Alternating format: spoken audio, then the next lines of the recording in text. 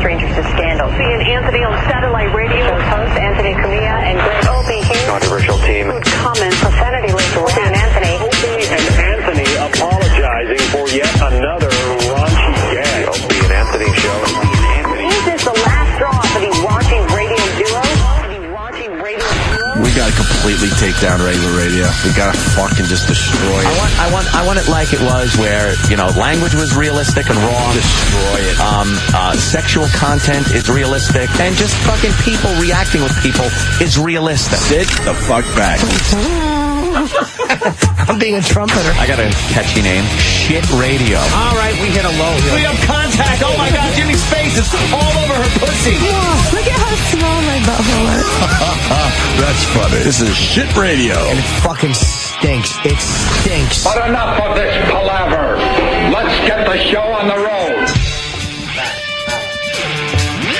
Holy shit, the Jets are one game away from the Super Bowl. My Jets are going. Holy shit, Jimmy's holy Jets. shit, holy shit. Jimmy said it from the start, I remember. Jets, Jets. Yep. When the Cowboys got their ass kicked, I tweeted that I was really happy, and then everyone's like, oh, little Jimmy's not going to be happy with you. He's not going to be happy with you.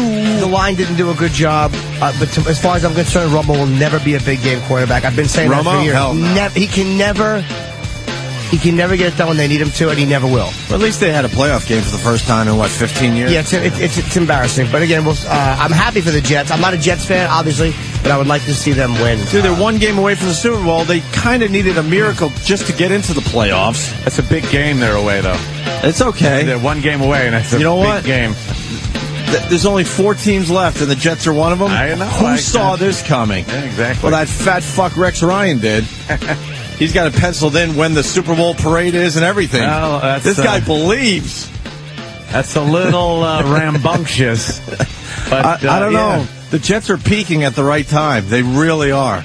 And they got a hell of a defense. And you know what, Sanchez? Did you see the game? I saw the second half. Sanchez is starting to look like an NFL quarterback. He's not looking as much like a rookie. He looked all right Sunday. Just all right. You know, they're still running the ball a hell of a lot. Yeah, But the fucking Jets one game away. That's crazy. The charge of turnovers didn't help them either. So. No. Yeah, you know. We'll take whatever to get the... however it works. We'll take whatever to get the victory done. And people are like, oh, Opie, you're a fair weather fan. Where were you all year? I'm like, do you listen to our radio show? I've been pushing and bitching and yelling and screaming about the Jets all year. They would call Fireman Ed a fair weather fan. Yeah. Oh, yeah, where were you in the stands for every game? It's just, you'll always get that really, from where people. have I been? I was in the stands trying to get the crowd together when we were 2-14. That's where I've been. This is my time, too.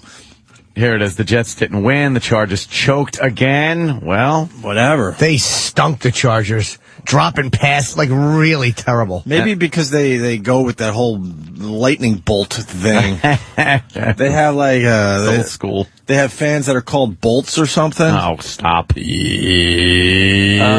Here's another one. Hey, Opie, don't forget, Colts won't be taking Manning out in the third quarter this time. You know what? I also tweeted that I wanted the Jets to play the Colts so they get a real game in with the Colts. Why not?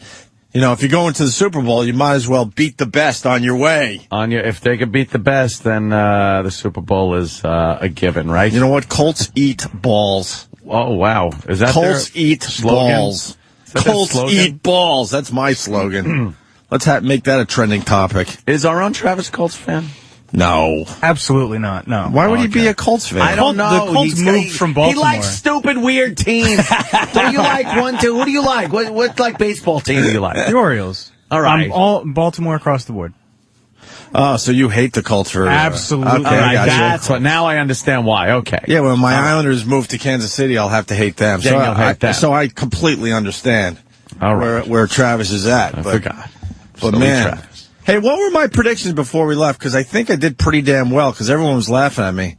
I took a bunch of... For the predictions? Well, I went right down the list. Who was... What? That was just a little gag. Oh. Everyone was laughing at you. They're always laughing at me. No, I want to know who I picked. No one paid attention to me, but I did say that the Cowboys were going to lose. I said the Jets were going to win. Yeah. You meant it? Hell fucking yeah. All right. Why not? I don't know. I thought maybe you might have been going, and the Jets are going to win. Bo. No. No, I felt good about the Jets going into that. Yeah. And these dopes that think I still have a sports curse, shut the fuck up. That's over. That's yesterday's news. He's not going to pick 100%, but he that certainly really has picked winners. That was really yesterday's news. I had a really bad run there. Now, it's sure the Jets are the underdogs and stuff. So what? If the Jets lose to the Colts, it's my sports curse again? Get out. Brooklyn Ace, what's up? No, it does not mean your curse is back. It means the Jets' curse is back. I'm not blaming you, Opie. Don't take it the wrong way, okay? Your sports curse has been gone for over a year and a half, okay? How could the Jets have a sports curse if they haven't even been in the playoffs in years? Your point, that's my point exactly, Anthony. Don't name it sold his soul to the devil to win Super Bowl III. I'd like to see the Jets back there before I die, okay? 41 years is a long time. So what you're saying is you want Joe Willie Namath back at the helm? Well, no, I really like to see him drunk picking up broads with his 2 broken knees. No, I think what Brooklyn Ace is saying is we got to sacrifice Joe Namath to the gods. Oh. Because he made that pact with the devil. Blood on the field. Joe Namath and Haiti, man, they're the same fucking. They're in the same boat with this devil worshiping sold thing. to the devil. Right. To get the French out. Imagine it's determined that is true, and we have to sacrifice Joe Namath. Only the blood of Joe Namath spilled on the field of the new stadium will allow the Jets to win. Wait, I want to hear Brooklyn Ace though. How did Joe Namath sell his soul to the devil? Well, I hadn't gotten to the part about giving his blood to sacrificing his blood, but I actually like that idea. He likes the idea of just slitting his throat and pouring his blood on the soil. We want him to just bleed out. Or throw him off the top stands right onto the field like the Aztecs down a pyramid. Right on. All of us Jet fans, he cut that throat in a heartbeat. But no, I that's the only explanation that can come up for why the Jets won Super Bowl III. Joe Willie sold to the devil, and that's why he makes an ass of himself on TV. Now he's getting drunk and telling people he wants kisses. All right. Thank you, sir. I got to deal with some Colts fans here. Oh. Jeremy in Indianapolis. Jeremy. Yes, sir. Hi, sir. How you boys doing this morning? Pretty good. How was that undefeated season for the Colts? That was good, right? That was a great year for the Colts. How you going down on my boys when they're going to sit their starters just to whoop the Jets' ass this weekend? Come on now. Come on now. You guys fucked with the football gods, not the Jets. Exactly. I told you a few weeks ago, you guys do not win the Super Bowl because you fucked with the football gods. So, now, look at the records in the past, though. I mean, what is the Jets' record coming into the playoffs? Record schmeckard. It's a new year. Exactly. And, new season, new Super Bowl. God forbid if the Jets... Oh, this guy. Turn that fucking radio down. You're done, brother. You got to turn down the radio if you call into the What's show. wrong with you people? I don't even want to say this. Uh-oh. But let's just say if the Jets season ends this Sunday, right? It's an amazing season for the Jets. No one could argue that. No. They backed themselves right into the playoffs, and there's 4 teams left for the Super Bowl. That's it. They just showed that play where it looked like the ball was fumbled and hit the ground. All right. But it didn't. No. They're going to write a book about that play? Probably. Called The Situation. The other, I don't know. The other catch. The other amazing catch. Mike in Ronkonkoma. Good morning, boys. Hey, home of Bird's Place. That's true. It's been a while. Nice tit bar. Right. No longer there, Anthony. Anyway, wasn't Rex Ryan crying on the news a few weeks ago, basically saying that they were done, they were out of it, then he had to come back and apologize? Waddle-doodle. Yeah, it's been a weird year for the Jets. No one will argue that. I didn't think they were going to make the playoffs. I was sitting there going, all right, well, I was thinking, okay, pretty good year for Rex Ryan and a rookie quarterback. All right, I could accept this. And then the Colts, laid down on them, and the Bengals kind of laid down on them. Then they're in the playoffs, and now look where we're at. Right there. Well, I'll punch it out. Have a good day. At the door of the Super Bowl. And you know what, Ant? We've talked about this many times over the years. The dummies that schedule a christening on a Sunday when football is happening. Are you kidding me? In your fucking city. Are you kidding? I am going to kill my brother. Are you kidding I got a me? christening on Sunday. What time is this game at? I don't even know. Is it at night? Are we talking 8 o'clock at night, please? I don't even know. I don't think so. It's an East Coast game, right? My brother scheduled boy. a christening for his Is it? for his third child. Where are they playing? A lovely little son named Ryan. Matter of Are you fact. involved in the christening? 3 o'clock. I'm involved because I'm blood. Yeah, I'm involved. Why would you go? Are you nuts? Like, if you're the Godfather or something, kidding me? no, absolutely not. Are you kidding me? You can't blow off your brother's christening ever. Of course you can. Nah, you can't. 3 o'clock game. No. Yeah. There's never a 3 o'clock game. You're fucking Jets with me. are at 3 and Saints are at 6:40. 3 o'clock. 3 o'clock game. could be the worst time. The worst time. You are going to be in the middle of... What time's the christening? Oh, watching little friggin' kids get their Well, I would their head imagine wet. a christening would be, what? I don't know, noon, 1, right? Those things go forever. Oh, my God. Oh, my God. Oh, my God. Oh, my God. Oh, my God. Oh, my God. Oh, my God. I wouldn't go. And we're all big Jets fans, too. Can't they put The the whole christening family. off? Well, no, I don't think they Can't they can. have just Jesus holding a TV on the crucifix? So that way you can all I love just how watch. Jimmy thinks it's just easy to blow off your brother's christening. I It's blow not off, that easy. Dude, I love my family. We have different family Budge. dynamics. I can't blow off a christening. I'd blow off anything. It's not even in the realm of possibilities. There's going to have to be... he'll do the right thing. There'll be TVs all over the ball field. And I think the church thing hopefully will be done. Maybe it's not. What ball field? Huh? What ball field? No, it's just a term. TVs all over okay. Basically, TVs all over the place. Yeah. With kids running around as you're trying to enjoy the Jets. The Jets. So you can't just sit. I'm going to have more fun watching the Jets game than Opie. They'll be running around like lunatics. There's a lot of them now as we're trying to take a peek at the game. Yug. Oh, I'm fucking depressed. I just realized this. Let's say hi to Joe in New York. Hello, Joe. Joe. Hey, I want to answer all these Colts fans. I mean, they're talking like the Colts were kicking the Jets' asses and they came back. They were winning 15-10 after 40 minutes of football. Yeah. I bet there's a lot of Chargers fans that thought they were going to beat the Jets Sunday, too. Yeah, the Chargers thought they were going to have an easy game with the Jets. Let's not forget. And they were at home. I mean, the Jets all year, their running game in the second half has picked up, and their offense got better because their passing game feeds off their running game. And their running game, every game in the second half, they ran the ball better because they're beating up the other team's defense. Right on. All first half. Right on, brother. All right. Mad Dog must be going crazy today. Well, that stupid Mike he didn't give the Jets a chance. No? No. And he's a sports talk guy in New York City. That's smart. Yeah. That's real smart. Good way to get some fans. Yeah, let's go to Sean in Jersey. Sean. Hey, Opie, how are you? What's up, Sean? I just wanted to say you guys make my drive to college every morning so much easier, and I got bad news for you. I think the game is at 2:30, so you're going to have to blow off that christening, man. I know I'm calling out sick of work. You don't look too good, Opie. You look a little ill. Oh, my God. You look a little good, Lord, and you're flush, honey. No, I already painted my face green for the game. Oh, okay. Yeah. You were nauseous. You're going to be green with envy, people watching the game and stuff on Sunday. That's exactly what we just talked about. Yeah.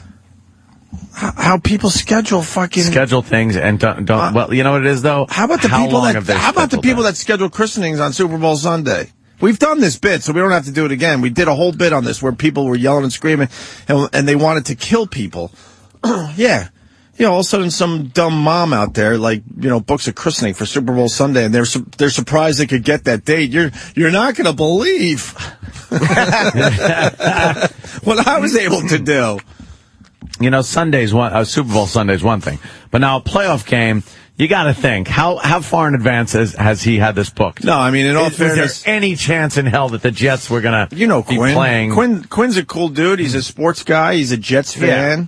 So, I mean, I think it'll be all right. We'll figure this out. He's probably bumming. Of course he is.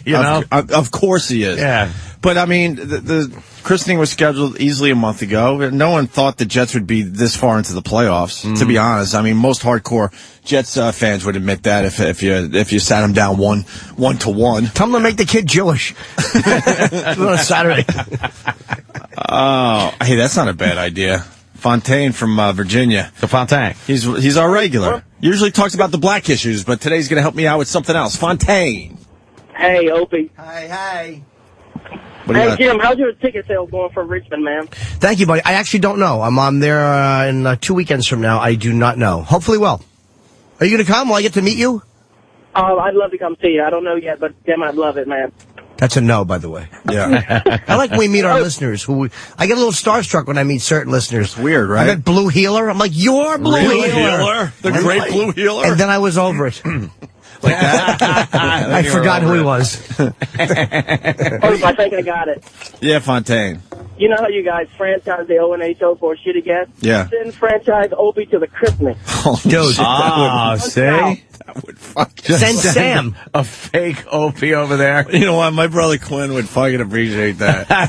All of a sudden I show up. Well, the fake me shows up. That's a great idea, man. That's a great idea. All you got to do is, especially if you're not the Godfather, you just got to sit there. And I just realized as we went on the air, I'm like, wait a minute, there's a christening this Sunday. Eric in Jersey. Hope you think you got it rough. I had to sit through my grandmother's wake in 2003 during the Super Bowl. That's selfish, bitch. No, I'm just, I don't mean it like that. I just mean, I don't mean it like that. I do. It was rather depressing. Well, how much attention should we give our grandmas when they die? I mean, are grandmas important to us enough that we should miss a Super Bowl? No. I don't think so either. Nah. I'm not too big of a football fan, but my relatives are. So. Just tell the priest that it was her wishes to be buried with it turned on television on her face. Like, I expected this, by the way. Yeah. All right, so let's go to Ray. Ray? Go, guys. You doesn't have to call him Ray. J.O.P., don't feel bad. First of all, I was pissed off I wasn't asked to be the Godfather, but I would have blown it off anyway to go to Gretzky's last game at the Garden. Yeah. I did blow it off to go. Gretzky. So don't feel bad. All right, let's think about this. Gretzky's last game at the Garden. Yeah. Or the Jets playing to possibly be in the Super Bowl. Which is a bigger game? Well, to me, the Ranger game, because I'm a huge Ranger fan, don't get me wrong, I'm backing the Jets, but it's a personal thing. You're a huge Jets fan, so that's the way you got to go. No, but I'm trying to think just in general, and I think Gretzky's last game at the Garden is a little bigger than a game where the Jets might go to the Super Bowl. Hate to say it. It depends on how big. So basically, what I'm saying is you're a bigger dick than I am. Hey, thanks. All right, Ray. This gentleman, Mediocre Gatsby, says my first Mets game was when I was 8 years old, and it was canceled due to my grandmother's death. He cried about missing the Mets game. You guys are nice. Not only would I blow off the christening, I've blown off family functions when I had a good shit brewing. Well, we're gonna get into all the Vegas stories, and one of the stories is Jimmy's mom, and her Christmas gifts to Jimmy. Oh, an AC. And I'm like, AC, Christmas gifts? What fucking day is this? Really, it was Christmas gift time. It always is at the Borgata because they live in that area. Ben Houston? No, but I do have. I went through my shirts. And you brought shirts in today? No, I'm going to bring them in this week at my girlfriend's request because she all she did was just attack me for my fucking horrible shirt collection. So I have to give some to Bobo. You do know you do know she's taking pictures and sending it to my girl. Yeah, no, I know. So they could laugh. They're both laughing at you. She told me that she sent your wife a picture of one of my shirts because she had described it, and she's like, no, he doesn't have that. So she sent a photo, and this chick went, that really makes me want to hate him. Someone's saying we're friends with Ron Howard. Have him go to the christening. You know what? That would be cool. See? Because then they would forget about me. Like, oh, fuck, who cares? And they could call him Opie. Yeah, they're like, fuck, Doesn't they sent matter. the real Opie. Yeah, that's fine. Let's go to Charlie on Long Island. Charlie. Hey, good morning, boys. How are you? Pretty good, brother.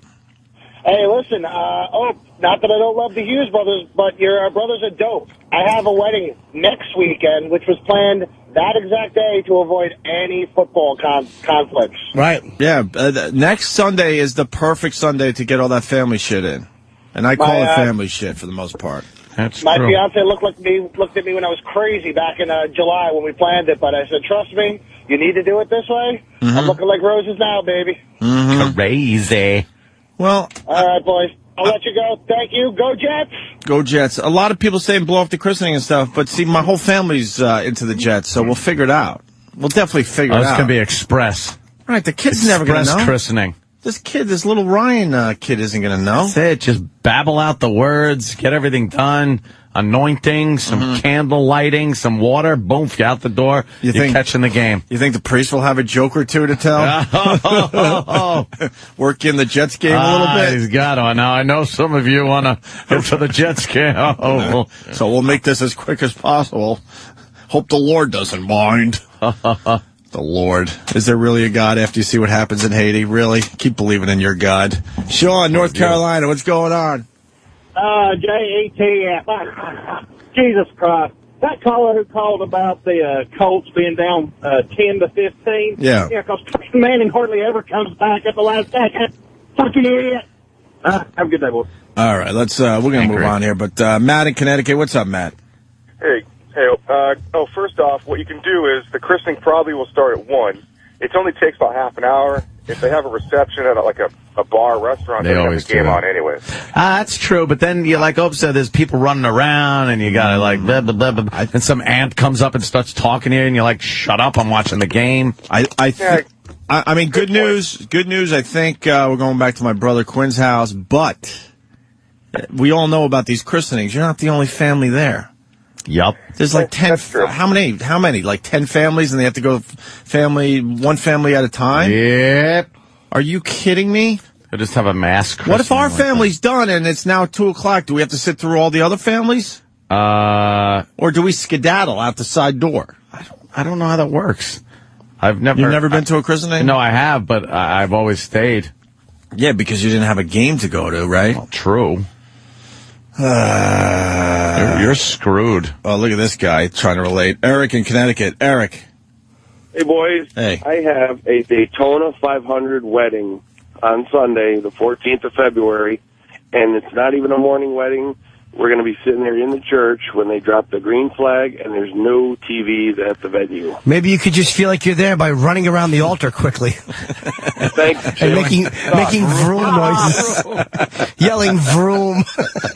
Vroom. And then the guy in the wheelchair, you could just tip down the little altar steps. He loses. He loses. Tuka. His little askew shoes with unscuffed bottoms. See, we all know that.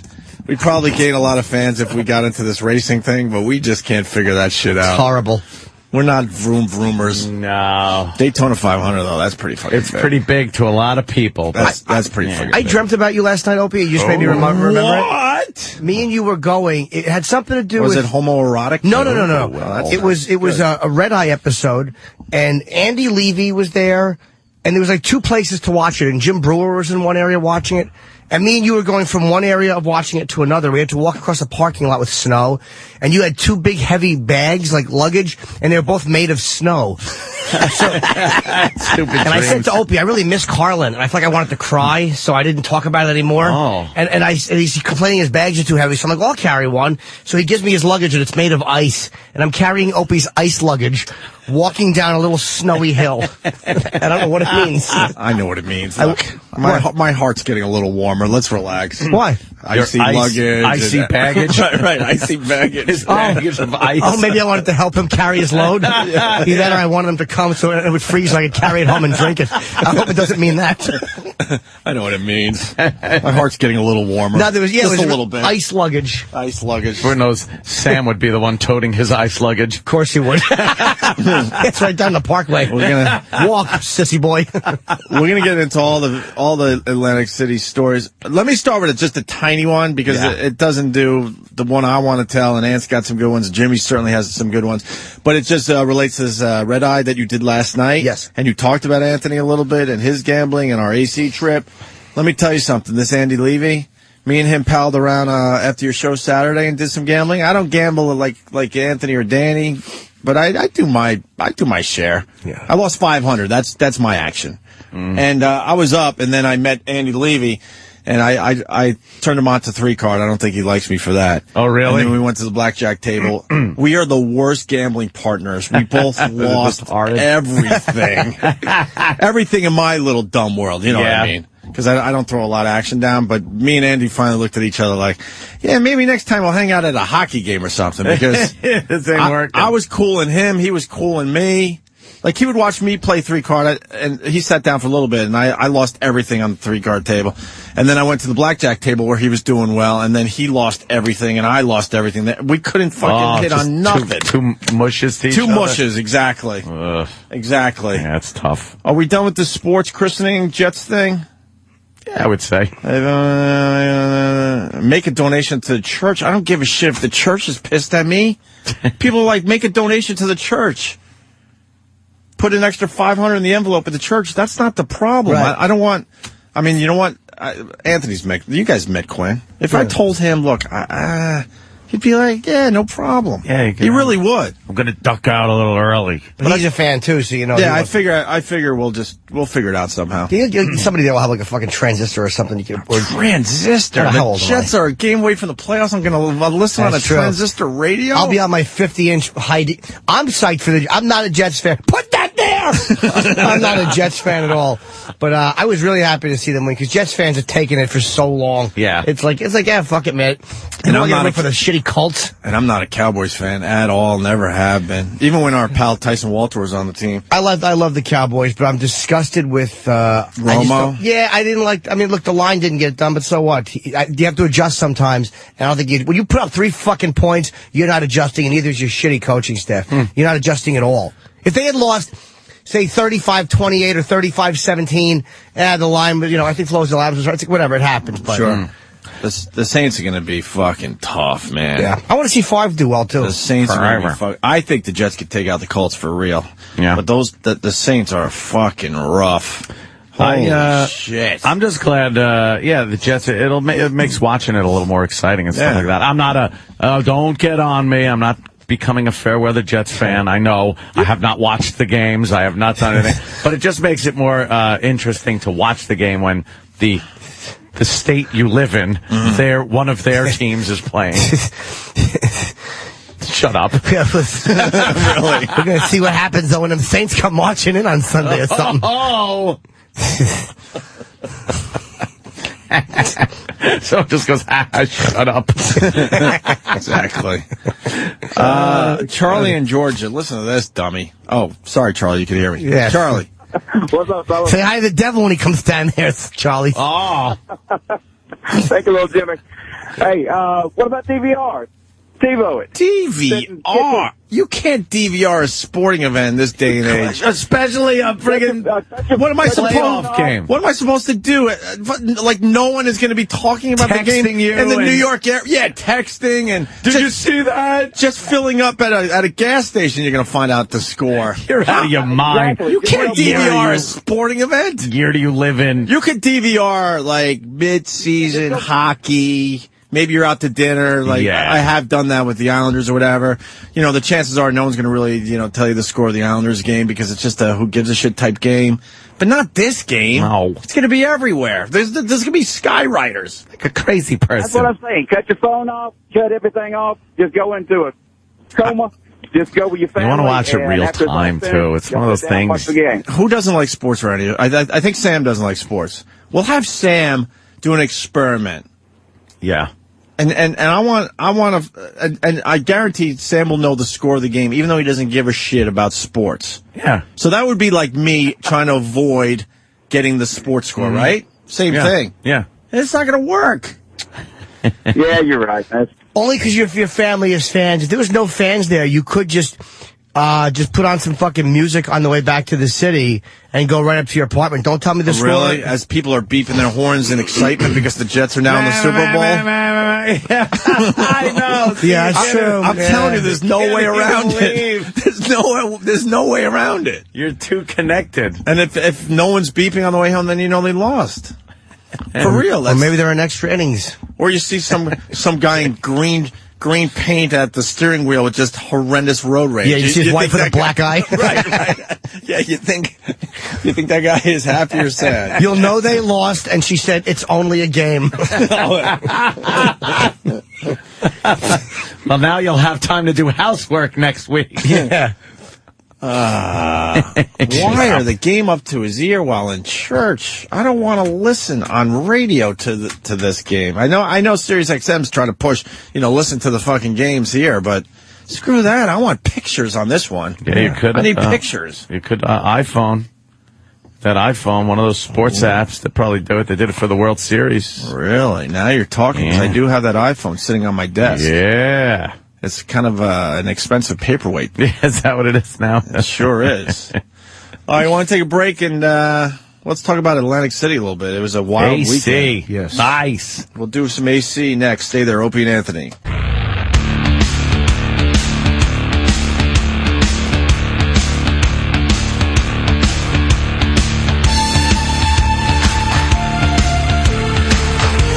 Opie and Anthony, Tuesday.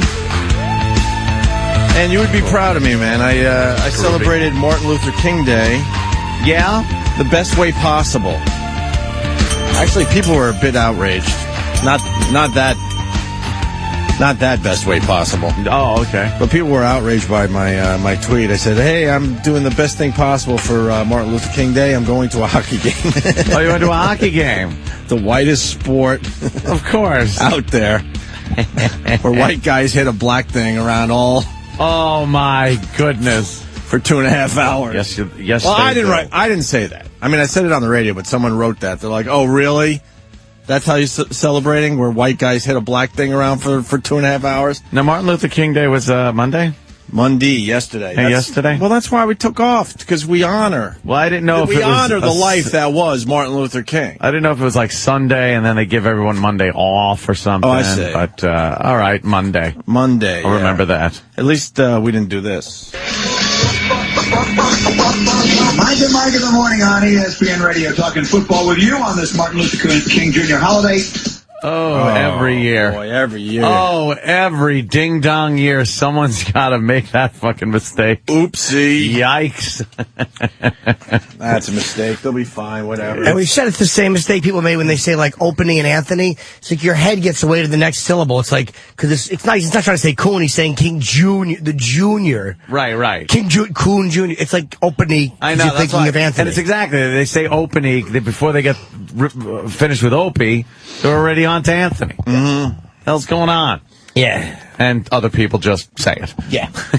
So, Atlantic City. Yes, what a You only got home time. a few hours ago, right? Didn't you stay all day yesterday? I got home about 8 o'clock, I guess. Was that about 8 o'clock last night? 8 o'clock last night, wow. Stayed the whole weekend. Yeah, the limo ride home was... Ooh. What? Everybody was just, Everyone just crashed out? We really go hardcore as far as the gambling goes, the drinking, the festivities, and it goes into the next morning. Whatever night we're doing it, it goes completely into the next morning. Now, Friday, of course, we left the show. Right. Friday. I went home. Right. 1 o'clock, the Borgata Mobile comes, picks me up. These guys, I cannot stress to you how great the Borgata is. I swear to you. It is astounding to me. They're not giving Jimmy and I the same treatment. Well, you know, I mean, Jimmy, they're taking care of too, because he's playing in their facility down there. They send the big giant super stretch, so I sit there and I could sleep. I sleep the way there. What do you mean that the big giant super stretch? It's 10 miles long, this goddamn car. It's amazing. Really? Yeah. Is there a picture of it? It's yeah. Is it one of those limos that has the extra wheels? No, not extra wheels. And it actually has a joint? No, it doesn't have a bending joint. It doesn't in the have middle. a joint? But it's a great car. They load it up with whatever you need. They're amazing. Mm-hmm. So we get in there. We take off. See, that's the Borgata. That's beautiful. Jesus. You could lay down in there. Lay down in there. It's great. Wow. And they hook us up. It's amazing. But we party pretty hard, so when we were driving back home, we'll get to all the stories and stuff. Driving back home, everybody was just shot. Danny's blasting farts and just stinking everything up. Good boy.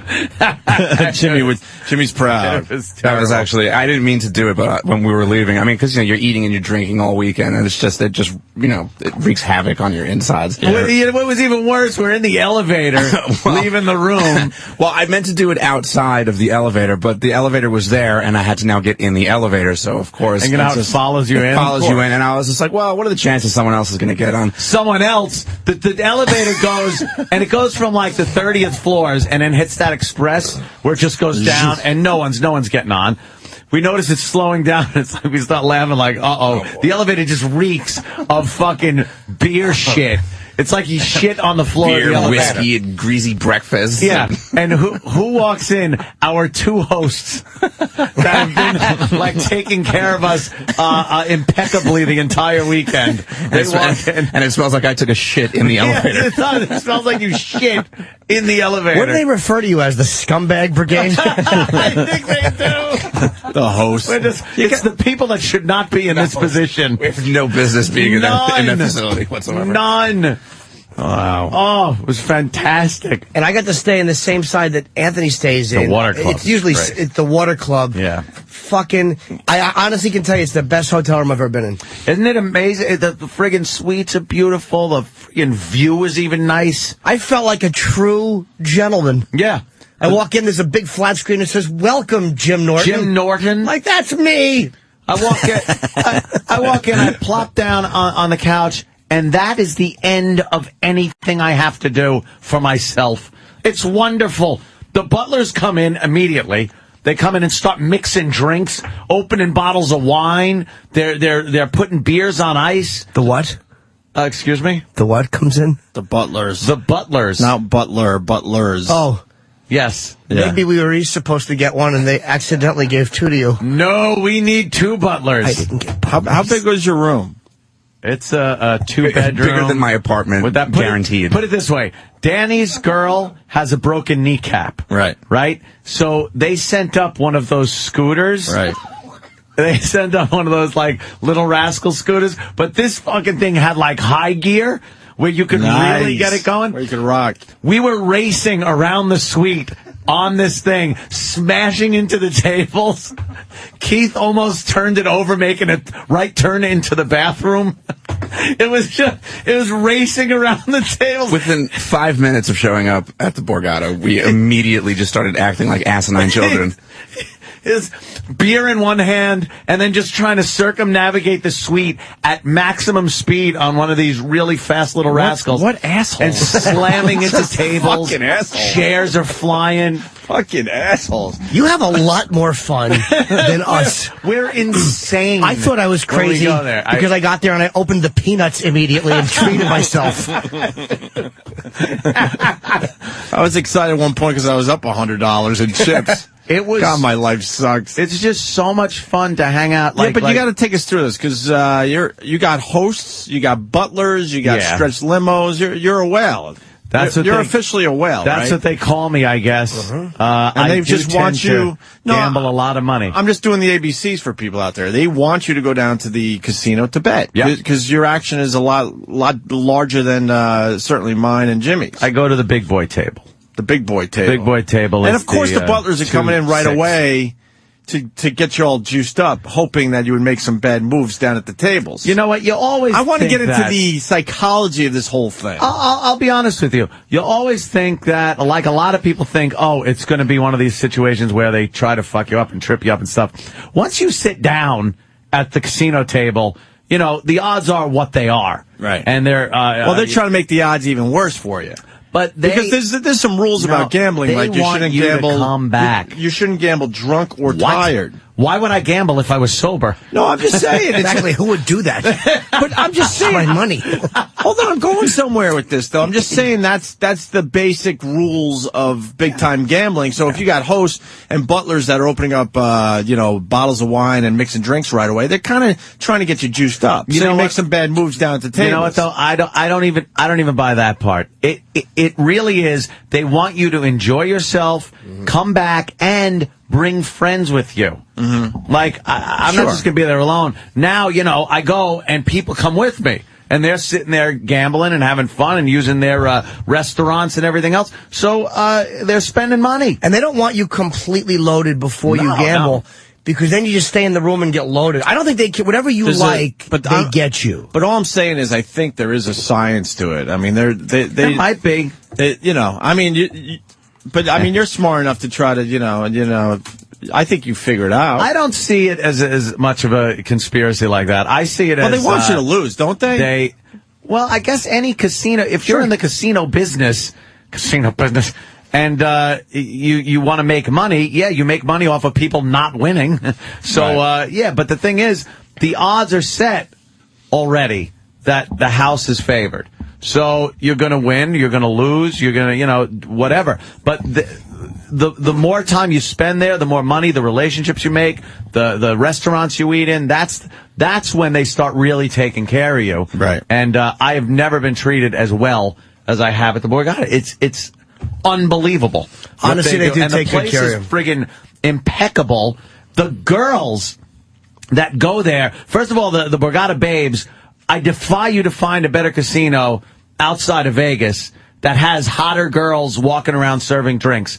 Like, you go to the Trop, they're old ladies that should be in diners with fucking egg plates up their arms and a big beehive hairdo. And these girls are wearing skirts where you're just like, holy shit. They got the nice cleavage. It's beautiful. They got some good cleavage, every single one of them.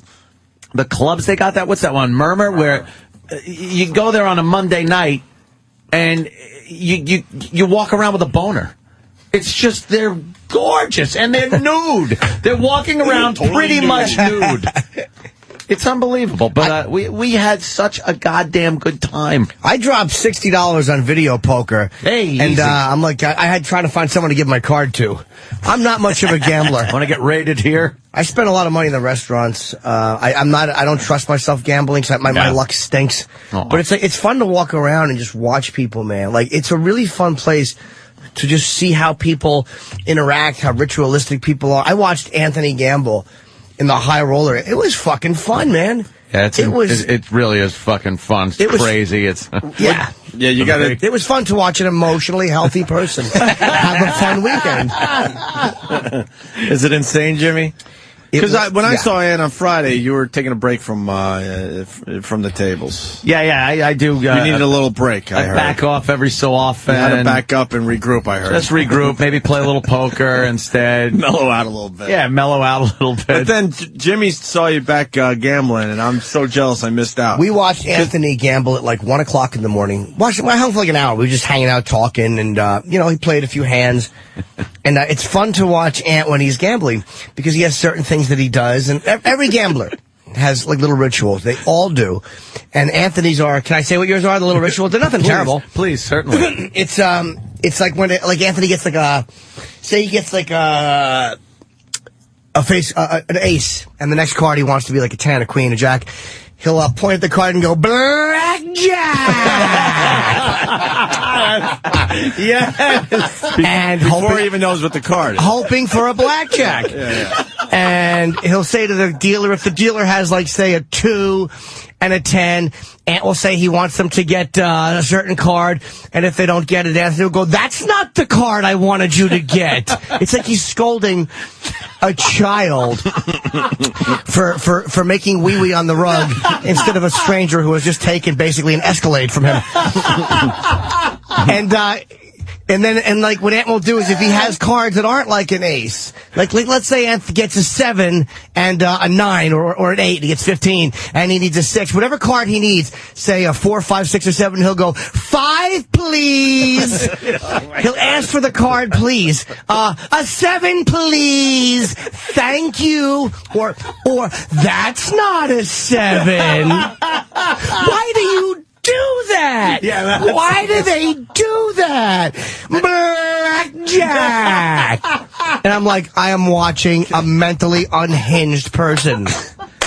Can you add to the fact that he's not at the $25 table? Oh my He's in the high roller area. He's in the high roller area where people take it very serious. But it's like Ant is just reacting honestly the way everybody wants to react. But, he's not... God, that's perfect. Even in his moments where he's not pleased, he's still Anthony. And look, his hair was a mess. Anthony, by the way, whatever they did to you, you look great. I mean, his hair looks great. He had no hat on. He was all askew. You really I'm a saucier. He really is a fucking chef from Apocalypse Now looking motherfucker.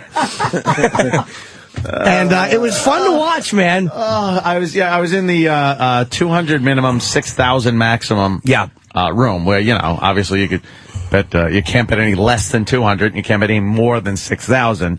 And sometimes you sit and I play 3 spots, and you could actually max out 3 spots. Yeah.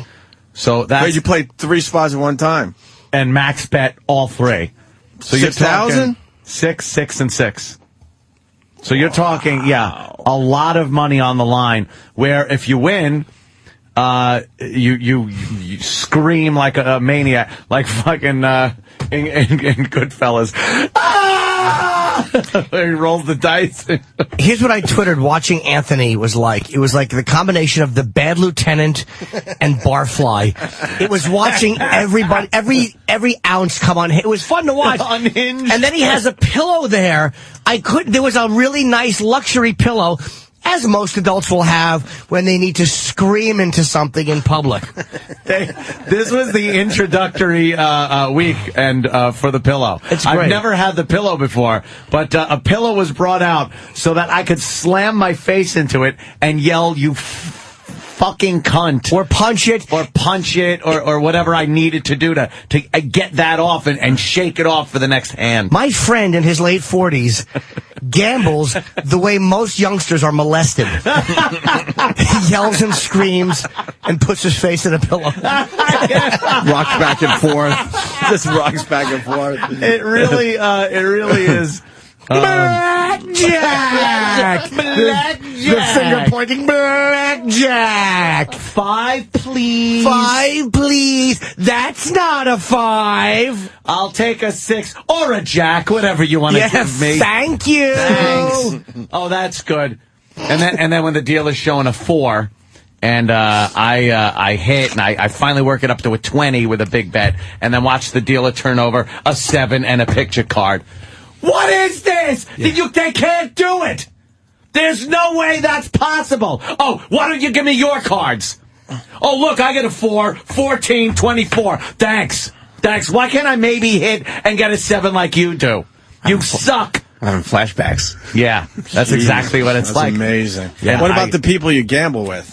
I mean, not Danny and Keith and all, but the rest of the people around you must just be thrilled to have you at their table. They're actually kind of... They're okay with it because they get to watch some really intense betting. Like even at the big boy tables, I don't think there are people betting like I am. To be honest with you, I don't see a lot of people with a lot of pumpkin chips. They're called, which are the thousands. Wow! Just have you ever had a pumpkin chip? Pumpkins. No. Pumpkins. Well, yeah, for Halloween I had a couple. Pumpkins. And get it? Yeah, Halloween. Pumpkin I got it there, Chip. Oh, Chip. He's asking me questions. Chip. I'm a sensation. No, you're not. Ant was gambling. I said, "What are you gambling? Why don't you just roll the dice on the table or something? Get really crazy." Yeah, that's exactly it. You ass. It was very, very entertaining. Keith's on the line. Oh, Keith, of Keith course. the Enabler. How are you, man? Sometimes I do feel like I am the enabler. I mean, I set up the line of credit, I do all this stuff and everything, and I sit there and I go, Jesus Christ, what am I doing to this man? Nah, you're working, man. You're helping him out. You're working. It's different. Keith's on the job at that point. You're Dr. Nicopolis to Elvis. I'll just buy the goddamn drugstore. Like the doctor for Michael Jackson. They're eventually going to lock me up. And it's going to be bad. Jimmy, how about, did you witness when he violently punches himself in the leg? Did you guys talk about that? No, I wish I had seen that. You got a bruised leg? Well, there's nothing to punch. I sometimes do punch Keith. just out of nowhere, I will turn around and punch Keith and then apologize that I just hit him. Does he punch hard, or does he have girl arms? No, he does punch kind of hard. Hence why I did bring the pillow out. Yes. That's what led to the pillow. Yeah. Punch this instead of me. Thank you. And then sometimes I'll just and whale myself in the thigh so I could shake it off, because I got to shake it off. Then sometimes I'll push back from the table and go, all right, hold on. You're not dealing another card. Wait. I'm taking a sip of my beverage, and I'll sit here as long as I damn well please. And then I'll wait, and then go, okay. Shook it off, continue. There are a lot worse, though. We knew some high roller in Vegas who was the high roller at a casino, and apparently he had lost like $8 million in a weekend or something. Jesus. And he actually flipped one of the blackjack tables over, whatever it was. Oh, wow, really? There are guys that get violent, like really bad. Anthony just grunts and fucking screams into a pillow. He's not dangerous. He's just a fucking, he's just fun to watch. I do. I also will get up from the table, walk away, and spit on the floor. I'm going like, you fuck. And be like really angry like that. And then last night, there's a certain, I will just say, a certain ethnicity in dealer that when I sit and there's a white male dealing, you know that win or lose, you're probably going to have a good time. These guys got stories, the table's full, maybe everybody's kind of talking back and forth, having fun. And there were two guys, Jim and Ron, that were unbelievable dealers. They could not shovel out enough chips to all of us. Me, Danny, and Keith walked away like high rollers because of these two guys. It was great. But occasionally you get a certain ethnicity in dealer that I call the machines. They are machines. They will just sit there. They won't talk to you. They won't smile. They look, deal the cards, so why don't you scoop your money away. Why don't you get up from that table and say, because you know what, give me somebody that's not a machine. Here's why. You probably can make that happen. You'd be getting up and moving every friggin' 5 minutes. Really? It's one of those deals. They replace your guy, like Jim or Ron had to leave, and then they send in like one of the machines, and then you got to sit there. And for a while, I was taking $100 chip, putting it down, and going, okay, that's all I'm playing. That's it. Boom, boom, boom. They go on a 20-minute break. Yeah, they go on a 20-minute break. And then the good guy comes back, and bam, again, he's just pounding us and paying us. But certain ethnicity that I was getting so upset that I suggested that perhaps she would look better like that picture, if she was like that picture in Vietnam of the napalm girl running down the street, burnt and nude. None too happy with that comment, but neither was the guy who had sat at the table right next to it, who was of the same ethnicity. So he sat down and turned and looked at me, and I looked at him, I looked away, and I noticed he's still looking at me. So I turn and look at him, he puts his finger up and goes, shh, and shushes me. And I look at him, I go, what the fuck are you looking at? What the fuck are you looking at?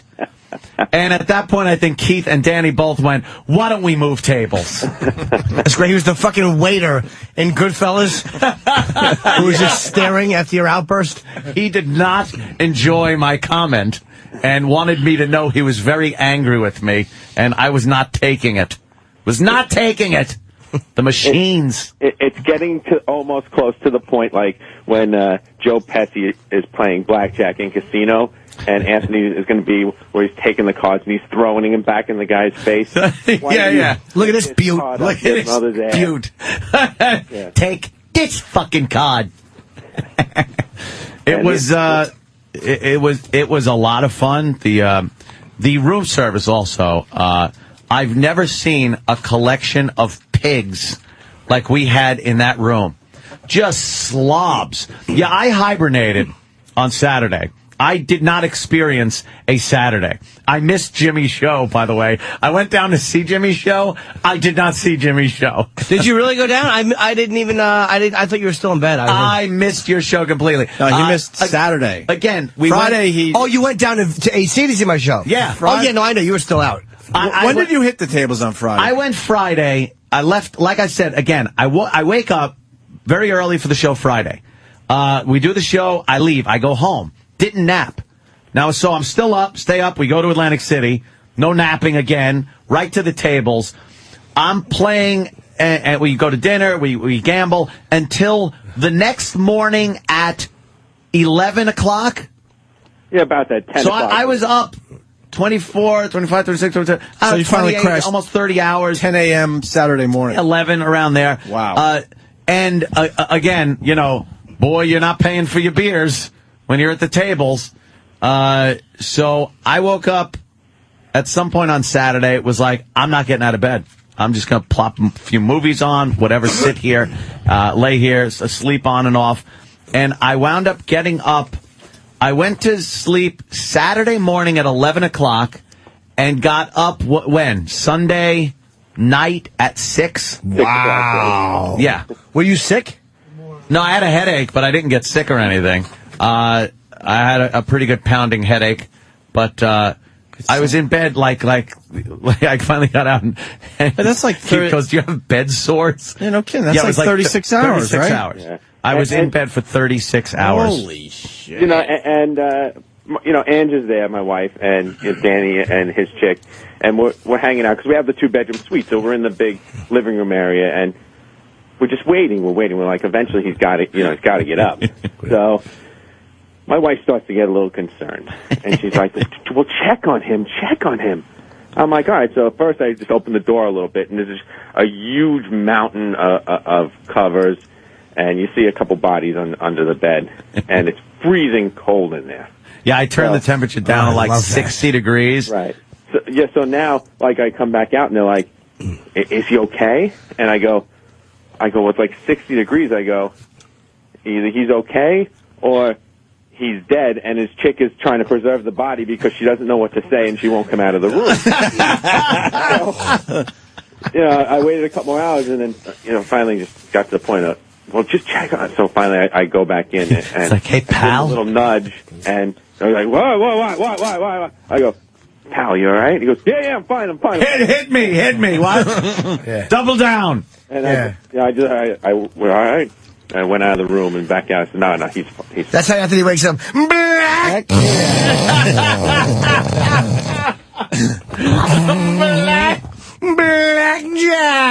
5, please. Say that all morning. 7, please.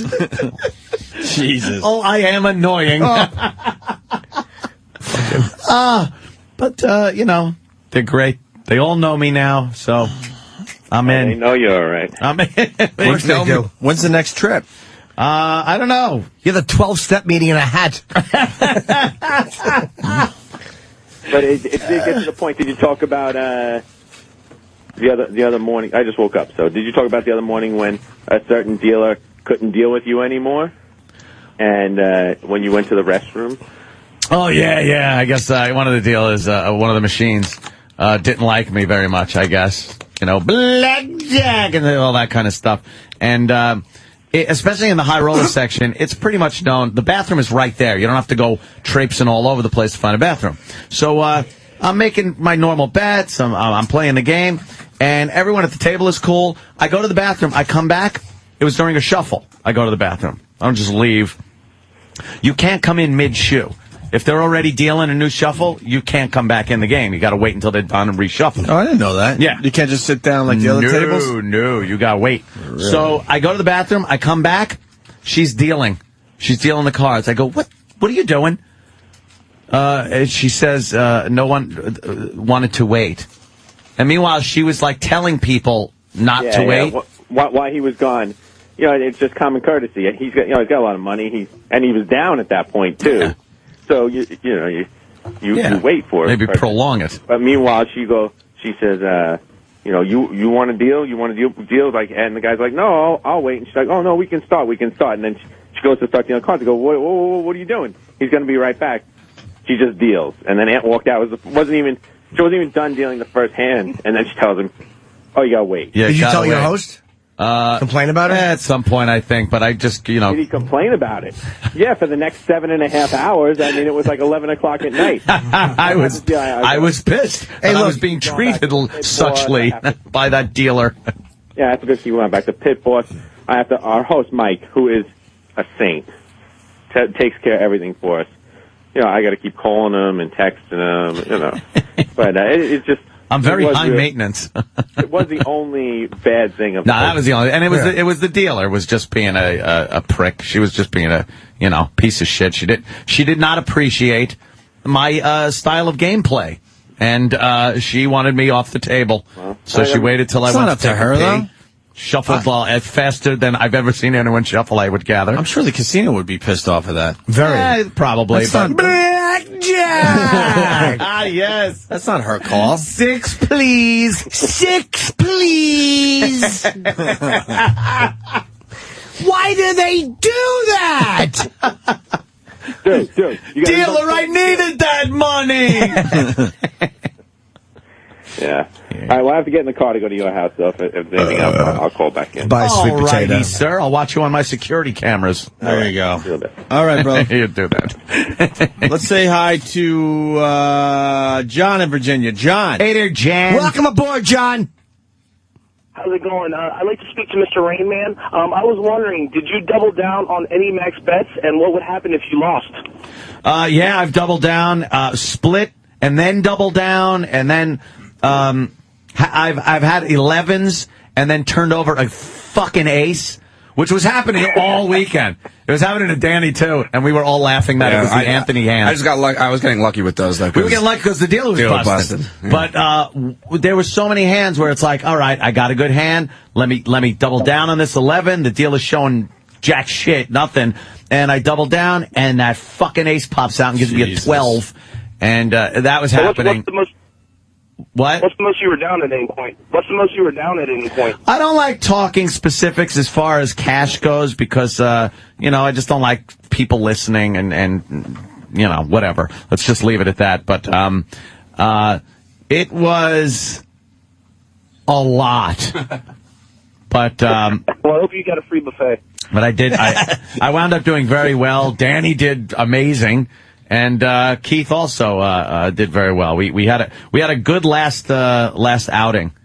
Made up a lot of ground. That was definitely the way that the weekend needed to end. Yeah, all of us sitting at the big boy table, just cranking out. You guys, Ron and Jim. You guys play any craps or any roulette? No, it's all about blackjack. Nice. Yeah. Peace out. Good time, brother. Later, man. Let's go to Alec in Boston. Alec. What's up, boys? Hey, man. I'd like to know whether Ant had any altercations with any players at the table for maybe surrendering on a hand, not hitting on a 16, anything like that. Well, no surrendering at that casino, but what about the no hitting and like no hitting? No, for the most part, the people know how to play. If they're sitting down, they know how to play. But there are certain times they'll ask, hey, do you mind if I do this or do that? And then you're like, whatever. Yeah, I usually say, hey, it's your game. You do it. Yeah. But yeah, whatever. Well, that's nice of you because I've seen some shit go on. Oh, I've seen people get angry. But you know what it is? I've seen people get more pissed at the fucking $10 table than I have at the $200 table. I wish someone would fucking yell at me for doing something wrong. I would go, shut up. It doesn't matter. It's a fucking, statistically, it's a wash. You superstitious boob. If some guy at a $10 table, hey, shut up, addict. Fuck you and your ritual. It means nothing. I'm going to play my $100 here and enjoy myself. Shut up, addict. I'll fucking hit on a 19 if I want to. Just to fuck you over. Someone did hit on a 16 with the dealer showing a lower card, lower than a 7, and hit it. They hit like a 3. And then the dealer pulled a card and wound up busting, which they wouldn't have busted unless that person handled it. So, I mean, obviously you're not supposed to do that, and it does piss people off, but you never know. I just say play your game. Unless I got a ridiculous bet up there, then I pretty much want it done by the rules, so I can't really blame anybody else but the horrid dealer or myself. All right. I hear you. Busting out. Let's go to Brian in Texas. Brian! Your boys. What's up? And what's your betting situation in the high rollers room? And tipping the check? Tipping? The dealers love when I win. Love when I win. I tip Usually only black chips, hundreds. And then yesterday I was tipping I was tipping the deal as thousands. I was tipping the deal as like $1,000 chips. Wow. Here you go. Wham. Because they were fucking hooking me up. Jesus. Yeah, that's amazing. It was a hell of an outing. I've never been tipped $1,000, Mac. That'd be good therapy, too. Let's say hi to Casino Guy. Casino Guy. Shit, for $1,000, you should have someone standing next to you to scream for you so you don't hurt your voice when it's Keith. I know my voice is all... If you notice, I'm a little gravelly today from... Yeah, Blackjack! Blackjack!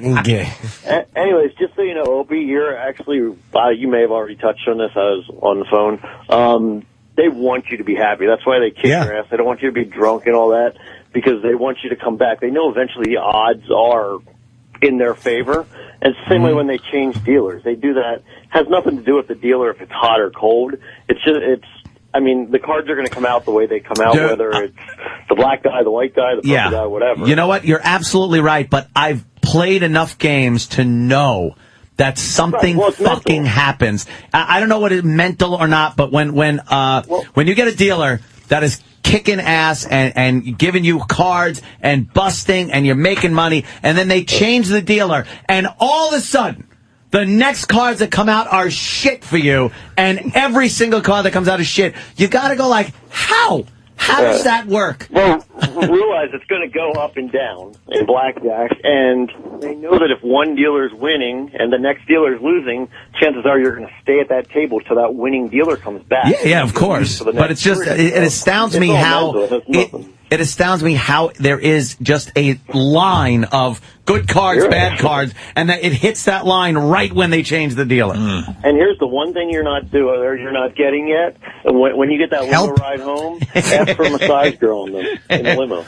We have massage tables in our you hear this? Massage girl in the limo for the ride home. That sounds like a little better than just a massage. Huh? Yeah, and we'll send you. It's an escort, but we legally call it a massage girl. I would love one. I make my girlfriend ride the front with the driver. You know, give them a hand job. You can. When she's done, if you want some private time, you can send her up to the front ride with the limo. No, what I like is just sleeping in the limo. That's it. I don't want anyone bugging me. I want to sleep because it's like a time machine. Like I've said, you go to sleep, you wake up, you're home. It's great. A blowjob does that too. Exactly. Exactly. She's not going to sit there and play chess with you. Talk about the fucking Haitian earthquake. She's going to suck your dick. What's wrong with you? How relaxed do you need to be? Nah, get your mouth off my dick. I don't want to be all stressed out later. Right. She'll have you coming before you pay the toll out of Atlantic City. That's the guarantee. A finger in your ass by exit 50, a load by exit 81. You'll still have 2 hours to yourself. What's drop wrong off with at you? the rest area. All right, check it out. Casino Guy, you roll. Let's say hi to David in California. David. What's up, boys? Hey, man. David. Hey, Jimmy, I'll be seeing you February 20th in San Francisco. Come. Oh, good, man. Yeah, I'm finally getting back out to San Francisco. Yes, so far 3 years in a row. Oh, good. Hey, Anthony, I just want to know, does your chick have to stay in the arcade because she's too young to be on the floor? Yeah, that's it. She had to stay in the room and watch Harry Potter movies. I took care of her. A boo boo boo. How do you know that all the way out there, you fucking freak? A boo boo boo. Wow. Coast to coast. Jesus. What else? I'm trying to think, what else? What else? The great fucking phone call we got in the car as we're in the Lincoln Tunnel. Oh, my God. I don't know how you fucking pulled that one off. Fuck. We're leaving the city. Yeah, but my story doesn't do justice to what Ant just fucking doesn't matter. It's still enjoyable. It shows the contrasting, personalities and camps, really. Well, I left right after the show on Friday. Wanted to get down there early so I could nap, so then we could do dinner and do the whole freaking, casino thing. And I'm with dinner. Yeah. And me and my girl are driving down. No Borgata limo for us. Oh, because I don't have a lot of action on the tables. But I should get a limo just because I'm connected to this whole mess. Exactly. Right. Mess meaning the whole gambling. Oh, believe me, it's a mess. When I think we should all be getting limos at this point. I talked to one of the casino guys, one of the head guys, Joe, down there. And he just came down to make sure everything was cool, and he was great. And, he was like, yeah, we'd like to have you back because I did very, very well with ticket sales. And believe me, I'm like, yeah, well, I come down along with Anthony from the Opie and Anthony show. Oh, boy, do I throw your name around. I act like it's up to me whether you come or not. Well, Joe, he only gambles when I'm there. Well, we'd like to invite you for every weekend for the next 6 months. Joe, he listens to us, so all we have to say is, Andy can't come down this weekend, and he's going to stay home. Anthony follows me on the road, Joe. What can I tell you? Time.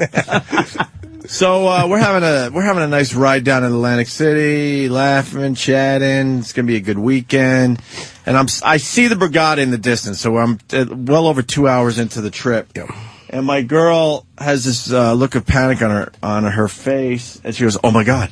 Oh my God. So I knew right away that she forgot something. I'm like, all right, what'd you forget? We could deal with this. What'd you forget? And I had like luggage, because she had to get all my luggage. I had to come in for the show. So I was packed and ready to go. So I'm thinking she forgot like a leather jacket I want to bring down there, or maybe a dress shirt. A hat. Something that was separate from my actual luggage that she might have forgot. Pack of chiclets. My laptop. We brought laptops down there. I brought my stupid, my Kindle. What'd she forget? My Kindle? That's okay. I don't need to read anyway. And all of a sudden she goes, oh my God. I'm like, what? What'd you forget? She goes, everything. I'm like, what do you mean you forgot everything? She forgot our luggage. Because where we live, I live right next door to Jimmy. The protocol basically is you call a guy and he gets your luggage for you. Like it's a hotel. You do? You don't do that? No, I bring my own luggage down. I don't let them touch my laptop bag. Oh, I know. I don't let them touch my stuff. stuff. If it's a lot of luggage, for the most part, you're right. We bring our own luggage down the lobby, but because I went to work, a lot of luggage. She needs help. She calls a guy. He comes up and gets it like a hotel.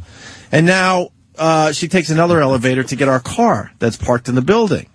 So what she did was she got in the car, and instead of going to the front of the building to pick up our luggage, she's like, oh, I'm in the car. Time to go to Atlantic City. Just takes off. Just left. I said I talked to the guy at my building, when we finally got back. He goes, yeah, after 20 minutes, we just knew. We just knew she left without the luggage.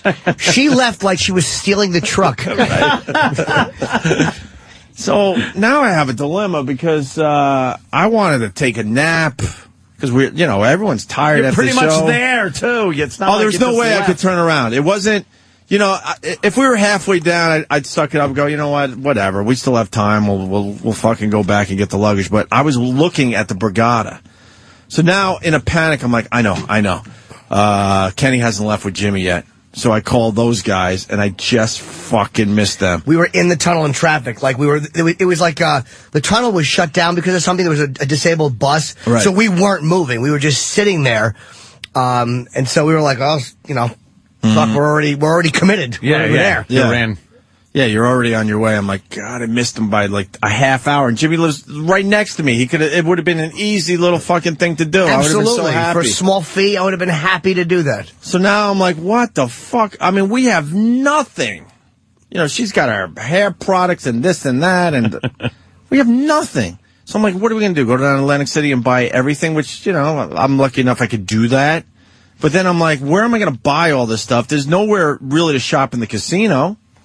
They have a couple shops, but now I have to go like downtown Atlantic City to the outlet malls or something. Hugo Boss suits or something. Exactly. That you're paying money for. Exactly. So I'm like, holy shit, I know what I gotta do. I gotta talk someone into fucking coming down here with my goddamn luggage. Can we, I would like to get the guys in here because I think it's important. I gotta E-Rock, come in here, please. Yes, exactly. I gotta talk someone into coming down with my luggage. I'm calling my building. I'm like, is there anyone there that's getting off work and wants to make some nice money? I mean, I was, because I'm already thinking the number in my head is easily $2,000 to get everything for the weekend. Easily. I was looking at a shirt because we did get down there early. I'm like, all right, I can wear this shirt. The shirt alone was $120. I'd still need jeans because I went down in dirty fucking sweatpants and then buying everything else. So I'm like, I gotta talk someone into coming down here with my luggage. See, someone's saying called Club Soda Kenny, but Kenny was with Jimmy. He was driving. And they were already in the tunnel. Yeah. And I just missed them, like I'm saying. That would have been an easy fix. So I think I got E-Rock on the phone first. I do believe. And I'm like, E-Rock. You mean zero loyalty, E-Rock? Yeah, exactly. Wow, did you fucking go down? Oh, your point value plummeted. And I'll tell you why it plummeted, because not only did E-Rock say no, he laughed at me. He fucking laughed at me. Why would he help you? It's not like you gave him a gig in radio. What have you done for E-Rock? Oh, damn. He laughed at me. Yeah, I had stuff to do. I couldn't make it down. Like what? I was finishing the weekend programming, and then I told him I couldn't. I even said, fuck the weekend programming. I need my goddamn luggage. What else do you have to do? Well, at that time, I was finishing the weekend program. But and like I said, fuck the weekend program. So he's like, you can come down for the weekend. I said, I can't, because then I got to do Sam's show on Saturday night. Besides put white stuff on your lips, what else did you have to do at that moment? Like, you couldn't do it at that moment. What did you have to do? Pretty much just the weekend stuff. And then what? This is Friday afternoon now. Yeah. See, it's falling apart. Jimmy's got it. He does have Sam's show is Saturday night. You basically had nothing to do except be inconvenienced by me. So what'd you say? So I said, I got to finish this, and I don't know if I can make it down to Atlantic City. Let me make a couple calls and find out. Who'd you have to call? My chick. What do you have to say? Why did you have to call your chick? Because you invited her down, too, as the incentive, and I said, let me find out where she is. And she was in Philadelphia, so you were totally willing to do it, and you really wanted to do it, but it was all contingent upon your girlfriend, your wife. I might have been stalling, too. Yeah. Yeah. You had no desire to help me out. You actually gave him, like, I'll get back to you? Yeah. Twice. And laughed. And now we're still driving because I'm looking at the Borgata. I'm stranded. I'm in the middle of nowhere's land. And I called Jimmy and Kenny. They're like, oh, dude, we'd love to turn around, but there's traffic in the tunnel. There's no fucking way. And now we're just driving on. Well, hopefully E-Rock will come through. I'm like, I turned to I'm like, you knew. He's not coming through. You knew he wasn't. Who's next on our list? So what happened? You called your girl. What'd she say? She was in Philly. She couldn't make it out there. Couldn't make it out. Why? She was busy. Doing? Work. And by the way, Philly's very close. Philly is a hop, skip, and a jump. A little over an hour. She didn't have her car with her, so she wouldn't have been able to make it out. So you're in New York. I need my luggage. When was she coming back? Not till later that night. Okay, so she's coming back that night. Yeah. So basically, you could have finished the weekend programming or just put it aside or give it to Sam and then shot down and either A, met your girl in Philly and driven her back since she didn't have her car, or B, had her take some kind of transportation and meet you in Atlantic City, which would have been a nice weekend for you. Yeah, could have. Oh, Steve from Bayshore is saying Opie should have told him he'd be staying in the Hellman's suite. That would have been a little more incentive. Yeah, this kid loves mayonnaise, right? Oh, Chip, shut up. E-Rock laughed at me, and I knew he wasn't going to come through. He openly laughed at me. And then Kenny calls back, I got a good idea. Call Pat from Moonaki. What? And I'm like, by the time he gets down there, no offense, Pat, I'm sure he's listening. I need my luggage immediately. I can't deal with the luggage showing up at 10 o'clock at night on a Friday. Because then I would have to go to dinner and possibly Jimmy show him my smelly, sweaty sweatpants. Well, you just buy one outfit, like one. I have a big Borgata. Look at my sweatshirt's a Borgata sweatshirt. Yeah, it's phenomenal. I could have done that. Phenomenal. So, anything else to the story, E-Rock? Are we done with you? So E-Rock basically told the guy who pays his rent to go fuck himself in a time of need. Fuck you. Yeah. No one needs you. This was a once-in-a-lifetime type of situation that I really needed help with. Well, here's the thing. Every weekend. I never officially told him no, because I kept saying, let me find out, let me find out. No. Oh, yeah, I did laugh, but I said, I didn't officially tell him no. I said, I'll have to find out.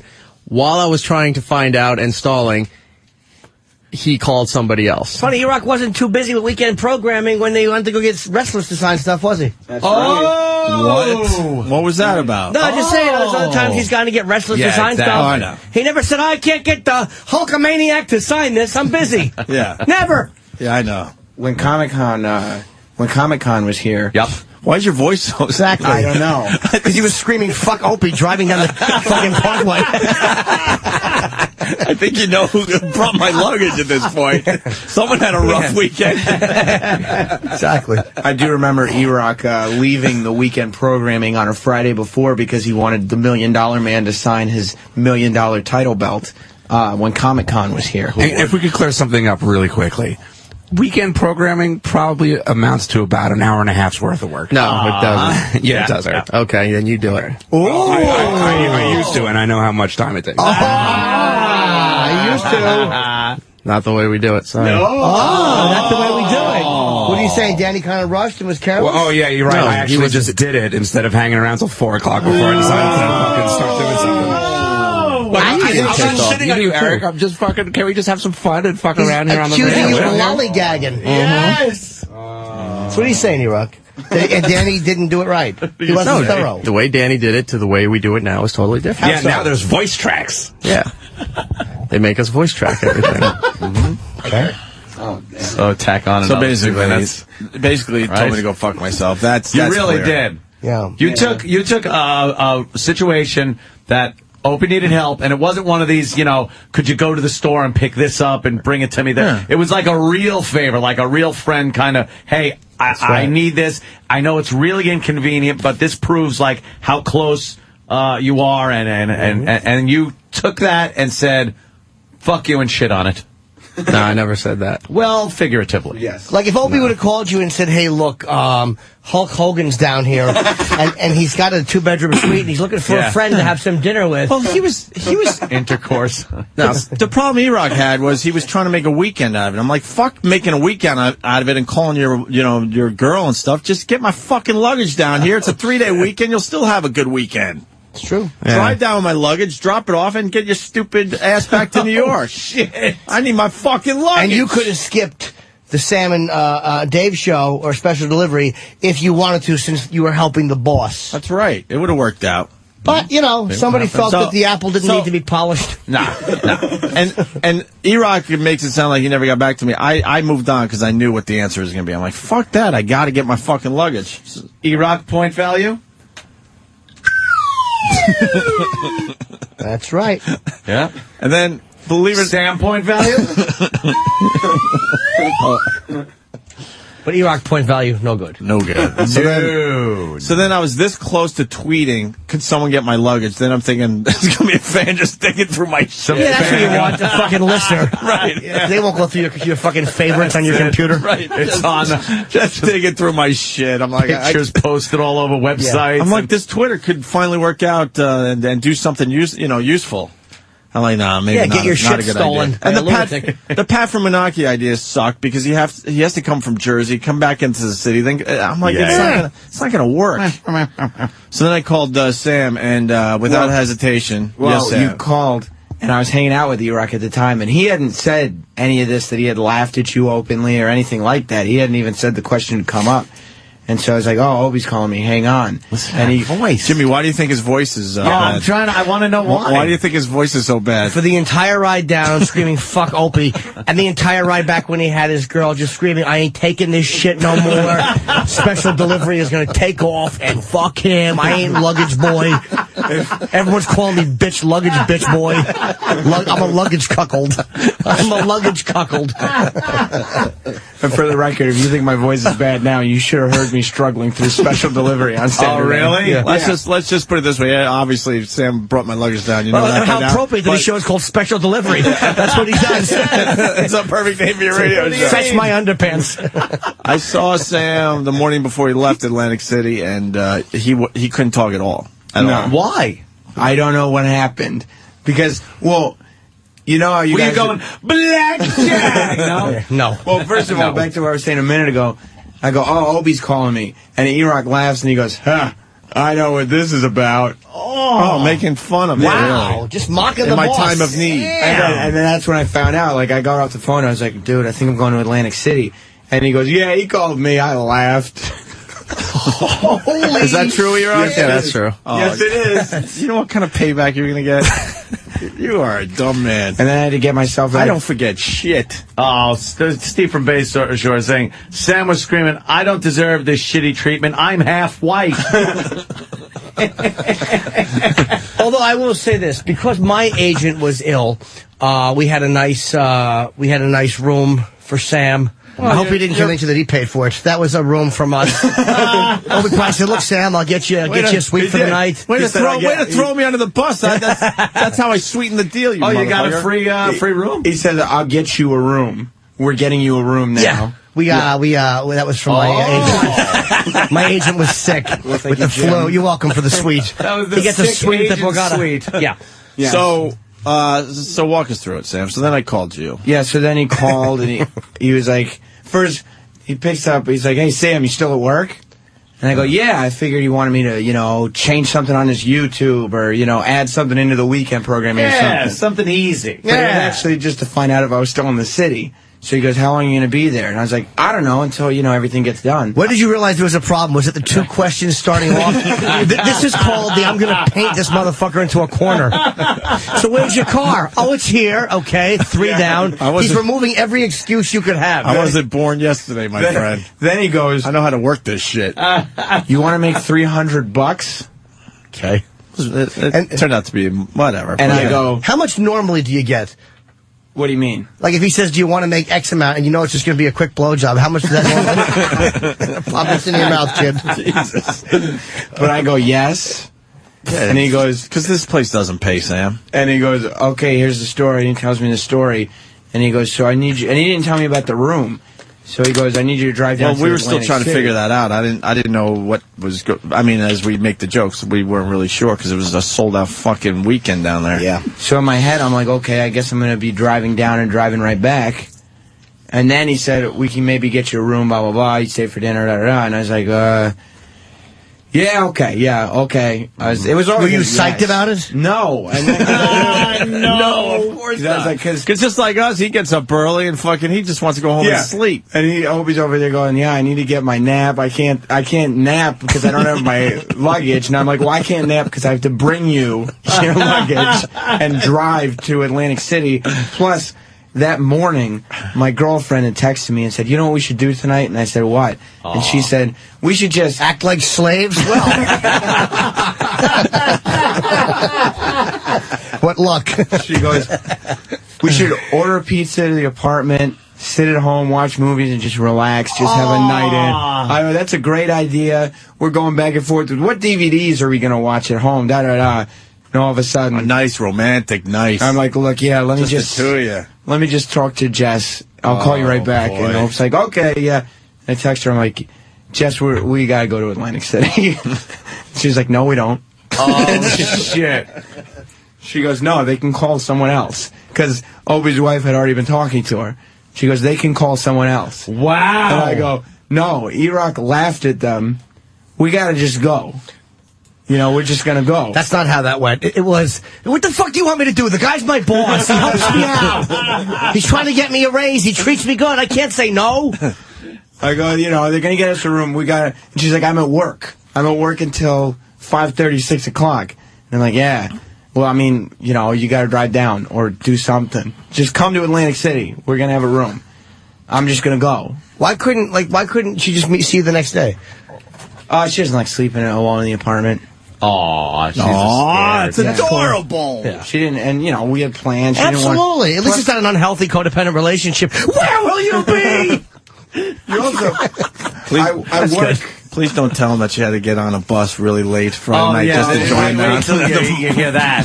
She doesn't want to sleep in the apartment, but she had to go to Brownsville and get a fucking bus. That's good. No, she had to go to the Port Authority for real. Port Authority, which on is a Friday night. The fucking dregs of late society. Friday night. Well, I work every Saturday night, so she didn't want me to be gone all weekend again.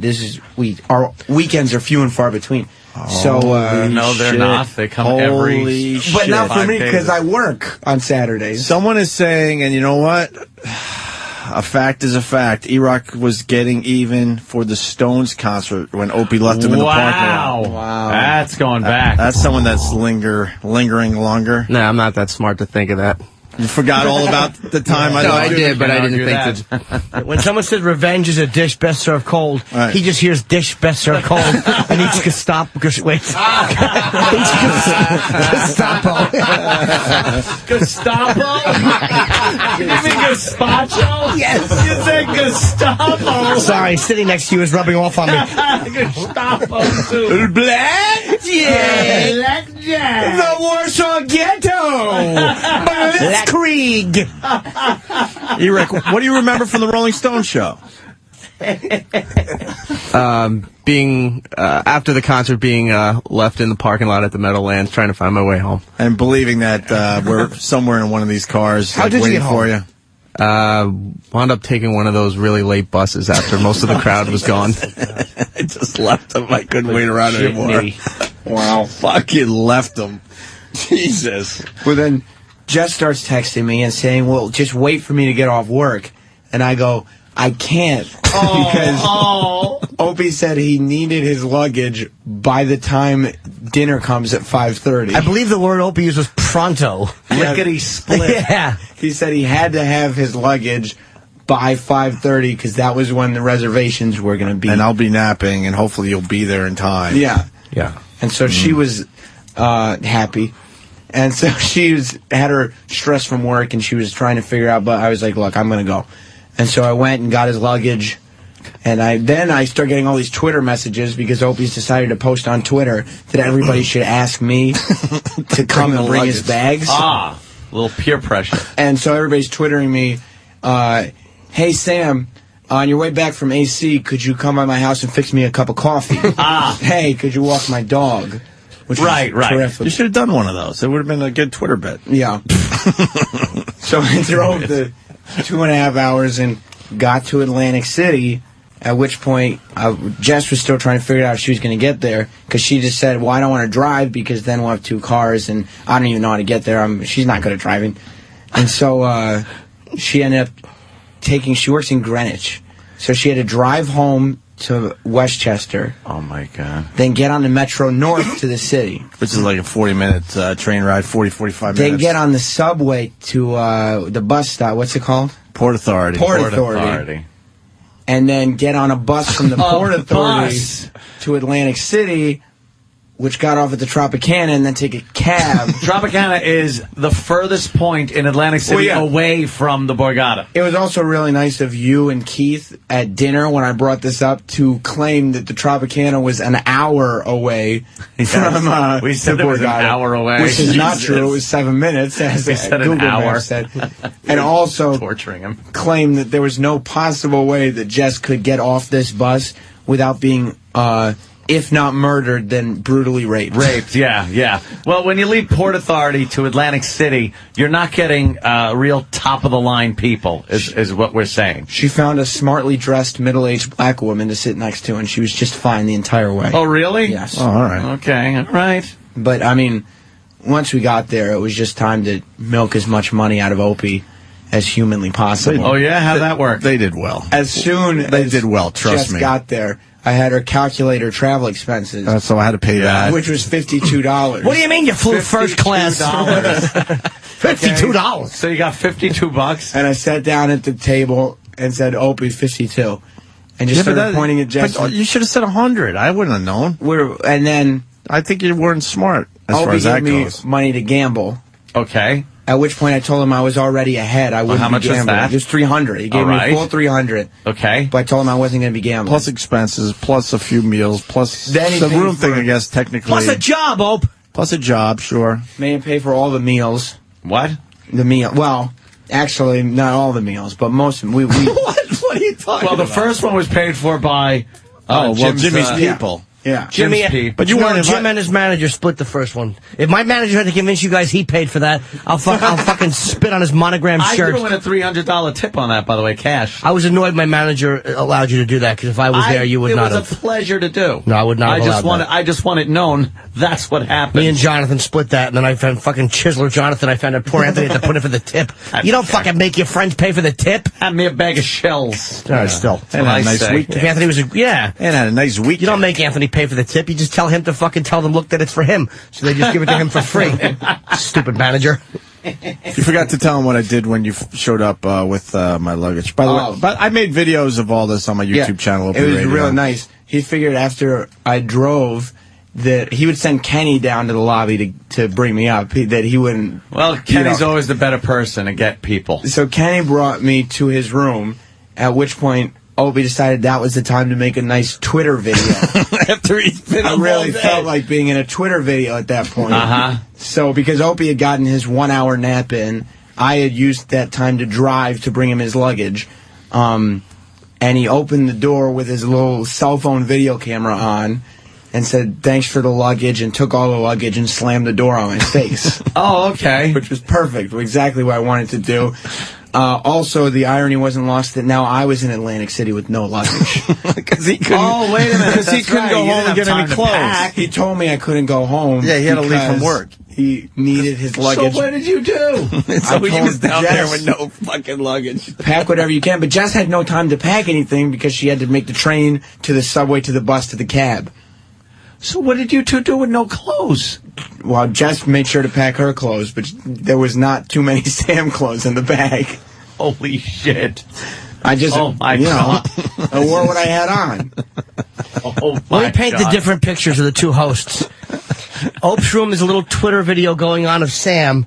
In your room, there's fucking bumper cars and alcoholism. Bumper cars. There's a fucking there's a woman with a fucking severed leg while you ride around with her health vehicle, throwing shots, flaming shots at each other, setting the curtains on fire.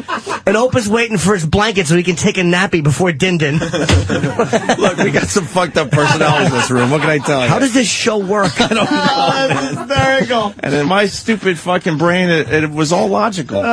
It was all logical that Sam should be in Atlantic City with no luggage and I should have all my luggage. Especially since you know that Sam and Dave show that Eric had to get back here for? Yeah. So did I. Yeah. That would be the Sam part. That's your show. And my voice started going throughout the night, and I guess being in a smoky casino was not the best thing. Not a fan that they brought that smoking back. You needed a lozenge. I did. I didn't have any lozenges. Baby boy needed a clean room and a lozenge. I didn't have time to pack any lozenges. Well, someone should have gotten them for you. Yeah, some lozenges. You should have charged Opie for them. $200 for lozenges. I'm going to tell you, it's a casino. And then I sent Jess off to play the slot machines with Opie's wife and told her, we both know who should be paying for these slot machines. How'd they do? I think they were up, but they were up, Yeah. They weren't making Cumia money. Well, Sam, here. This will hurt. Uh-oh. Here. Cool. That's the roll. Give him that extra 100. Jesus Christ. All right, I get it. I saw it. Take the $100. Then he gave me like $20 for parking. Ooh, okay. Which was... No, I gave you more than that, didn't I? Well, no, you gave me more for gas. Then 20 for parking, which was $5, by the way. But that 20's gone. All right, nice. Good scam. Good one. And yeah, I had to leave early Saturday afternoon to make sure. But the guilt didn't stop because I go, Opie, where am I going to hang out? Because I'll get back several hours before the show, but I'm not going to go back to work. And he goes, okay, do you guys want to hang out in my apartment? While we're in Atlantic City before your show. Did you just fuck all over the place? So Jess and me went to Opie's apartment for like 3 hours. Look, I bet it looks like you have a cornflake on your pillow now. You see the asshole print on the pillow? Just rubbed his ass on my pillow. Sam knows how to work it. But yeah. Don't let him fool you. I mean, I say I walked out of there a winner. But I had no voice for the show on Saturday. No, huh? No. Poor bastard. Well, it's tough for me, too. I mean, I had to share a limo with like 5 other people. Yeah. A super stretched limo. What do you think? It's 1,000 feet long? I mean, still. It sucked. There was luggage in there. Yeah, crutches and stuff. That's another thing. And they don't have any real meal food in there. It's like fucking peanut M&Ms and stuff. In the limo. Yeah. No. It's just like, they don't even have like big sodas. They're just like old little ones. Yeah. That's These guys decided to have a great fucking dessert night. They had dessert night when I was hibernating, and what did you guys get? We got everything. Like everything, chocolate ice cream and peanut butter cups and chocolate and fucking all kinds of shit. Yay. And they sat there mowing down on this garbage. Well, that was when Ant was he was hibernating, and we just didn't know what to do with ourselves that night. So I had to wait 45 minutes for my shitty oatmeal. What are you kidding? By the time I hung the phone up, ding dong, food's in. What do you mean? You didn't call butler service? Yeah, the butler will bring it. But Danny, a limo is still a lot better than Sam. You guys didn't have it equally. It was so uncomfortable. Literal Jim. You also have to realize that my Jeep Wrangler, my 2-door Jeep Wrangler, driven by a rump one.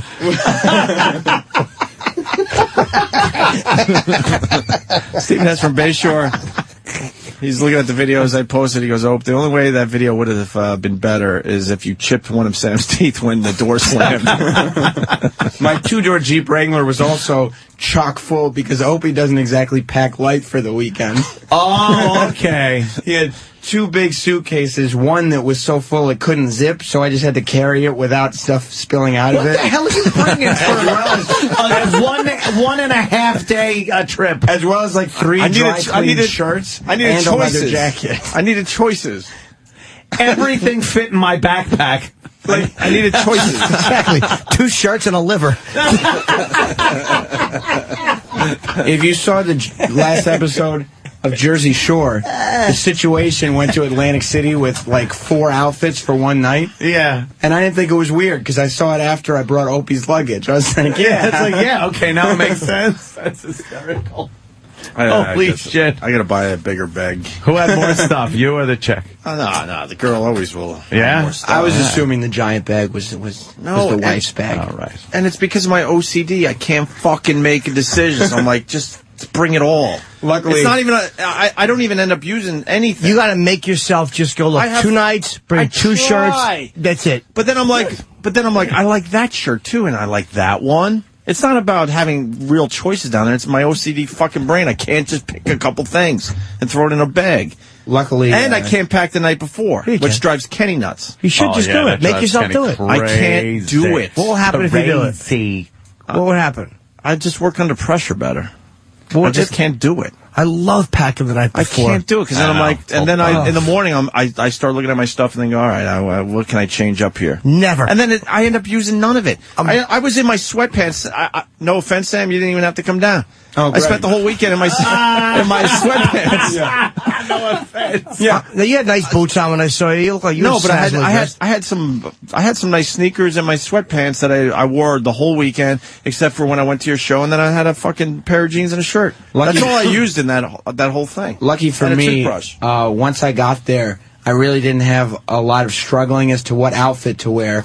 I just wore the one I put on at 4:30 in the morning on Friday, and then I came to work in it. See, that's a much easier life, Sam. I wish I could do that. Yeah, and then he goes, I wish I could do that. I had to nap because I got up at 5 o'clock, and I was like, yeah, that's like getting up at 3 o'clock and then having to drive to Atlantic City. Yeah.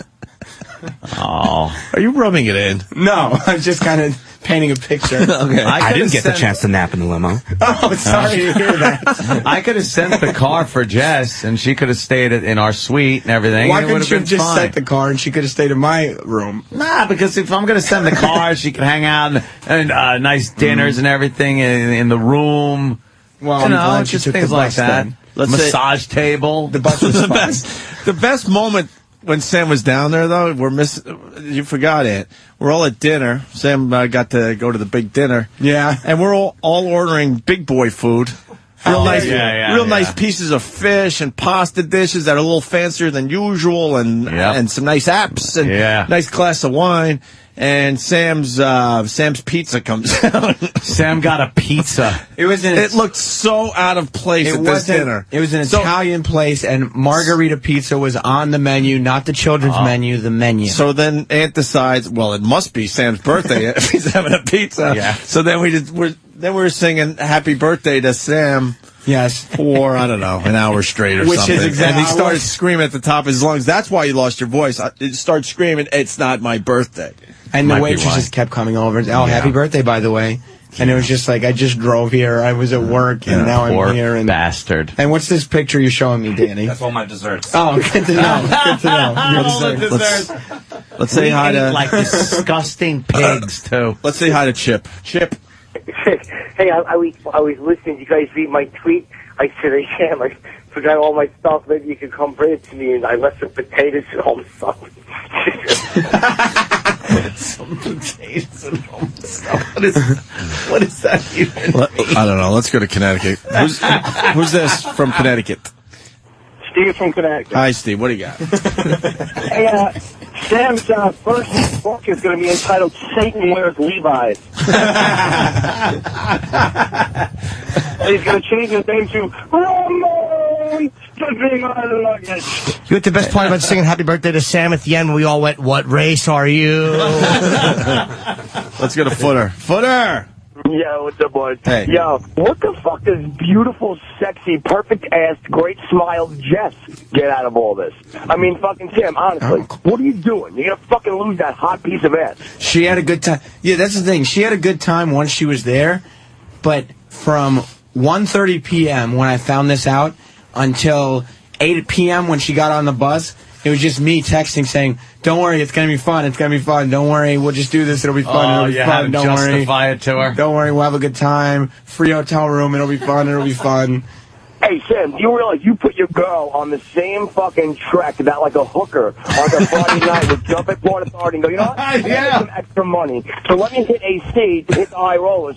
You put your chick on a hooker cruise. Jesus, Footer.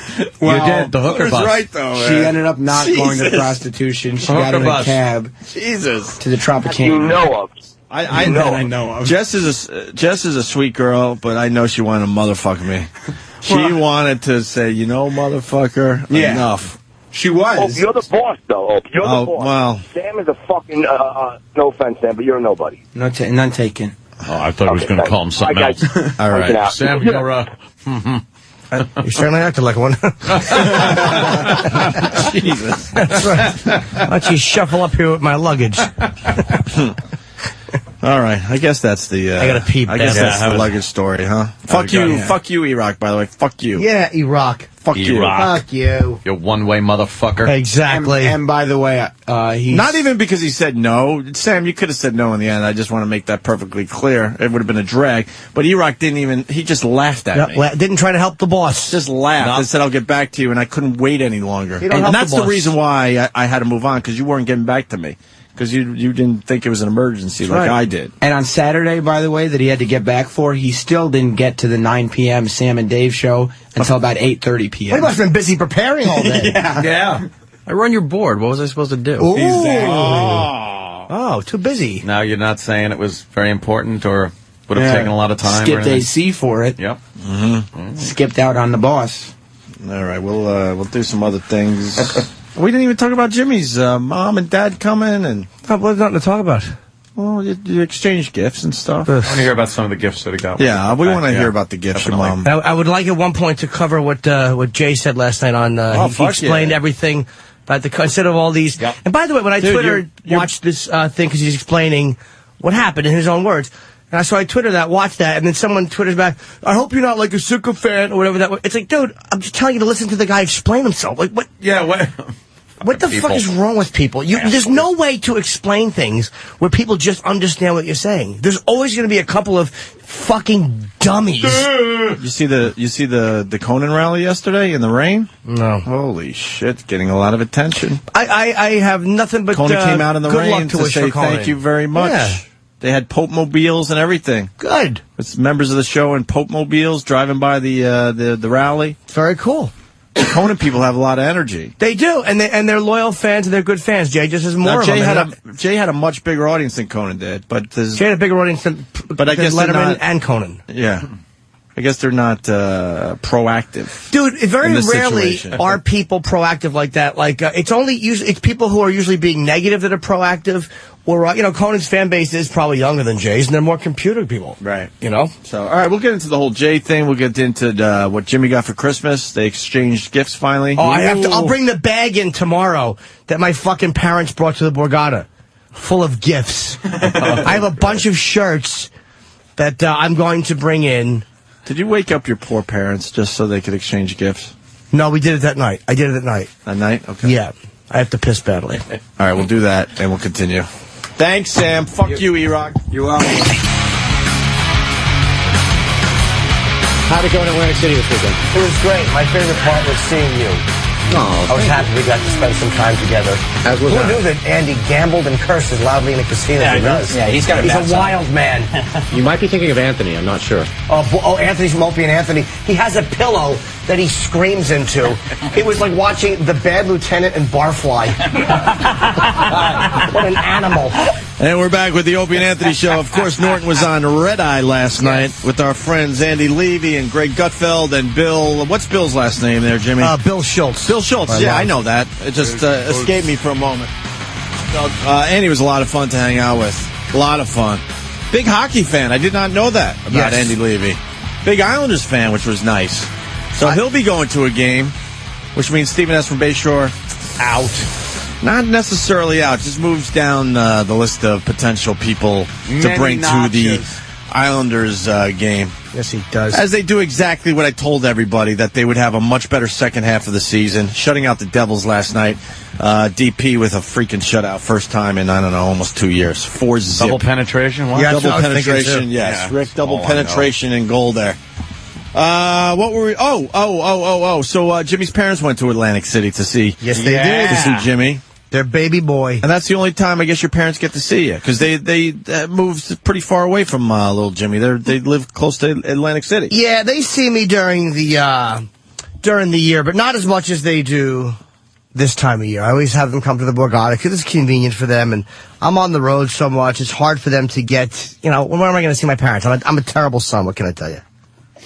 I'm a sex addict and a disappointment. You're wonderful, and I'm sure they love you. They do, and they like coming to see me, but I always know we're going to exchange gifts while I'm down in AC. So that's what we do. How do you say you're a terrible son? No, I'm not a terrible son. I just, because I'm gone a lot, and I'm busy, and I'm not as attentive as I should be. It's tough to go out of your way to go see them. Yeah, it's 2 hours, and, I work every night. Of free time. Especially since Jay's show started. Literally, I have been constantly working on material that is ultimately just going to be burned on the show and not get to, it's going to be burned.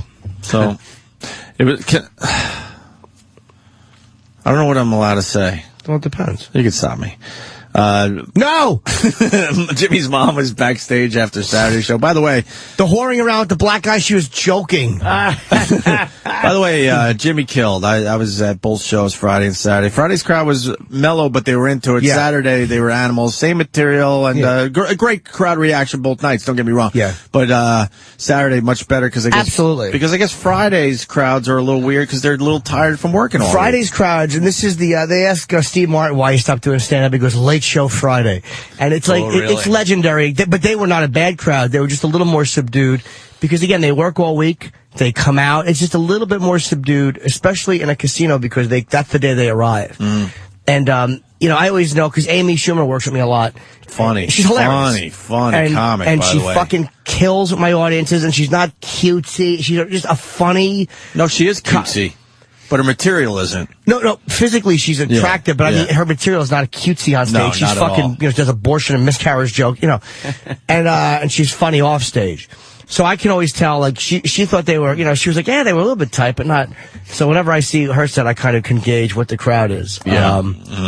And Saturday was just a better night for both of us. So then your parents were there Saturday night, and after the show, they're talking, and then Jimmy's mom's like, I got you Christmas gifts.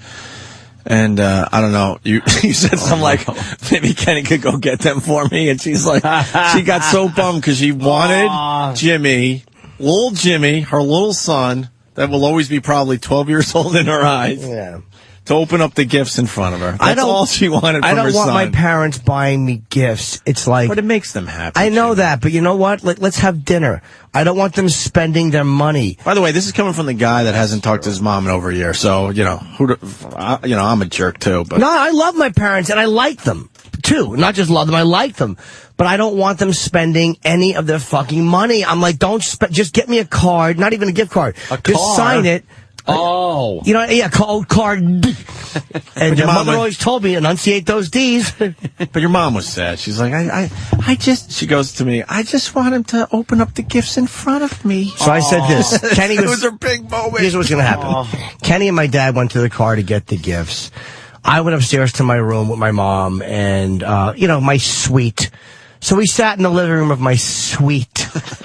And, my dad, Kenny, came up with a bag that is literally I'm 5'11", so it's probably up to my. I'm trying to squeeze. It's on me somewhere. Lying by 5 inches. The bag comes up to almost my chest, and it has a giant fucking faggot Christmas penguin on it or something, or some Christmas snowman, and it's green, and there's Christmas gifts for me and my chick, and it was humiliating. And I had to open the Christmas gifts. And they were better this year than normal. Oh, but still, But But I hate opening Christmas gifts. Despise. Axe cologne. Like, what am I, in the fucking Jersey Shore? They got me Axe body spray, and they got me a Nautica cologne. Oh, yeah, which is really cool. It's great. I spray it in the bathroom to cover my shit fumes. They're listening to this show. Exactly. Hint. I'm a gentleman. If you want to buy me cologne, go to Hermes. So we had. What other gifts did you get? A couple of T-shirts, which I actually liked. They got my girlfriend Paris Hilton cologne, which is perfume, which is great, because I'm dating apparently a 13-year-old girl. And they gave her not far off. They gave her I know, that's why I wasn't Paris Hilton perfume. It's like, I thought she was a little older, but it fits. What else did they give me? The Nautica. They gave me the Axe body spray. 2 shirts, a gray one and a black one, which I liked. A couple of collar shirts, which were nice. Actually, a black, shiny, no wrinkle collar shirt. Permanent press. Yeah. And it was so itchy. I have to have it dry cleaned. I couldn't wear it. Neck's a little too small, so we'll see how long that one makes it in the Norton household. Shit.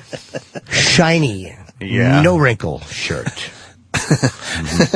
What else did they? Shit, we're assholes. No, you're not. What else? All are just. I'm trying to go over the gifts. Assholes. The other gifts. What'd you get her? A book on serial killers. Nice. You like the serial killer thing? Sure, I do. And who needs to go online and look at them all over the place when you can hold a book that will be outdated in 2 days? A book about serial killers. A couple other things. Wow, they got you a lot of stuff, Jimmy. They got me a sweatshirt, which I liked. Nice. There was some sailing, USA sailing team. Like you're on a sailing team? Yeah, but I liked it. It was a cool sweatshirt. I'll wear it. I knew there was going to be someone. Hold on a minute. Dave in Indiana. Dad from... As soon as you said it, I knew someone would be calling right away. Go ahead, Dave. Hey, what's up, boys? Hey. I feel like such a loser because Nautica and Axe body spray is exactly what I wear. And I'm shitting all over it. Oh, I'm not shitting on it. It's good stuff, but you know. What do you want me to tell you? It's okay, Jimmy. I love you anyway. I'm giving a lot of my old shirts, by the way. My girlfriend went ballistic over my shirts and how fucking hard. She just attacked me for how horrible most of my shirts are. But she's sending the pictures to everybody, Jimmy. Well, we're going to take photos of me. Did I see in the shirts? Did I see a shirt where you had the buttons had little flames on them? Yes, that was the one that Colin informed me I looked like a Cuban domino player in. Just little flames on the buttons. That's it. The rest of the shirt, I think, was normal. Like it was a black, I think, collar or dark blue. Yeah, it was a dark shirt, and it had the 2 blue stripes down each side. It had fucking electric blue stripes. I'm gonna bring them in and give them the Bobo. The shirts, because a lot of them my parents gave me over last year's. I'm like, where's this one from? Oh, it's a Nautica button up. That was 2 years ago, Christmas. So we're going to see what Bobo, starting his new comedy career, could do with some shirts on Friday. Wow, yeah. Well, that's not very nice. I'm going to give some close-up. And maybe the staff may want some. Danny or Sam or Travis or Butcher or one of our interns may want to look snazzy and see some of my snazzy shirts. Yeah, let's do a little fashion show with you. Yeah, I think we should. One of our interns was mugged this morning, so maybe that would cheer him up. Yeah, that's true. Yeah, we'll get into the Love Buzz story. I mean, too much to do today, but Love Buzz got mugged on the way in today. Mugged. One of our new interns that we introduced to you guys, I think, last week. But let's do a fashion show, and you can tweet the pics, because a lot of people saying you got to tweet this shit. I'm going to. All right, good. And I want to take some photos of myself in the shirts. Yeah. They're not good. Where'd you get your parents? I gave them a gift certificate. For a restaurant? For Macy's. No, I gave them a gift certificate. Nice. I didn't know what to get them. I gave my sister and my nephew cash. Buy what you want. And, I'm not I don't do a lot of gift shopping. Here's the money. Go get whatever you fucking want. It comes down to here's the money. Just do it. I would rather just get cash, too. For my parents, I don't want anything. My sister gave me a Cowboys t-shirt, which was nice. It's like, I don't want them spending a lot of money on me. I really don't. It's like, keep your money and buy yourself stuff. I don't want it. Well, a little card is nice. That's nice. Yes. Or how about dinner? We'll go out to dinner. Oh, that's good. All right. But I feel bad they spend money, man. It's like, I know. I don't want them. They won't let me give them money, and it just makes them happy. I know, because they go out and try to find stuff that you would like. Yeah. What else they got to do? Fail They're miserably. retired. What are they supposed to do? They fail miserably at finding stuff I like. They have to find buffets and shop for They their don't son. know what I like. Yeah, that's weird that parents just don't know what you like. I have no idea. All of a sudden you hit an age and they just don't know what you like anymore. As a kid, they usually get it right. Well, then again, you're giving them the fucking list from Santa. I want toys, I want this. Right. And then you get a little older and they start getting you stuff you just kind of need, like underwear and socks and things like that. Yeah. And then they figure out, well, he's got his underwear and socks, now I got to get him, like, clothes. And then they see you, they know what you wear, but between the eyes and the fucking brain, they just can't figure it out. John from Bayville says we should do a sweater show. Can we get some trumpeters, please? Maybe we can get the big fish bowl. That's funny. Accordion players are some horrible. Can we get trumpeters for the Jimmy Norton shirt the only way to do show? it. All right. All right, whatever. So let's get into the Jay and Conan thing, and then we got to get into the Haiti stuff, and then we got to talk about Ricky Gervais on the Golden Globes. Yeah, I want to fucking killed on the Golden Globes. There's been a lot of speculation as to what's going on with Jay and Conan. And I've been saying it for a long time. Like, look, this was not.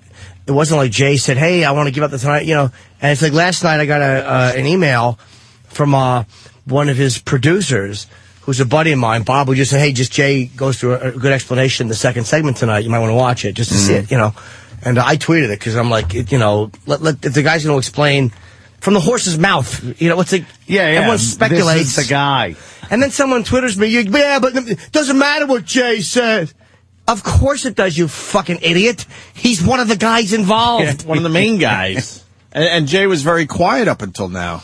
Conan got his letter out, and finally Jay said, "You know what? All right, I'm going to tell everybody what this is all about." No jokes, I don't think. He went pretty serious, right? I did not hear it. I read the transcript. I thought it was great. It was very honest. And I guess I imagine he's justifiably sick of just fucking idiots and these shitty critics who have. Again, I'm very pro Leno, obviously, and the fact though, you can't say it's right the way people are saying. Well, they didn't give Conan enough time, which is true. More time might have helped them. Not one of those people is saying it about Jay. Right. By the second episode, critics had said, "Oh, he sucks. It's failing. It's terrible." Not one of them. Ratings drop 50% from the. And even though, look, maybe primetime wasn't the right place, but not one of the critics said, give it time. Yeah. Not one of them. But that's ridiculous, too, because they don't give anyone time anymore. There's too much at stake. So it's like they believe in you, they move you into the big spot, and then you got to produce immediately now in the media world, or you're gone. They like Conan. I wish they would give people more time. I Certainly. agree. And the critics like Conan, so they didn't attack Conan. Not one of them attacked Conan. And again, if you gave him more time, maybe it would have turned around. Who knows? I mean, he's obviously a very competent host. Who knows? But I'm glad Jay explained it because... well, let's see how it went down. We got the audio. Now, folks, I thought maybe I should address this, kind of at least give you my view of what has been going on here at NBC still. Well, let's start in 2004. 2004, I'm sitting in my office, an NBC executive comes in and says to me, listen, Conan O'Brien has gotten offers from other networks, and we don't want him to go, so we're going to give him the Tonight Show. And I said, well, I've been number one for 12 years. They said, we know that, but we don't think you can sustain that. I said, okay, how about until I fall to number 2, then you fire me? No. Wow. Do you understand? If we ever think we get fucked by a company or a boss in particular, this is Leno, and he's number one for 12 years. Beating a guy who is very good, Leno. Yeah. And he has to hear this from somebody. We don't think you could sustain it. I also stopped it because it's weird to see Leno, although we stopped as he made a joke, being very serious. Yeah. This is a very different Jay than we've all seen over the years. Sustain that. I said, okay, how about until I fall to number 2, then you fire me? No. We made this decision. It sounds emotional. I said, that's fine. And don't blame Conan O'Brien. Nice guy, good family guy, great guy. He and I have talked and had not a problem since then. That's what managers and people do. They try to get something for their client. I said at the time, okay, I'll retire just to avoid what happened the last time. Okay. So time goes by, and we stay number 1 up until the day we leave. We hand it, no.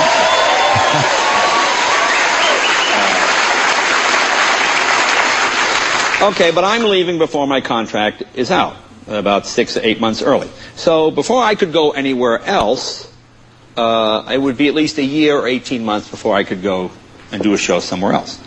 I said to NBC, would you release it from my contract? They said, no, we want to keep you here. I said, well, okay. What are your ideas? They said, well, how about prime time? I said, well, that'll never work. And they said, no, we want to put you on at 10. We have done focus groups. People will love you at 10. Now look at these studies that show Jay's chin at 10. People will go crazy. I said, well, I don't know. It didn't seem like a good idea there. But I said, all right. I said, can I keep my staff? There's 175 people at work here. They said, can I keep my staff? I said, yes, you can. Okay, let's try it. We guarantee you 2 years on the air, guaranteed. Now, for the first 4 or 5 months when you're against original shows like CSI, you'll get killed. But in the spring and the summer when the reruns come, that's when you'll pick up. Okay, great. I agree to that. 4 months go by. We don't make it. Okay. All right. Now, meanwhile, Conan's show during the summer we were not on was not doing well. The great hope was that we would help him. Well, we didn't help many. Okay, so they come and they go, listen, this show isn't working. We want to let you go. Can I get out of my contract? They go, no, you're still a valuable asset to this company. How valuable can I be? You fired me twice. How valuable can I be? Okay. So they then say the affiliates are not happy. The affiliates are one that own the TV station. They're the ones that sort of make the decision. They're not happy with your performance, and Conan is not doing well at 11:30. I said, what's your idea? They said, well, look, how about you do a half-hour show at 11:30? Now, where I come from, when the boss gives you a job and you don't do it well, I think we did a good job here, but we didn't get the ratings. Okay, so you get humbled. I said, okay, I'm not crazy about doing a half hour, but okay. What do you want to do with Conan? We'll put him on at midnight or 12:05. He keeps the Tonight Show, does all that. He gets the whole hour. I said, okay. You think Conan will go for that? Yes. Yes. Almost guaranteed. I said, okay, shake hands, that's it. I don't have a manager, I don't have an agent. That's my handshake deal. Next thing I see, Conan has a story in the paper saying he doesn't want to do that. They come back to me and they say, if he decides to walk and doesn't want to do it, you want the show back. I go, yeah, I'll take the show back. If that's what he wants to do. This way we can keep all our people working fine. So that's pretty much where we are. It looks like we might be back at 11:30. I'm not sure. I don't know. But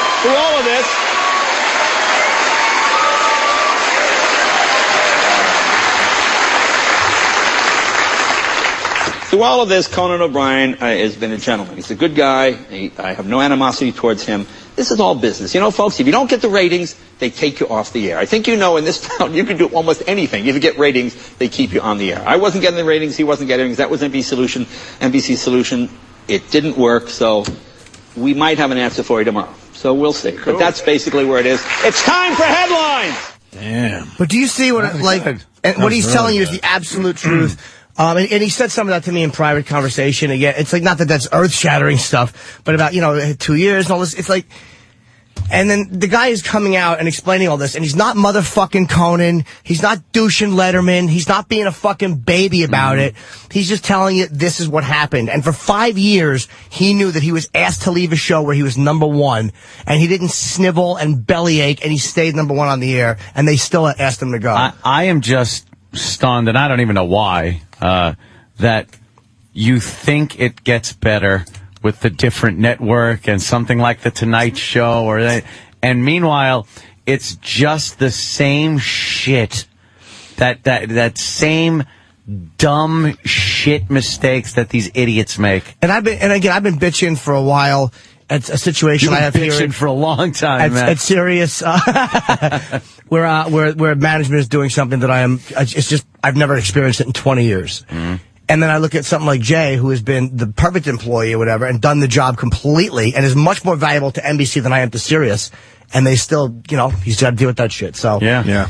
Never ends. Oh, is he still on the line? But people who have, who think Conan's getting fucked, maybe you're right, but it's not by Jay. Somebody was on the line and said that, what would Tyler Durden do? .com, WWTDD.com.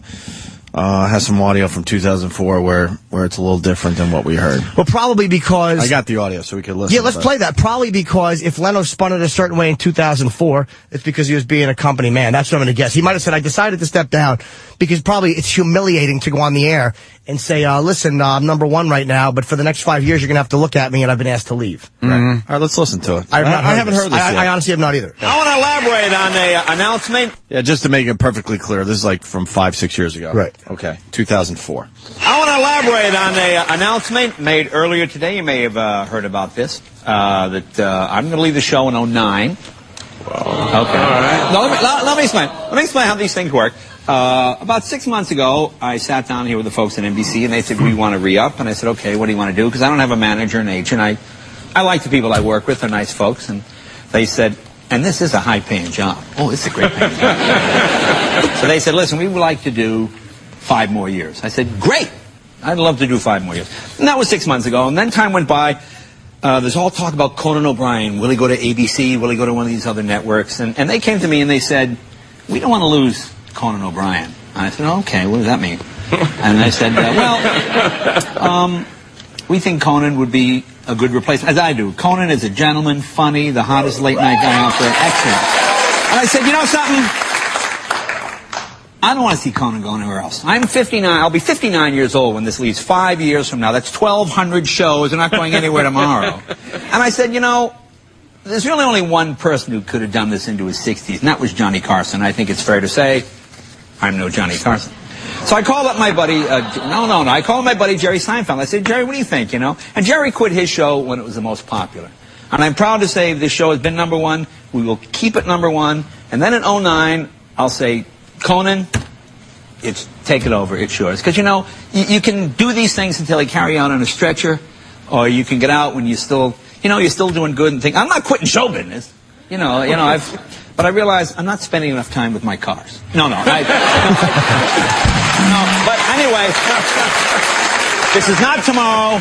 It's 5 years from today, and I want to say I don't think there's a better choice. Because, you know, when I took this show over, boy, there was a lot of animosity between me and Dave and who's going to get it. And quite frankly, a lot of what I thought, well, good friendships were permanently damaged. And I don't want to see anybody ever have to go through that again. Because this show is like a dynasty. You hold it, and then you hand it off to the next person. And I don't want to see all the fighting and who's better and nasty things back and forth in the press. So right now, here it is. Conan, it's yours. See you in 5 years, buddy. Okay. Clear enough? Enough said? That's actually not that much different than what he just said. No, not at all. Other than his attitude about it. NBC came and asked him. But let me tell you something about Leno. Okay, he's a fucking competitive guy, and he's been in the game a long time. Yeah. No one in show business is happy and feels positive when they are number one and they say, we are going to give your show. Yeah. Just nobody feels good about that. And I guess at that point, Leno had two options. Do what he did and continue to host the show, or be bitter about it and start to let that bitterness show. I don't know how he sat on that resentment or annoyance. I don't know how he did it, because I'm a big mouth, and I would have shot my mouth off immediately and probably lost the gig. Wow. So, but that to me, that's not that different. Let me go to Frank in Manhattan. Frank? Hi, Frank. Good morning, guys. What's happening? What's up? Hey, I work in the TV business, and this is why broadcast networks are getting the shit kicked out of them by cable networks, because of stupid-ass the mistakes like this. NBC had a great show for prime time, 10 o'clock, back in the spring, Southland. They didn't pick it up. It got picked up by TNT. It's a hit on TNT, and now Jay's getting fucked like this. They're just idiots at broadcast networks. Broadcast stations are dying because of it, and they're killing the industry, and cable's kicking the shit out of them because they make better choices, and they make better programming choices because they give programs time to get ratings. I work for the ratings company. I know how this shit works. And it's also, too, dude, it's like Jay said this time, people that think he's going back on what he said, when it was time for him to go and they said, we're going to give it to Conan, they wanted Jay probably just to fucking sit. And he goes, can you let me out? And they were like, no, because they didn't want him to go to ABC or Fox or whatever network and fucking smash them. So out of a fear, believe me, if his stock had run out And if the Tonight Show had fallen to number 2 or number 3 and Letterman was beating him pretty, they would have said, adios, motherfucker. But it didn't. It was number 1, and it was showing no signs of slowing. And they're like, okay, this beast is going to go across the street and be the same guy and do the same monologue and have the same show and kick the shit out of us. So for self-interest, they changed the entire lineup because they were afraid of losing him. And people who are shitting on Jay for that make me sick. What was he supposed to do? Yeah, what was that? How was that his Someone fault? explain to me what Leno should have done differently. Or even Conan, what should he have done differently? Like, again, I don't blame the guy for wanting the Tonight Show 5 years ago. What should either of these guys have done differently? Yeah, I mean, NBC is way at fault on this. They made a mistake, dude. They fucked up. What did Conan say? Like, does he have a statement or something? Well, Conan, we got audio from Conan from 2004. Fucking Nick Cannon started today. Cool. Let me go on record. Cool. That's why my agent missed what he missed in the contract. Yeah. Yay! And they got a WOW logo? What's that about? Now. That's now. Now. It's different. Oh.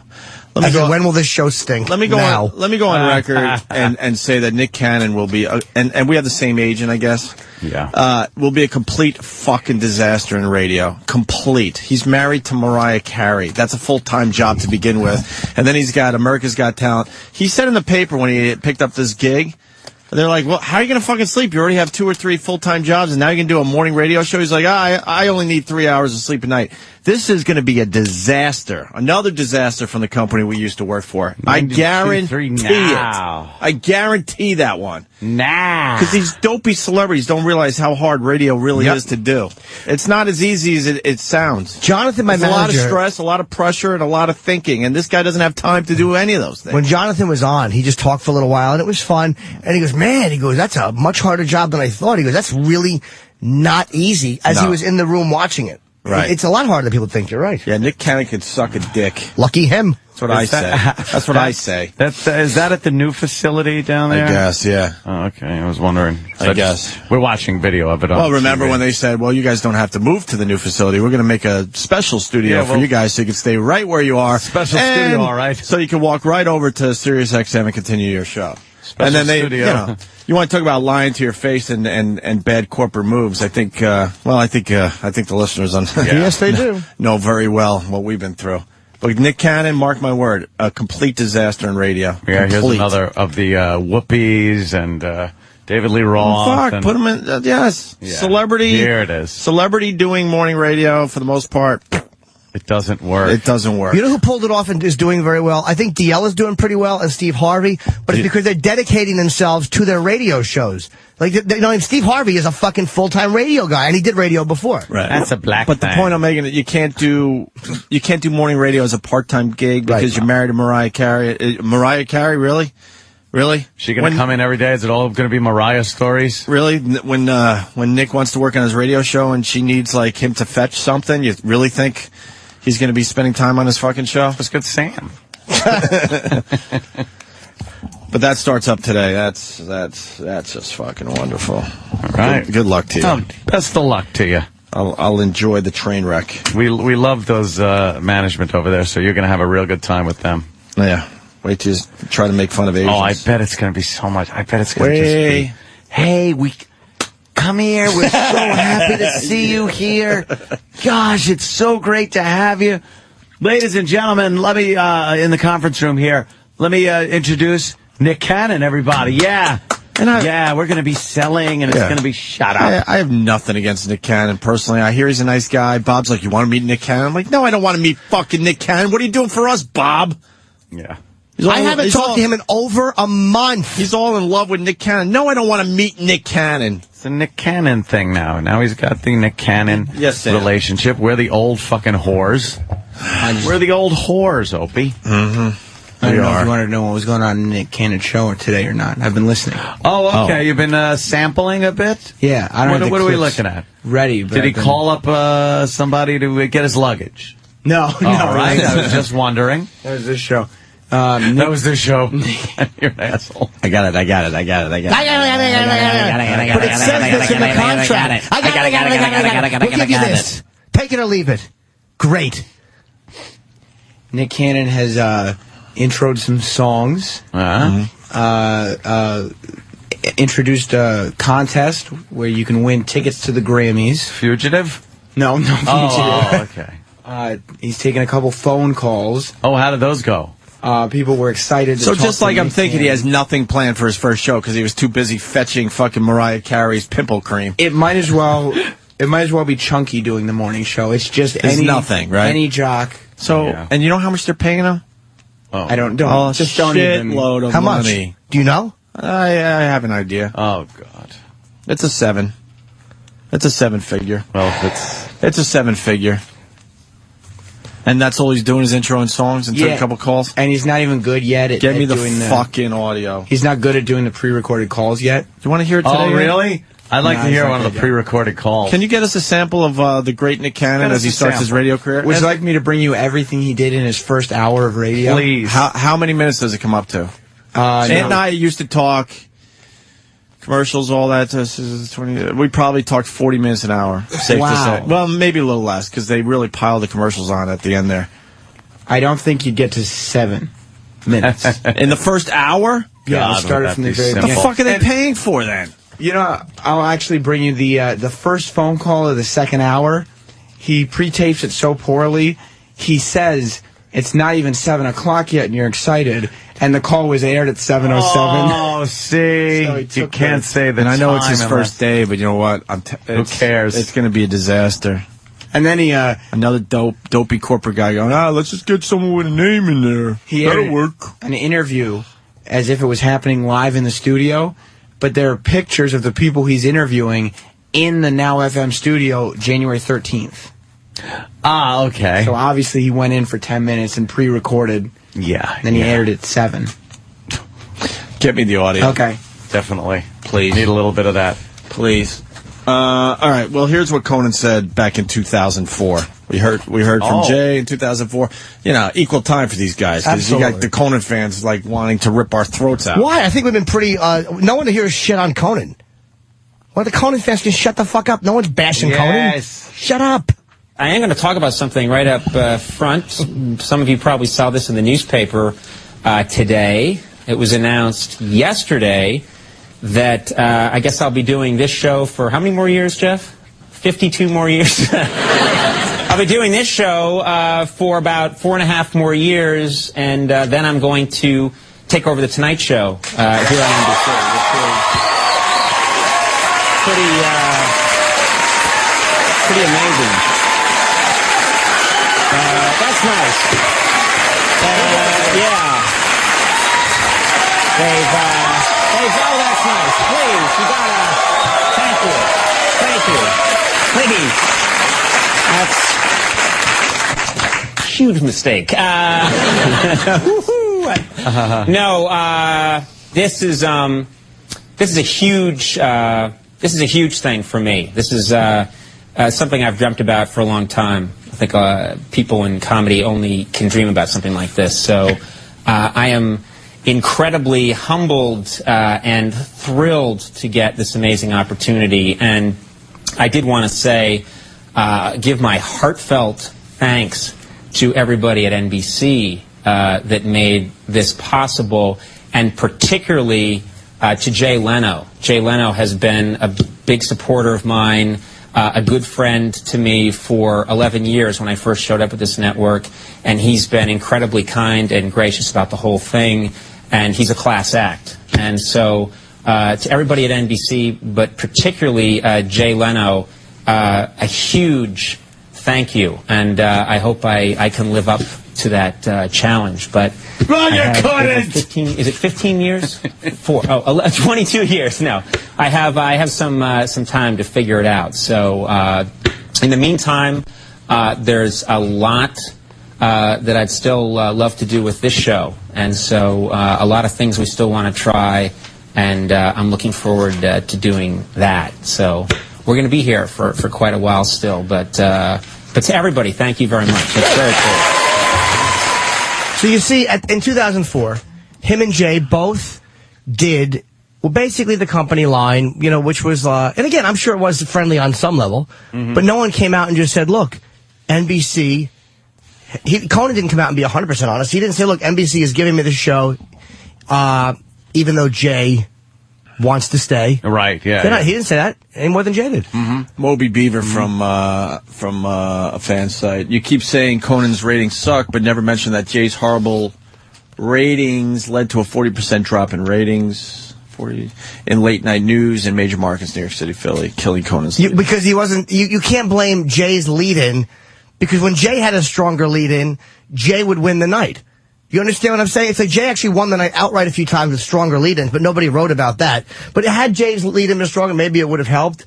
But, what are you going to do? And Conan's going to walk away with at least $30 million. Yeah, Holy shit, who doesn't want that deal? But any Give me disgruntled... $30 million, I'll get out of this seat right the fuck now. I'll leave right the fuck now. Any disgruntled Conan fans that want to get on the air, I think they should be heard too. It's like I don't want to be so pro that we don't listen to anybody complain. That's what's weird, because you got a lot of... Stop writing in and calling. You got a lot of internet tough guys, Internet tough guys just fucking writing their shit on his feedback. Call the fucking show. Up. I mean, not even to yell, but if you disagree with something. Yeah, we'll listen to you. Express themselves in an actual two-sided conversation? That's what are you, crazy? Yeah. Stephen S. from Bayshore. We're inviting you. Going backwards a little bit, Stephen S. from Bayshore writes, I'm doing the rundown for Nick Cannon's new show. Here it is so far. Nick talks boringly about his new gig. Some songs play.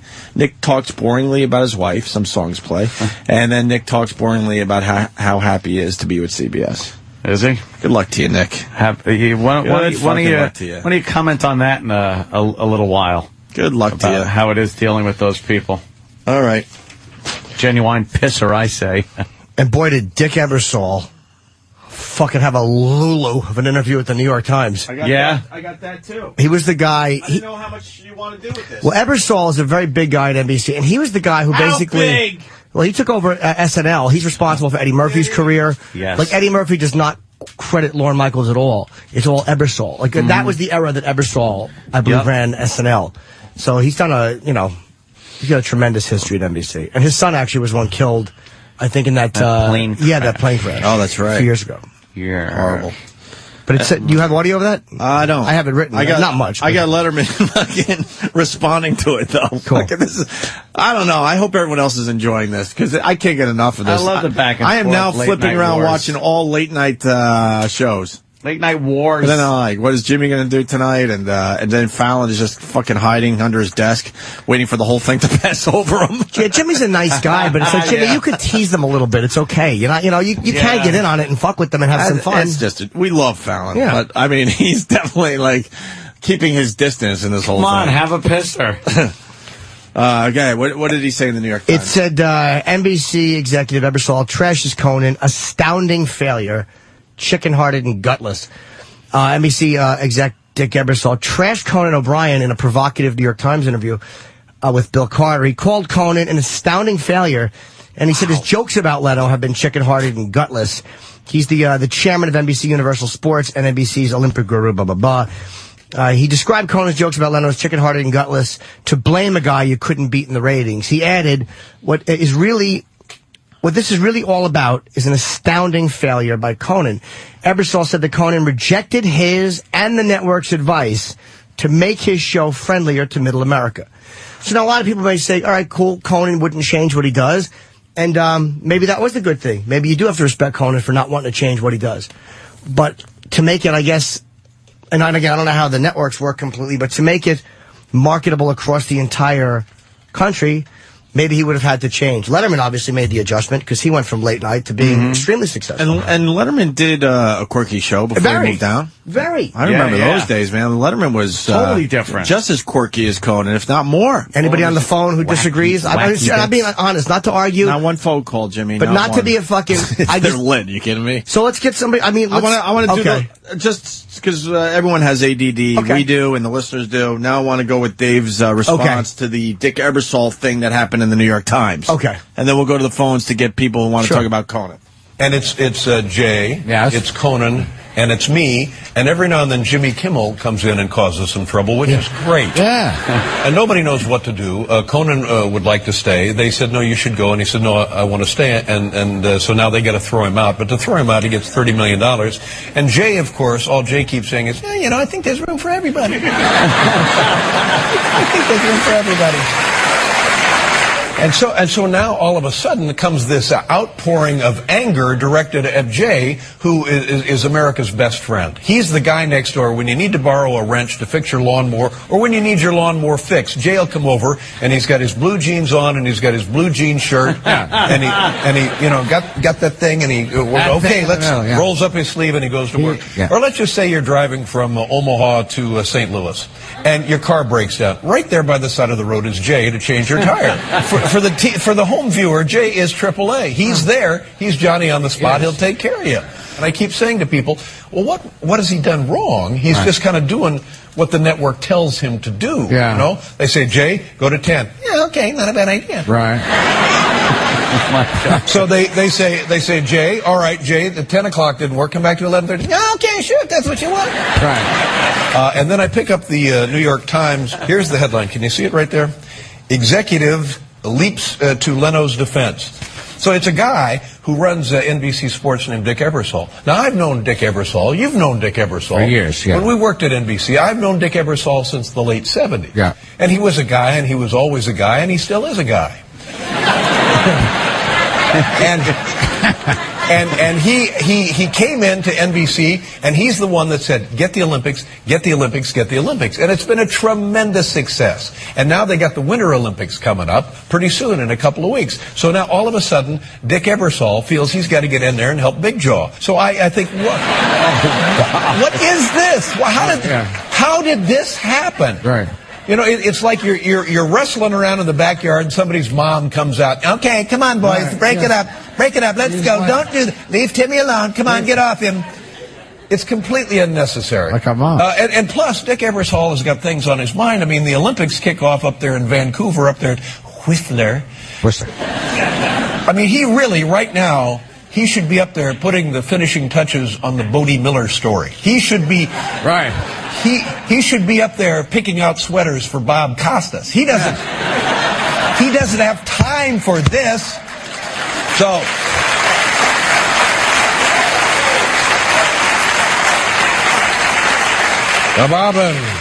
Bob, turn around. Let me see the one with the reindeer. All right, turn there. All right, now try the plaid one, Bob. All right, let's see what that looks like on camera. What about a scarf to go with that, Bob? Kind of a thing like that when you're out there with the bobsled boys, a thing like that? Why don't you look into that? Get yourself a scarf. Gloves. Get him some gloves. So now here's what Ebersol says. Out of the blue, and I'm thinking, oh, Dick. The verbal barbs in this late-night war got louder Thursday as a top NBC executive struck back against on-air attacks on the network's once and future Tonight Show host Jay Leno. Now, this is what he said. Out of nowhere. He didn't need to talk about this. He really doesn't. You know, leave us alone. We're having fun.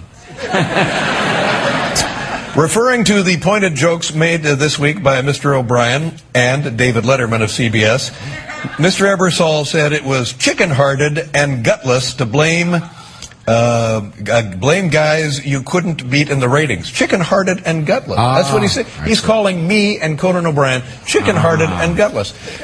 I can't speak for Conan O'Brien.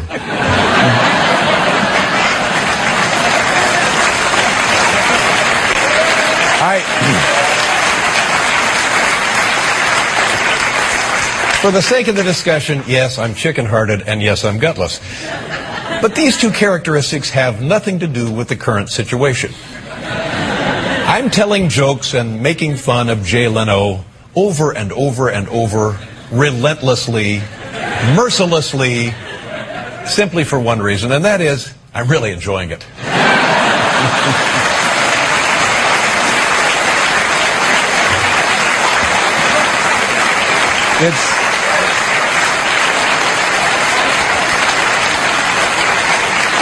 I don't know. It's just fun. That's all I got. I got to tell you, Letterman is at his best when there's shit happening. Absolutely. He is at his best. He gets right in there, man. And knows how to scrap.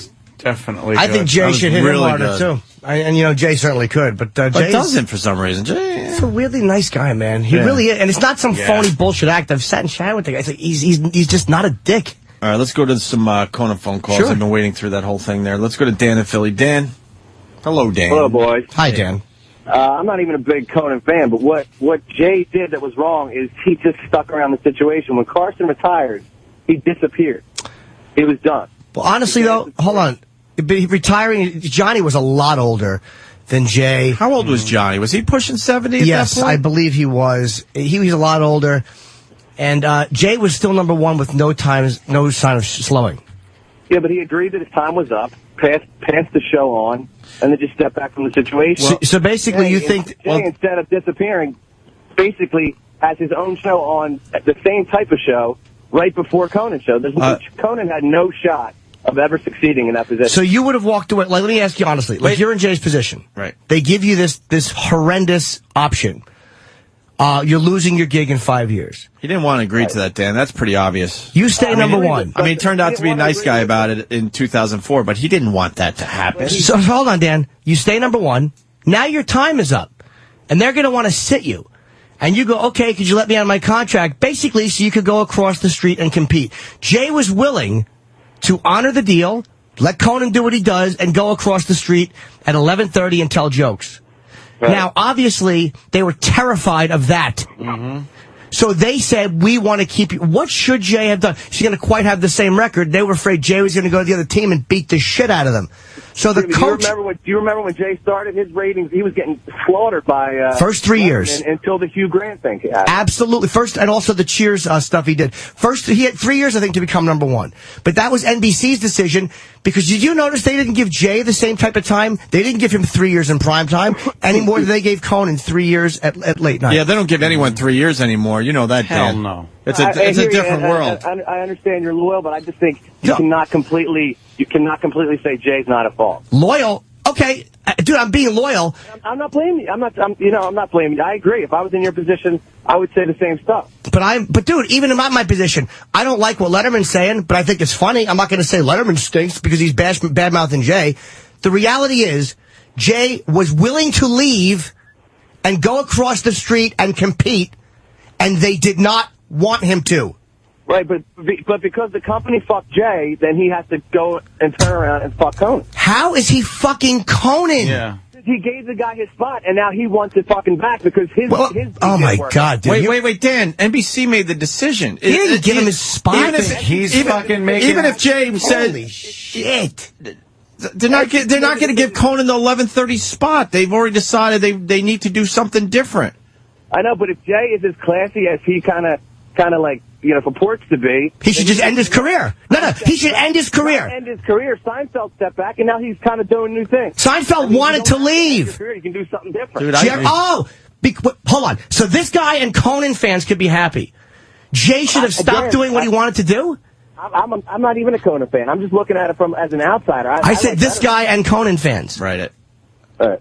Okay. But you're missing the point that NBC has moved on from Conan O'Brien. Seinfeld wanted to leave. If Jay said, you know what, I'm out. I'm out. This is ridiculous. Give it to Conan. I bet you NBC doesn't give it to Conan at this point. And then it comes up with a whole different new solution. There's rumors that Jerry Seinfeld would love a shot at late night. How about NBC should have had more faith in Conan and just let Jay go across the street and compete? How about that? That is true. That is true. But as soon as Jay didn't have to take that 10 o'clock show. So he should have turned down a multi-million-dollar fucking primetime spot in a network?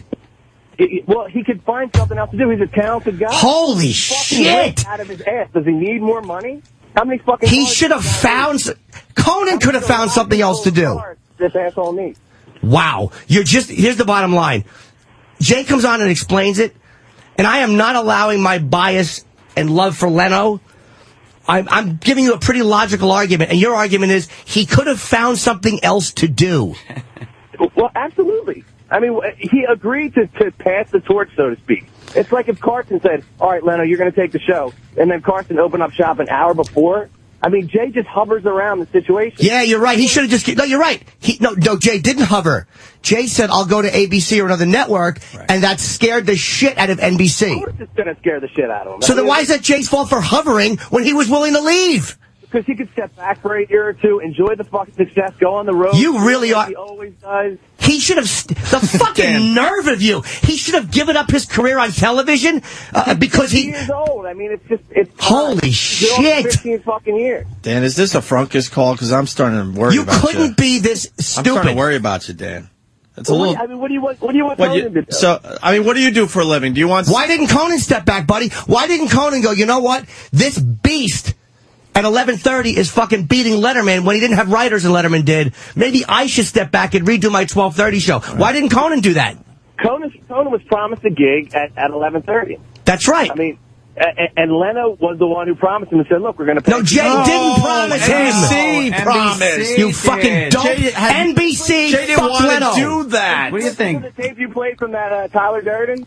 He fucking promised. What do you think? Leno runs NBC. For 5 years, it's yours. You can run with it. He told him what the hell was going on. The NBC made a decision. Conan wasn't 100% honest back then. Did Conan get on in 2004 and go, you know what?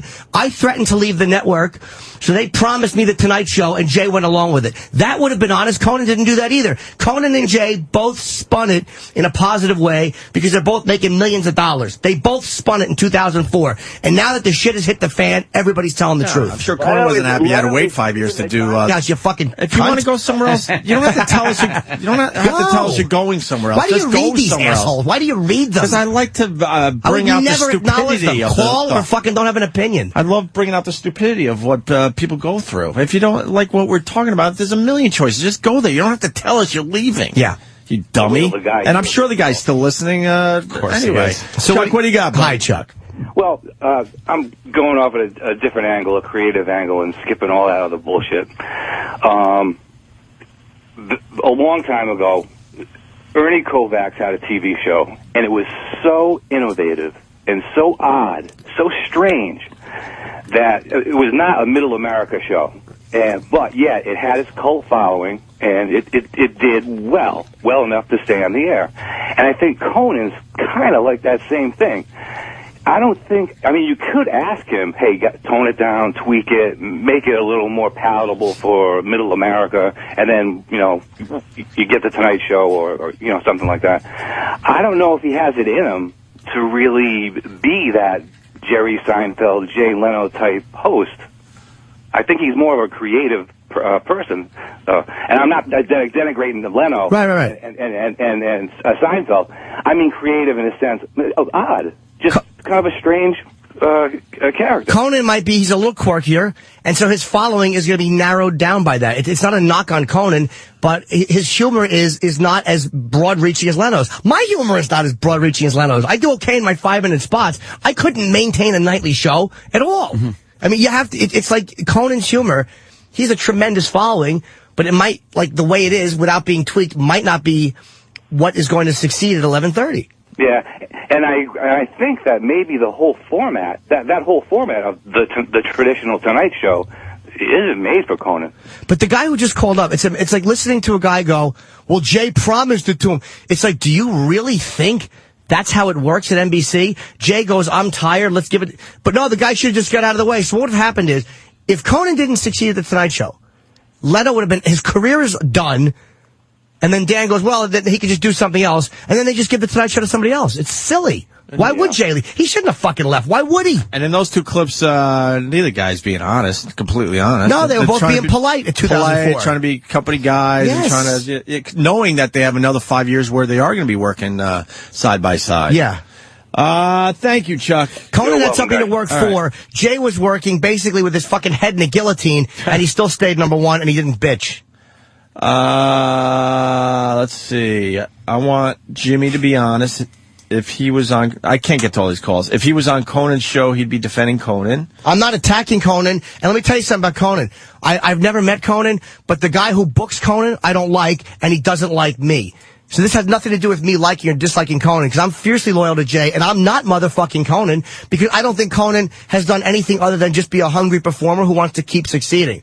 So I am completely up with Leno, and I am not motherfucking Jay. I'm Conan. So don't tell me what I'd be doing. I'm being pretty fair. And I said, play Conan's audio. Hey, Conan was funny when he said that shit. I'm not attacking Conan. I think Conan is so much better than Leno. Fair enough, okay. These are just some of the phone calls. I think it has more to do with the baby boomer generation being Leno fans. Leno killed the ratings by going to 10. If his show wasn't there, would Conan's ratings go down as well? Johnny, by the way, Johnny was about, thanks, Dr. Steve, 66 or something when he retired. And again, you have to realize Carson was in a different boat than Leno was, simply because he came up when there was 3 networks and there was only fucking him.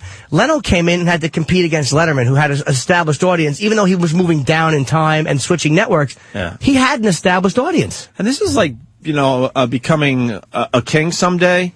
Because Brent in Atlanta writes, it's not Conan's time yet. Leno's not quite done. And the whole thing with late night TV, you wait for the guy to officially be done. Everyone knew Carson was pretty much done when he left. Because he wanted to. He was done. That's what he wanted to do. He was ready to leave. Leno was never ready to leave. You gotta wait. For some reason in this late night thing, you gotta just wait. And sometimes it takes a really fucking long time for them to finally, move you in. If Leno wasn't getting numbers and he wasn't succeeding, or he was number 3, like I said, and then he raised a big stink about Conan and blah, blah, then I would say, all right, well, that's one thing. But he wasn't. It makes business sense to keep him there. And in all fairness, I think Conan's the future of late night. So, I mean, people are supporting their sides here. Fair enough. I don't say people shouldn't love Conan or support him. I never watched him on The Tonight Show. He might have been great. But for whatever reason, it just didn't. But no one is saying they should have given Jay more time at 10 o'clock. All these people shitting on Jay, why aren't you saying they didn't give Leno enough time in prime time? And they're shitting on Conan. It's all over the place, to be honest with you. I mean, we could take calls for another hour, but we'll take a break. They're both multimillionaires. Yeah. They're both going to be very successful at what they do. Wherever Conan winds up, he'll do fine. And I think Leno will be great again at 11:30. Remind me, one day this week, we got to do the Rosie audio, because she has a lot to say about this. Oh, good. What is she mad about? The fact that fucking Leno, they wanted her to guest host on Fridays, and Leno said no, because maybe Leno didn't want to fucking have other guest hosts, and he wanted to be the only face there. What is Rosie bitter? How do you know that we have that clip? I didn't know you had that clip at all. But I mean, what else could she be fucking mad about? Why wait? Now let me tell you my little Jay Leno story, okay? So it was pre-May 95, okay? That's what I know for sure. Absolutely. It was pre-May 1995. Whose cunt was she licking then? Exactly. Whose cunt was she licking back then? Was that old girlfriend or the new one? She just sounds fat. Jesus. It really does. Was that when you were still looking at the trade centers before the awful U.S. government knocked them down? Yeah, you fucking fat blithering idiot. Lunatic. It's amazing. I'm mad at her, and all she did was say pre-95. I don't know. Shut up and listen. Oh, for sure. Absolutely. It was pre-May 1995. I was doing the touring company of Grease that was about to come into Broadway, and Brandon Tarnikoff came to see me do that. Bobby thinks that it wasn't that it was my stand-up tour. I think it was just stand-up. Okay, but it was one of those two things, that I was performing in a large venue. Exactly. And he came to see me. You can with my only agent, perform in a large venue. And he came back, and at the time, Leno had started in 93, and he wasn't doing well. So I think it was about 7-8 months after Leno started. Mm-hmm. And the ratings were not good, and there was a lot of controversy because, Jay had that woman manager. Remember, what was her name? Helen. Help me. Helen Kushnick. That's right. Helen Kushnick. She was an unhappy woman and not very kind. You're a and she had bundle only of joy one goal and a in lot life, of fun and that to was people. Jay Leno's advance. I'm so happy you hate her, Ann. So fucking She's happy. a phony. She really is a fucking phony. Pretty brave to come out of the closet after the huge success with your daytime the show. Queen Real of fucking nice. brave. Remember that? How they were talking about what a nice. Isn't Rosie so nice and Real her fucking talk brave. show's so nice and it's pleasant. It's so refreshing to see a nice show and stuff. Shut up. What a fucking Jekyll and Hyde she is. You're a bullshit eater just like the rest of them. Oh, bullshit eater. Yes. What else? A lot of pizzas. Jay Leno's advancement. So his ratings are bad. And Brandon, and he said to me, we'd like to offer you the Friday nights like Joan Rivers did for Johnny. We'd like you to do that for The Tonight Show. And this, like Conan said, was my dream. I'm thrilled. And so after they call them making the deal, they're doing the money, Brandon calls me to say, Jay Leno won't agree. I said, what? He said he won't agree. He said that he doesn't want to take any days off. He doesn't like vacations. All he wants to do is work. And they can't force him. And I was like shocked. Like, Dude, stop this 1 second. Right? What an asshole Leno is to not want to take days off and work. Yeah. What a dick. And it didn't work. What a terrible plan Jay had. What a terrible plan. Maybe had he put that fucking giant fucking corn muffin in on Friday nights, the show never would have succeeded. He's been number one for 16 years. It worked. All she's doing is saying that Leno was 100% right to proceed as he did. Wow. With a good work ethic. They almost threw the fucking fat broad in. She's complaining because Jay Leno wanted to work. Yeah, the nerve of him. What an asshole. He wants to go there every night and work? Yuck. She does an hour podcast for Sirius XM. Oh, Leno's terrible. How about you work? How about you work full time at this? How about you start there? Force him. And I was like shocked. Like, you got to be kidding me, right? What is 1 day a week? What is he afraid that I'm going to do good and take over the show and he's going to lose his job? Oh, maybe he was afraid that you would do terrible and hurt the show even more as he was struggling. Whatever he was worried about, his worry sure paid off. Yeah. Well, she's going to tell you why the show is bad. Oh, cool. The show that was #1 when he was taken off the air. Cool. Mm-hmm. So here I was offered to do Fridays like Joan Rivers, and he's the one who said no. So Bobby and I, where were we working? In Vegas? We're in Vegas. We were in Vegas. I was in some, Caesars, the showroom, the big room. And Bobby answered the phone, and it was Jay Leno, right? And I said I didn't want to talk to him, right? Remember, I kept saying no, he's not there. And he knew I had a show. So I kept calling, right? And finally Bobby goes, you have to take it. So I took the phone and I go, what? He's like, Rosie, I just want to say, I'm sorry about that. They didn't ask me. If they had asked me first, I wouldn't have had them say anything to you because, I like to go, I like to work. I don't like to, I'm like, you know what, Jay, you're selfish. I said, and this is what. Do you listen to Hold on. Fuck is wrong Again, with this here's fatso? a guy, first of all, that didn't have to do shit. He has the decency to even call up this fucking piece of shit and tell her, look, this is what the deal is. Was Rosie maybe she was. Was Rosie giving up 1 day a week on her show when she was doing the daytime show? I don't think Maybe so. Hey, Rosie, how about this? How about this, Giver? I'm a comic, and I met Rosie once, and, she was actually very nice when I met her, so I shouldn't be motherfucking her. Good but for you. How about this? How about you give me a piece of the money you're making from Sirius XM? Not your bus, Jay Leno. You're lucky enough to be the driver. Can you pause that real quick? Nothing to do with it. I agree that was a mistake. I agree that was a mistake not to thank Johnny. And I think Jay, I don't think it was his selfishness. I think he listened to his manager and he shouldn't have. And I think Jay admits that he wishes he had thanked Carson that night. That was something where I think that he listened to Helen and he never should have on that one. That's what my memory of that is. And I agree. That was something he probably would have, could he go back and do that again? I guarantee you he would do that again. He would do it better. Lucky enough to be the driver. Has nothing to do with you. No, Rosie, why do you say that? Come on, kid. Come on. Why do you say that? And then, of course, I proceeded to not do his show for many, many, many years. Wow. And, I mean, he came I just number thought one. he was a selfish guy to do that. Right? Yeah, but you did a show before. Yeah, he's a terrible, selfish guy. He wants to work. He wants to work. He takes a show, he makes it #1, and he wants to stay there. Really selfish guy. Not like you, who fucking piggybacks 9/11 and blabbers about it to get herself some attention. Shut your face. Nice. Shut your face. You want more audio, guys? I'd love more audio of this, but I want a piece of Rosie's show. Can somebody Twitter her or whatever? I'm sure she has a great Twitter. I would like, because she's selfless, and I'm a funny guy, I would like a piece of her show. I would like to get paid for it and a percentage of it. If she does a 1 hour show, I would like 20% of that because she wanted 20% of Jay's show. I don't even know how long her show is. No idea. She shouldn't be selfish. She should give it to you. She does a 4 hour show. That's 240 minutes. Maybe that's 48 minutes. I would like 20% of it, just like she wanted 1 out of 5 nights, 20%. You know what else I can't stand about her? What? Visual aspect, but the fact that she's been nothing but an anti-gun advocate for years and years and years, yet her bodyguards are armed to the teeth. That's selfish. That protect her and her children. She's selfish. They're armed, and she knows they're armed. They carry firearms, but no one else is allowed to. What, if you can't afford your own security staff, then you shouldn't be able to defend yourself? Rosie's protection is more important than yours. She's a hypocrite. I think it says an awful lot about what he must think of himself. He must have the lowest self-esteem. Who's this broad? The lowest self-esteem to say, no, I can pilot the Tonight Show without you? Who's this broad? Who's this broad who got it completely wrong? He had complete self-esteem. Yeah. That's complete self-worth. She's really He must have the lowest self-esteem in the world if he's that threatened. I don't know. I just think that he only has one thing going on. He didn't go to college, right? He's like a stand-up comic. His dad sold insurance door to door in Harlem or something. And he's a working class blue collar guy. And this is what he did. He started doing stand-up, and then he got married as he was young. He's been married a long time. They don't have children. I don't think he has a big social life. I don't think he's got a lot of friends. I think he's, he and his wife, and he's got a lot of cars. And I think if you only do one thing like that, the concept of that one thing going away is shocking. She's probably right about that. Hold on so pathetically. Yeah. Hold on so pathetically. Where's the holding on so pathetically come in? She's a kook. She's the nut job with the fucking mommy issues and everything. Why not bring up your past and run through your upbringing in Comac? Shut up. What a jealous fatso. You're fucking jealous that he didn't want or need you. And you know what? Had Jay bombed at the Tonight Show and been booted, maybe Rosie would have a great point. Sorry. He became number one. It worked. And stayed there for 16 years. Yeah.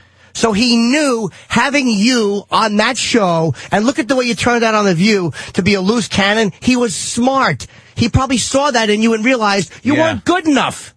And I'm not saying Rosie isn't funny or she's not great at it. You know, again, you got to give credit. She had a tremendously successful show. And I like the fact that she talked a lot of shit about Michael Jackson. You can't say she stinks. But the reality is he wanted to do it and he didn't need or want you, and it worked.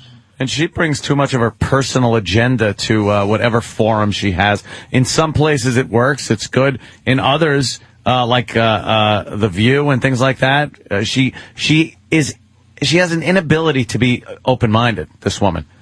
A complete inability to be open-minded at all. You know what I think is pathetic? She thinks Jay holding on to his gig is pathetic. I think it's pathetic that you have to have a radio company build a fucking studio in your house just so you can continue being her. Why not just go out and do stand-up? When did she start looking... Cheaper than the fire department knocking a wall down to bring her in every day. When did she start looking like Kathy Bates from Misery? Oh, she's fucking horrendous. That is an icy fucking so bloated stare. and fucking just... She said Jay was selfish for not wanting her to host 1 out of 5 nights. Dude, I am literally speechless. Yeah. I have never heard such a delusional asshole. It's amazing. I guess Colin Quinn was selfish when he hosted Tough Crowd for not offering it to Norton on Fridays. Yeah, why not? Yeah. Well, I'll agree It's with that. shocking, but, you know, to hold on so pathetically, so desperately, and to think that you have the right to do that in a franchise that's been on for 60 years, to a guy like Conan, who for 17 years worked for that company. I don't know, man. I think he's got balls, and not in a good way. Yeah, but I bet so do you, in a good way. Physically. Yeah, Jay, what are you talking Conan's about? been there for 17 years. Right. And that's great. But she's not saying 1 ounce of how Jay did the job. He was number one, and then he shouldn't have wanted to leave when he was number one, and how dumb it was to want the number one guy to leave. What the fuck is wrong with this woman? So Conan, they basically say, okay, we're going to cancel his pathetically lame 10 p.m. show, right? Now, ever since Conan's been on the air, what has his lead-in been? That's the other thing. He didn't have a chance. If he had SUV... You don't get a chance anymore, you dumb media fucking bitches. But do you understand that thinking right there? He didn't have a chance. I agree. Conan did not have long enough. But why are they saying Leno's show is pathetically failed and not saying he didn't have a chance? You biased asshole. Can anybody look at anything fairly balanced? I am pro Leno, and I admit Conan did not have enough time to really get rolling. SUV, Law and Order, and all of those things leading him in. He would not have the ratings issues that he has now. But you know what? They cut their own Achilles heel, NBC. They said 6 years ago, they're like, Leno's boring, which frankly... Leno's boring. He doesn't... They didn't say that. Yeah, that's what they said. He was number one. They said he's boring. They didn't say that.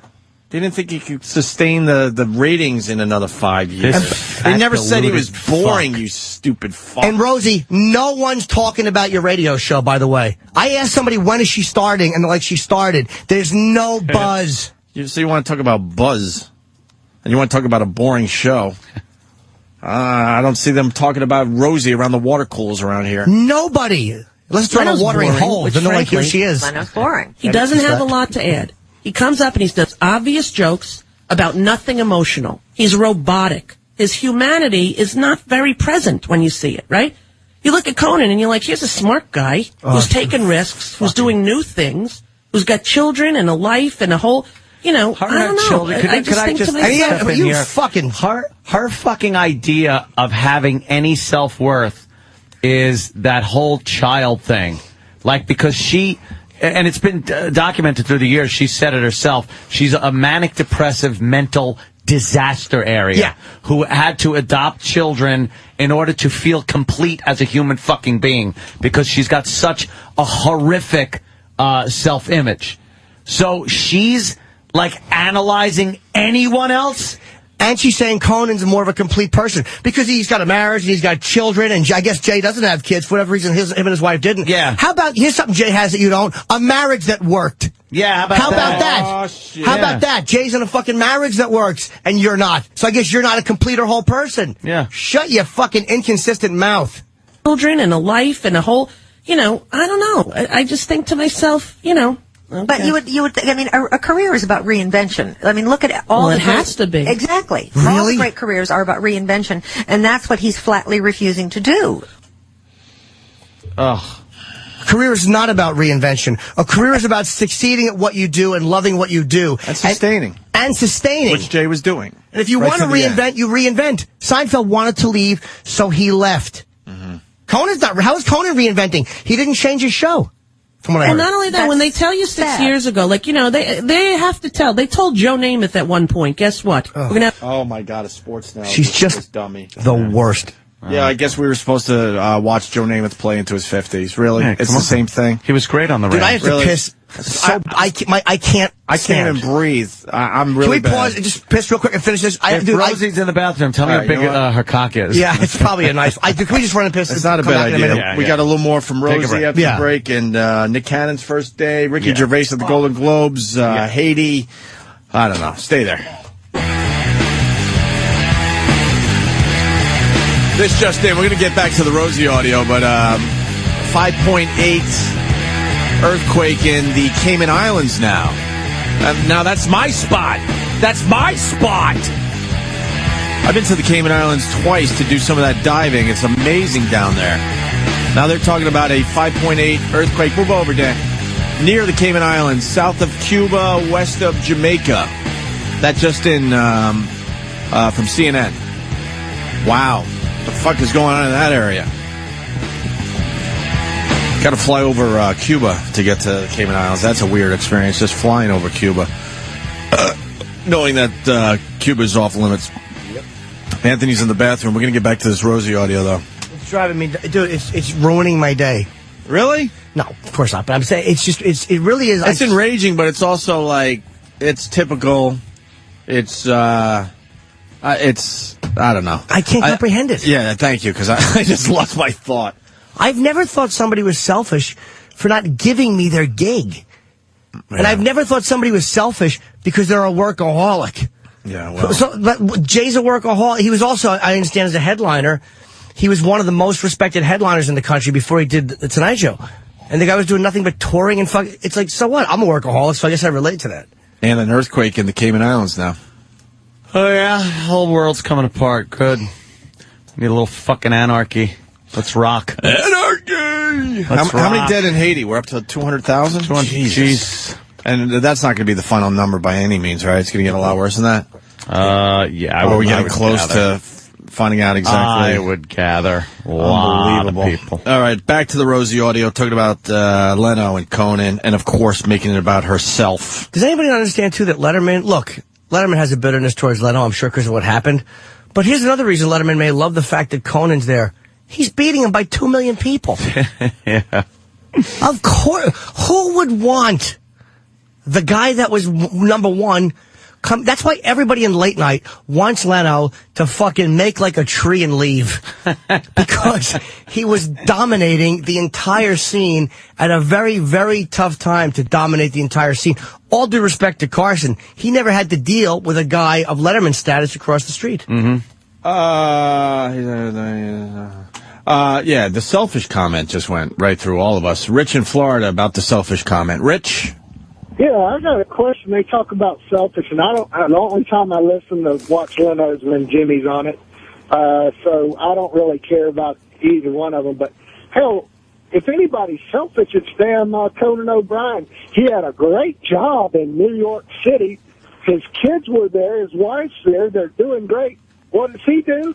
He moves his family out to Los Angeles just so he can be an 11:35 slot. I'll be dipped in shit. And again, I understand why Conan would want to do that. Of course, but if you want to play that angle, you got to play it both ways. Like you said, why didn't Jay just go do something else like that idiot Dan said? Why didn't Conan just go, you know what? If it ain't broke, don't fix it. We're both successful. Let's just keep riding this for another couple of years. Yeah. And Pat in Cleveland, if Leno was so big, he should have told NBC to fuck off when they told him they were going to move him. In the end, Leno didn't have a choice. But why would you? His contract was up. Leno had no fucking choice. Oh, he means at 10 o'clock. And Jimmy's so biased. This is what this guy's saying. Jimmy's so biased. Leno's cheesy, even if he's number one. Set up, punchline, symbols, zing. Yeah, how unhip to do setup and punchlines. Yeah, that's terrible for a late-night comic. Set up and punchlines. What is that asshole thinking? But see, yeah, no, that's that hip thinking. Yo, man! Don't do punchlines, man! Shut up, stupid.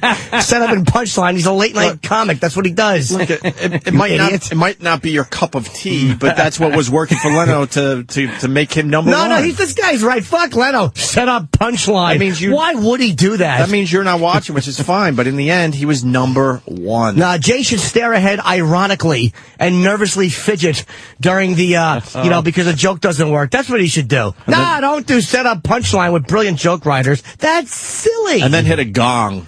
Change it up and just hit a gong after every punchline.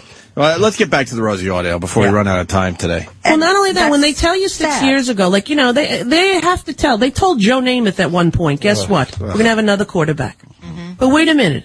I'm the guy that threw that pass, huh? I'm the one who said we were going to win when nobody thought we could have. Could someone fucking send fucking Rosie O'Donnell footage of Joe Namath at the end of his career? It's so different. Joe Namath could barely walk. Yeah. He could barely walk. What are you talking about, fatso? It's totally different. Yeah, nice analogy. What, Michael Jordan was supposed to play well into his 40s and 50s? Really? Actually, she was supposed to take over for Jordan on some of the games. But Jordan said no. Yeah, Jordan didn't want to travel to Cleveland anymore, so he offered Rosie that gig. Yeah, Rosie was going to Rosie, you're going to be the starting guard for the Bulls.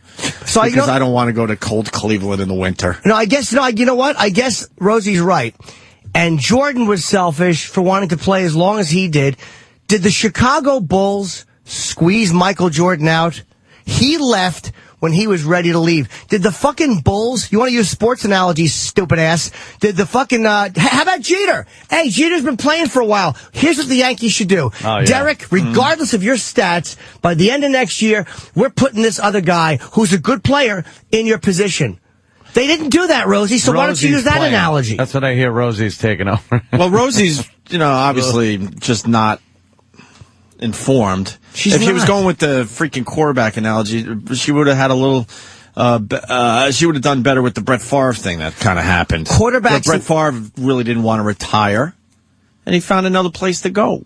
Quarterbacks leave when they're usually no longer effective. Usually the athletes are the ones who don't want to leave, and they're no longer effective. The stronger athlete. Jay's an effective guy. That's a terrible analogy. It's horrendous. We were going to win when nobody thought we could, and then we did. I know, but guess what? You're too old now, and we're done with you. And really, football's not about you, Joe Namath. Mm-hmm. Really, it's football, and we got to get a new guy, and he's better. It's all right. Yeah. This is college radio. Who the fuck hired her? Holy really shit, this is stupid. Oh, we did? Does she not? Pleasantries, Anthony. Nothing but pleasantries. Pleasantries. Oh, she's just using pleasantries. I'm a company guy. Pleasantries. Good for you. So all you people that are bashing Leno, congratulations. This is the mentality you agree with. This blithering fat monster saying that Jay was selfish for not wanting to split 20% of the pie, as it were, with her. Please give me Joe Namath's stats at the end of his career. It's going to be laughable. No, that's a very accurate thing. That's a great thing. It's going to be laughable. Because the Yankees did say to Jeter, you got to leave. Because you're still ignoring, Rosie, the fact that he was still on the top of his game, this Jay Leno. How about this sports analogy, Rose? They let Joe Torre, as the Yankee manager, not win for 7 years before they finally cut him. They didn't cut him. Did they walk up to Joe Torre during his third World Series and go, regardless of what happens in 2 years, you got to step down, Joe. You're too old. We want to bring in Joe Girardi. Yeah. No, they didn't. All right, Ann, what year you want to go with? 1973. Is this his thing? 1973, Joe Namath was where are we looking? What do I want to do here? in 73, how many games he played? 6, I guess. He had 5 touchdown passes in 73. 74, he played in, where am I at? All right, 14 games, and he had 20 touchdowns. 1975, getting a bit older. Is that the team record too? The 3-10 and all that, or was his record in the games? Team record. Okay, team record in games he started. All right, that's key to this. So 73, the team was 2-3 when Namath was in. 74, he was 7-7. 75, his team was 3-10. 76, he was 1-7. In 1977, he was 2 wins, 2 losses. He got to play when he probably shouldn't be playing anymore. Yeah. That's why Joe Namath left, if you want to do an accurate sports analogy. And Namath went to the Rams, let's not forget, in 1977 for one final shot at it. He went 2 for 2, and he had 3 touchdowns. He's selfish. He's selfish. He took somebody else's spot. So way to go. Oh. Way to go with your comparisons, fatso. No, you know what? Rosie's right. You know, by the way, here's what Jeter should do. And by the way, that was easy to do before you're doing your dumb sports analogy. You look up the stats before you go with it. But you're probably just another lazy radio host that'll get nothing done. Jeter should give up, out of 162 games, 20% of his games to another guy at shortstop. So Jeter should not do 34 Yankee games just to be nice to another guy. Of course. Right. Good call, Rosie. And we got to get a new guy in. He's better. It's all right. Yeah. This is how it works. Now go on and do something else. Well, so few people know when to walk away or have the courage or strength that it does take to walk away. Who is that lump Leno she had has 6 with her? years. What is that? Who is that annoying-voiced woman? I think they gave one of Rosie's skin tags like the hosting gig. It's Rosie and one of her skin tags. It's so large. They said, you know what? Do the show with Rosie. You're with her all the time. One that's usually hidden under a flap of fat. It's the first time it's ever happened in radio. Rosie and a skin tag are doing a radio show. But, Leno had 6 years to deal with it. 6 years to get yourself a new gig. 6 years to figure out what you and your wife are going to do at 60 years old. Mm-hmm. At what age is he going to say, finally, I'm done? And then I don't know, maybe when he's not number 1 anymore. When he wants to be going done. back to when he's not number 1 anymore. Maybe she should have said that to fucking, Uncle Milty. Or Bob Hope, people that were still, fucking crawling out on stage extremely relevant in their 90s and 100. Yeah. And, what about George Burns? Yeah, what about George Burns? When was he supposed to retire? George Burns. What about George Burns? He should have thought of it. How about Dick Clark? Why are none of these brave souls challenging perfect. Dick Clark? Dick Clark. And I admire the Well, that's all kidding aside, the guy has balls. Why are none of these people saying, step down, Dick? If she was saying that about Dick Clark, I'd be right there with her. Why isn't she? Now that's selfish, and now that's taking up space. No, that's courageous. That's courageous. That's not selfish. You know what? Although maybe not. Got to keep it honest in the show. Fucking Dick Clark was number 1 by far with that train wreck. All I want to do is say that rodeo diner is a big fucking tight cunt. Motherfucker. And then do some weird county thing, and whatever. Well, why isn't Dick Clark being criticized? He's praised for being. She should have criticized. Oh, here comes the. Thank you, Ryan. She should shut her fat fucking hole. I'm fucking taping this today. I've had it with this shit. What? With this lumpy lump of shit walking down the hall and giving us a look every day. Curb your appetite. Look at him. So why doesn't? I want to know why. And again, Dick Clark shouldn't be criticized. Yeah. But it's like that crazy inconsistency, man. It makes me sick. Yeah, absolutely, Jim. You make a very, very good point. To call Jay selfish is unbelievably silly. Mm-hmm. All right, let's get back to the. Is he going to say, finally, I'm done? And then what's going to have happened to Conan's chance? Or to, I don't know. I think it's just unbelievably shitty of him, right? Mm-hmm. And so Conan basically says what he says. Basically, I'm not going. And you're going to have to pay me. Mm-hmm. And I'm like, good for him, man. We have the same agent, by the way. Ari Emanuel. Way to go, Ari. Now it makes sense. They have the same agent.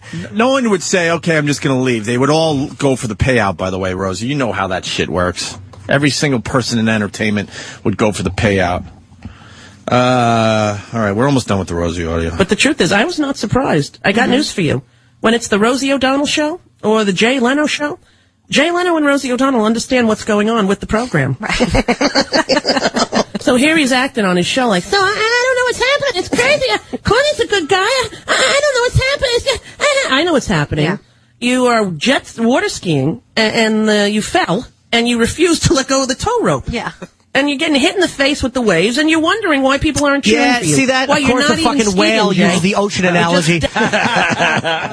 But let me correct Rosie again.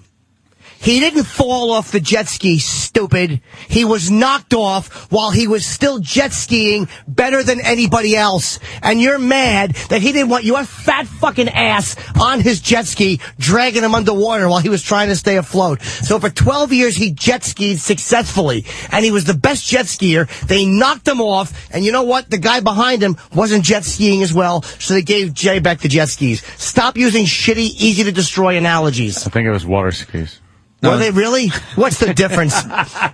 For what? Whatever it is. She should say, you want to use an accurate thing, Rosie? But so Jay's diving with barnacles on it like I do, and he's coming up for oxygen because we are mammals. More importantly, we now know who she's doing the radio show with. A piece of plankton that's attached to her fucking whale krill. A krill. A piece of krill would be better. Fucking Rosie and krill. Rosie and krill in the morning.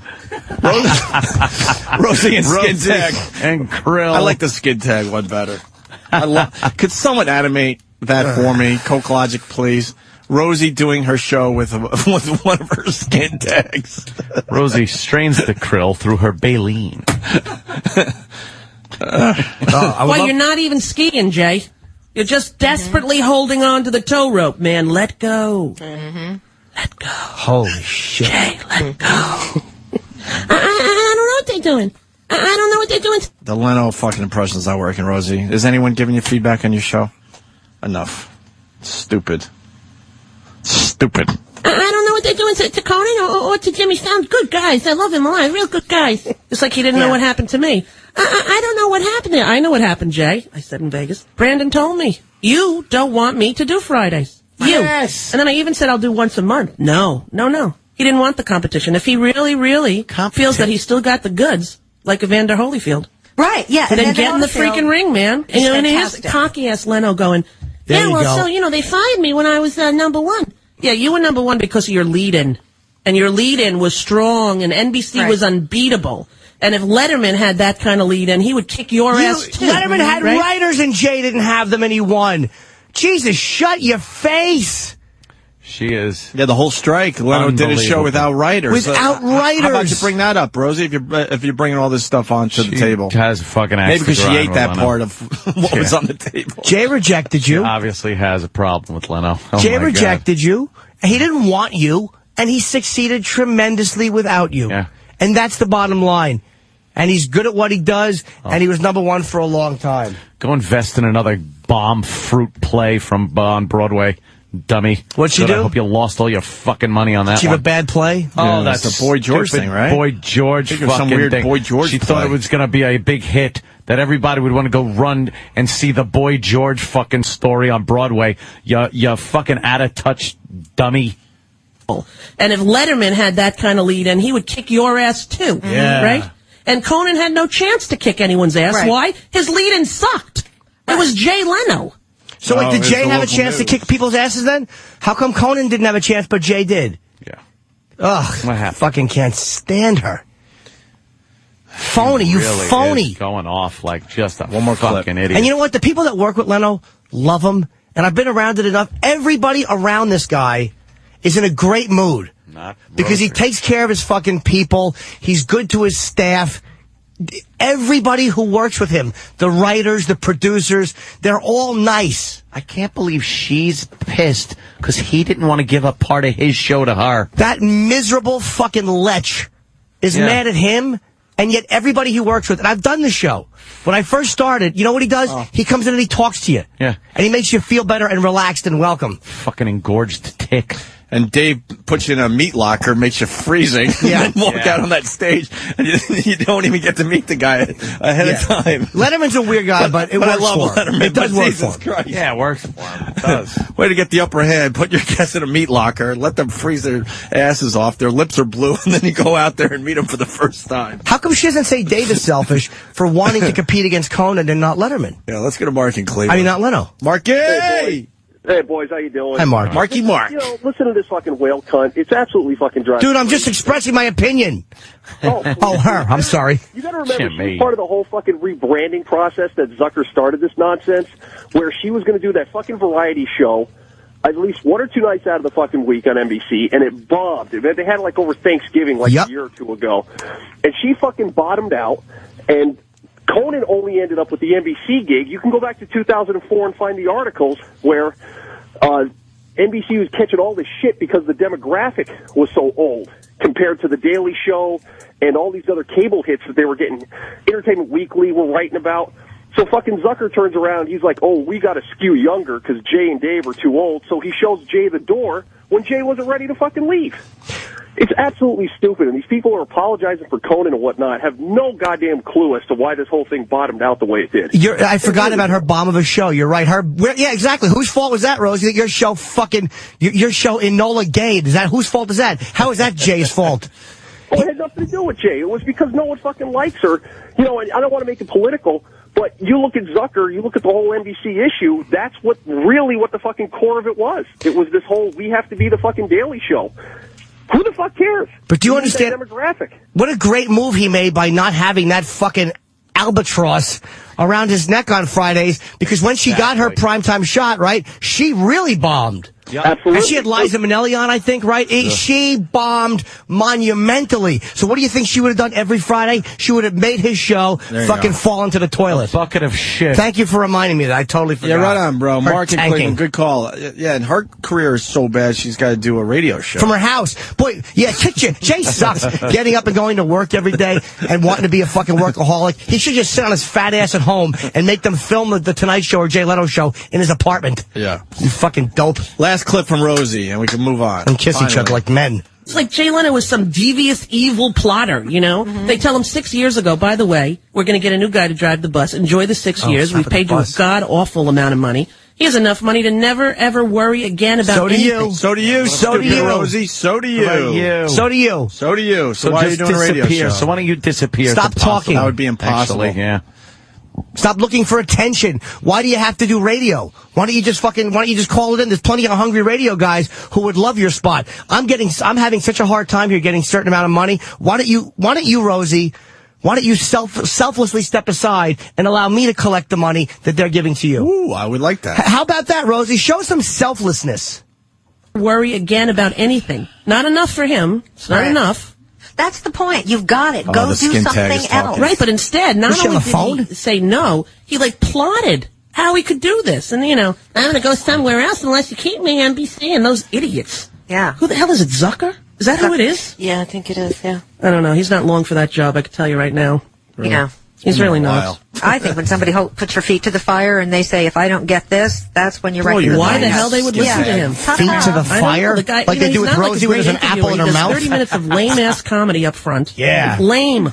Most of it that he takes from Howard Stern. I hate to say that, but here we go. Another person that feels like they have to fucking lick Howard's ass to do a radio show. Didn't he call you a big fat pumpkin head years ago? Fatso. Didn't Howard call her a big fat pumpkin head now I know what years this is ago? about. You got to kiss Howard's ass to do a radio show. She thinks that Jay's writers are stealing from anybody. Come on. Howard's all over the thing. It. Howard hates Jay, and he's been pounding Jay, so I guess Rosie feels like, they don't like each other. Fair enough. I better follow suit and do what Howard does, because that's how you get successful with a radio show. You fucking kiss Howard's ass. Give me some old clips of Howard, what he used to say about Rosie during her fucking daytime show.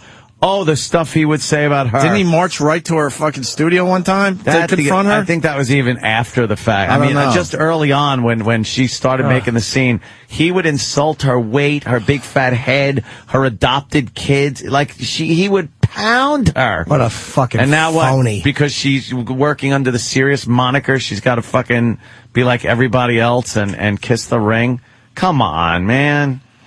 Oh, she's an embarrassment. She's a big fat embarrassment. And her show is not compelling. No. It's of lame-ass comedy up front. Lame. Most of it that he takes from Howard Stern. I hate to say that, but it's the truth. Oh, he does. He He's taken a does. He lot of steals all the stuff. shit from Howard Stern. Yeah. Howard Stern has really funny ideas about, like the jaywalking, his idea. I don't know. It's Howard Stern. Like man on the street interview? Holy shit. By the way, Steve Allen started that with a giant microphone. If you really want to talk about the man on the street shit.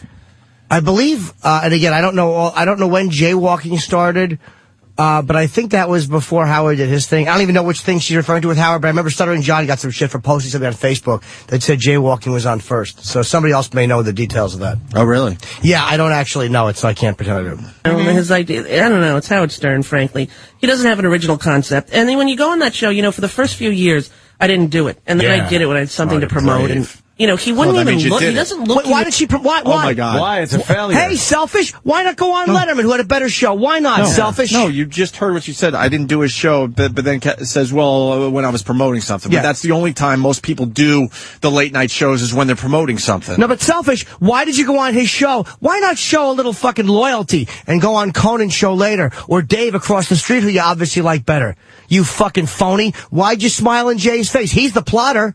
Maybe you were plotting to fucking promote your shit project, so you went on the biggest show. And someone is reminding us, Keith, actually, Niagara Falls, he had a fucking Rosie puppet. Did he? Oh, that's right. Yeah, Rosie puppet. Yeah. He would pound her. I'm sorry, I'm yelling. And Dog Shit Sniffer from Woodside, the Dog Shit Sniffer. It's not his real name. No, that's the real one. There's some imitators out there. Oh, okay. I have a whole new look on the skin tag on my asshole. It's my new buddy. It's your sidekick. For the first few years, I didn't do it. And then I did it when I had something to promote. And, he wouldn't even look. He doesn't look you in the eye when he asks the question. And it's not because I'm so good. I'm just telling you, these are the realities that you're not allowed to sort of get around just by saying, I don't know what's happening. I don't know. Jay, and you know what? You're 60 years old. You should have learned it by now. Sharing is caring. And everybody has to retire. Why don't you, Rosie? Then leave. Yeah, there's radio guys that would love your spot. How about you fucking retire? A lot of radio guys that have way more experience than you that are not working right now. So why don't you do the right thing? You're pushing what? How old is she? 500 pounds. Oh, she's got to be 55 years old at least. She has to be. Maybe pushing 50. a fucking catapult. So why don't you step aside? There's a lot of guys that are starving that would love your spot. This is why she's so hateable. Have a hateable. lot more experience in radio. You actually said that you thought Jay screwed you. So Jay actually called her to talk about it. Like he'll call comics who badmouth him. Jay is an upfront guy. He's not a phony who hides behind a bunch of people. He'll pick up the phone and call somebody personally to go, what's going on? Why are you saying that stuff? He calls people out. So you didn't like Leno. He didn't want you on his show for Fridays. And why would you fucking whore yourself, Miss Integrity, and go on his show? Sharing is caring, unless it's a cake. She didn't. Why didn't she just go on Letterman's show? Yeah. Why would you go on Jay's show if you hate him so much? Miss, I have some integrity and some honesty. All right, let's say the other side of this, which is fine. All right. Noel, or Noel. Hello, Christmas. In Massachusetts, born in December, I'm assuming. Yes, Noel, how are you? It's Noel, but who gives a fuck, right? Who gives a fuck? Check this out. Jimmy, I love you. Thank you. End of discussion. All right, go ahead. No, it's not the end of discussion. You got Jay Leno's cock so far down your throat, it's crazy. What are you going to say stuff about me now because I don't like Jay Leno? Not at all. Dude, listen to me. I don't mind hearing bad things. Hold I on. want people to hear you, though. The anger. You're going to attack me. No, I'm not. Really hard. What I'm angry at, dude, is not... I can't wait, Jimmy. Shut up and let me talk, Jimmy. I'm not angry at people not liking Leno. What I'm angry at is people spitting out facts incorrectly. Like, if someone calls up and they go, Conan's funny, Leno sucks, that's a comedy opinion. You're allowed to have that. The guy just wants me to yell at him. Dude, I'm not going to yell at you. My frustration is not with listeners. It's with Rosie and people in the business.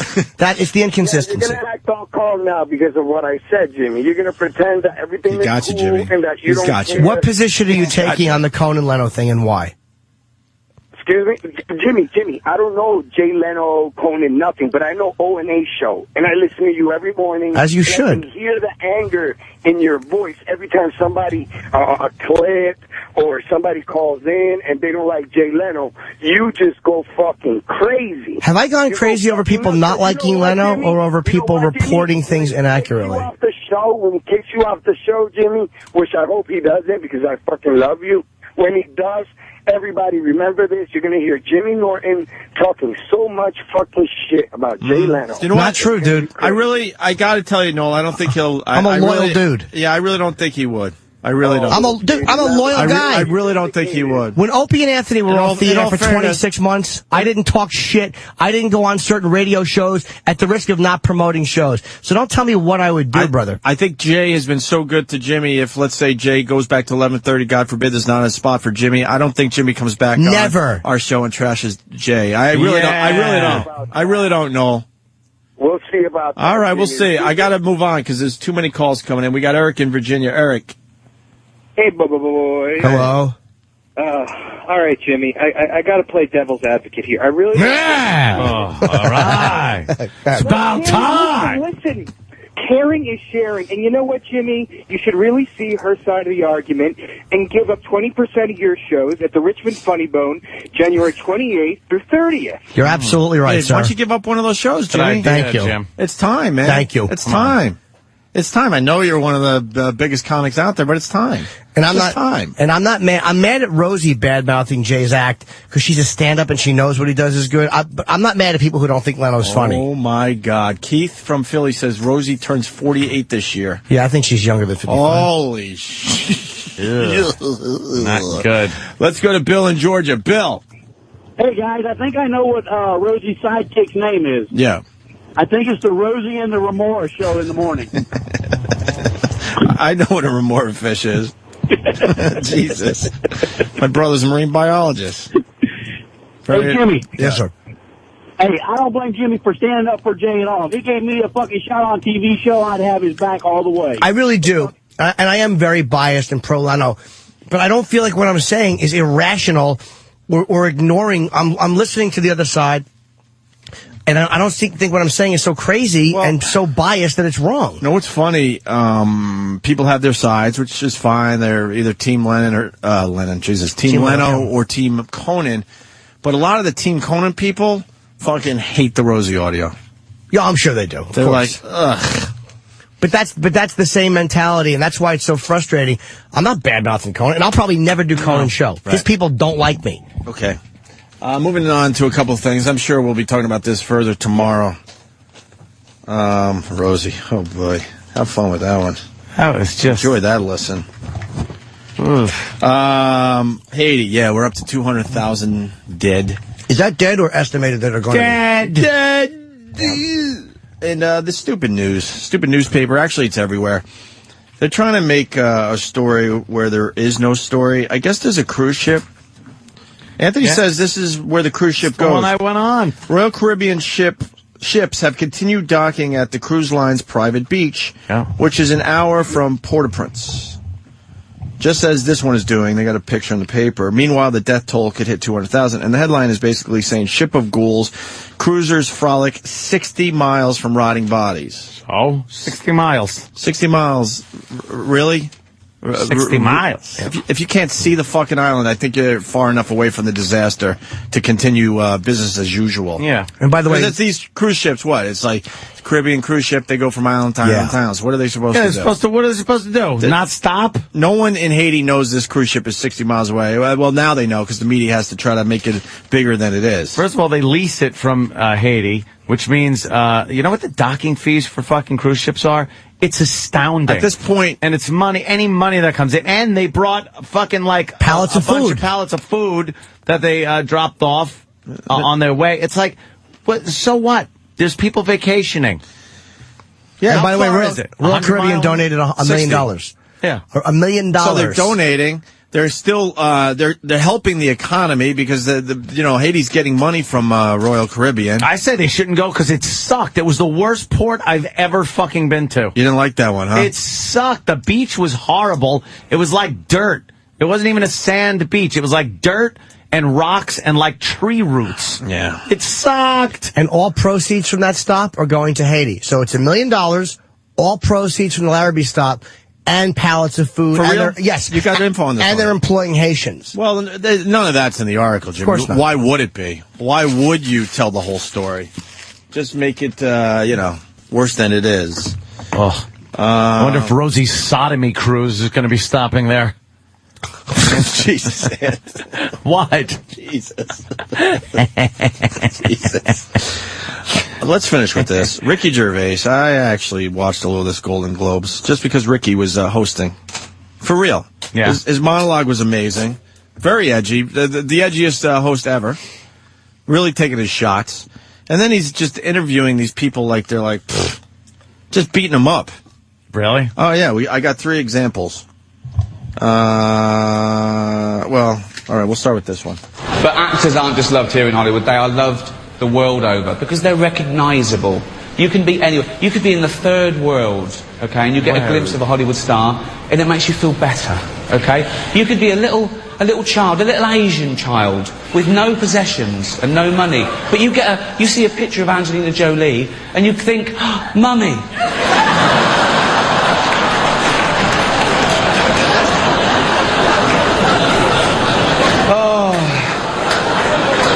Thank you.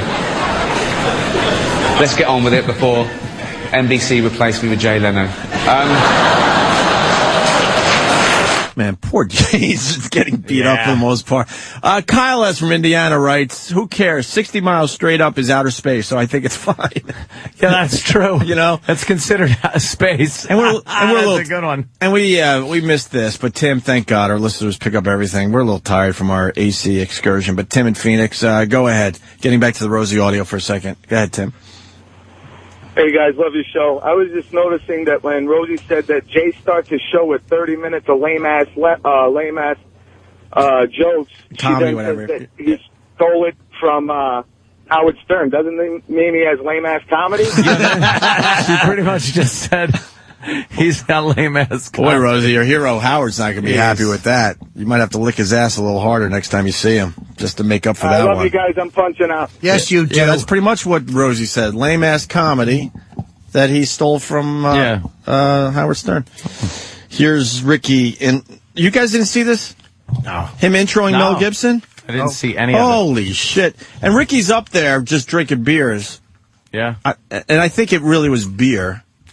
I don't know how they allowed that. But he was just having a good time, hosting the show, and just drinking beers in front of everybody. And then had this to say before Mel Gibson came out. I've had a couple. I'm not going to lie to you. Now listen up. I haven't offended anyone. I didn't mean, it's not my fault. There's a lot of powerful people here, so if I said it's... Honestly, I like a drink as much as the next man. Unless the next man is Mel Gibson.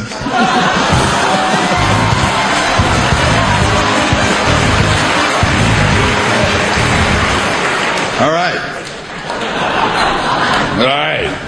I mean, that kind of takes balls, right? Yeah. That's a good one. That's a good line. And then the Paul McCartney thing. We'll end the Ricky Gervais stuff with this. There's so much you can play from the Golden Globes. He did a great job. Ricky goes after Paul McCartney, who's sitting pretty much in the front row. The next category contains a couple of legends, one of which we've already seen, Sir Paul McCartney, fellow Brit, so good luck to him. I shouldn't be biased, but we actually came over on the same flight. I didn't get to speak to him because I was up the front in first class and he was behind me in coach. Saving money. He spent an awful lot last year. I don't think we have to feel too sorry for him. He's doing all right. Oh, my thing. Please welcome Cher and Christina Aguilera. Jesus, Paul McCartney was not happy with the... Well, let him get a sense of humor. Yeah, really? Yeah, he gave a look like, fuck you. We're gonna dance tonight. Yeah, when he hit him with his ukulele. Shut up. No, shut it. Oh, apparently Ricky Gervais told NBC that he wasn't going to do the Mel and McCartney jokes. Really? Good for him to do them. And he did them anyway. Good for him. What are they going to do? Yeah, it makes watching this horse shit good. Unless he pissed off NBC, in which case I don't go for that. The award shows are just horse shit. Just patting each other on the back. Blah, blah, blah. Then Avatar, fucking James Cameron went up and spoke that made-up language. Please, can we hear that? When he accepted his award. Yeah, we really should get that. If the guys could get it really fast before we get off the air, that'd be great. That is embarrassing. And Avatar is officially the third highest grossing movie of all time already? Is that what I read this morning? It's after Titanic and 2 by Sea. Passes Star Wars for number 3 on the all-time U.S. box office list. Number 3. So you got Titanic is 1. What's number 2? Close Encounters? Hold on, don't tell us. Oh. You almost did. I'm guessing Close Encounters. No. Number 1, no. It's got to be another Star Wars movie. Jaws or Close Encounters? It's another Star Wars movie. Right. I'm going to say... Hold on. Phantom Menace. I was going to say Batman, too. Star Wars in the case of the weak chin and the furry animals? Wait a minute. Furry Vengeance? Anthony? Yeah. I'm going, and I'm not looking anywhere. Spider-Man. I don't know. I'm thinking of Star Wars, another Star Wars movie. Oh, Dark Knight. So there was Star Wars, the first one. Right. And then... No, it passed Star Wars. Yeah. But then there's another there's 6 fucking No, I understand Star Wars that, movies. but wouldn't you think the first one would be the biggest grossing one of all of them? No. Okay. No. Star Wars in the case of the extra hat. Why is it in the case of... Star Wars and the Phantom Marmalade. What is it? It is The Dark Knight. I got that. Oh, Dark Knight. Yeah. Heath Ledger was in that. Heath Ledger. Yes. Oh, by the way, you know why his last movie didn't do so well? Whose? Heath Ledger. He died. He died. Of course he died. You're kidding. Yeah. You know, 20 minutes into the film, you see this Heath Ledger. It's Parnas. How do you say that? Dr. Parnassus. Parnassus. Where all his friends had to finish up the movie. The first time you see Heath Ledger, he's fucking hanging from a bridge. Yeah, that's pretty fucking eerie, huh? Hanging from a bridge. Yeah. And when you're talking mainstream America, I don't think they want to see Heath Ledger hanging, knowing it was his last film. That's how he's introduced in the new film. Yeah. That film, whatever. All right. There was something. We're going to dance tonight. We're going to be... Oh, the Avatar thing, you find it? I'm still looking for it. Okay, no problem. Something. I know what it is. Yeah. I really do. Go to whatwould.TylerDurdenDo.com. Talking Golden Globes. Have you seen this fucking picture yet? And Danny knows. Oh, I think I know. You do know. I don't even have to question it. No. Oh. Well, he always has the hot girls on his site, but no, I'll show you. Keep going down. Keep going. That's what I was talking about. Nice. Keep going down. Keep going down. A lot of nice broads to look at, but keep going down. Maybe it wasn't What Would Tyler Durden Do? Aw, shit. The Monique photo? Oh, my God. There it is. There it is. What is that? There it is. What is that?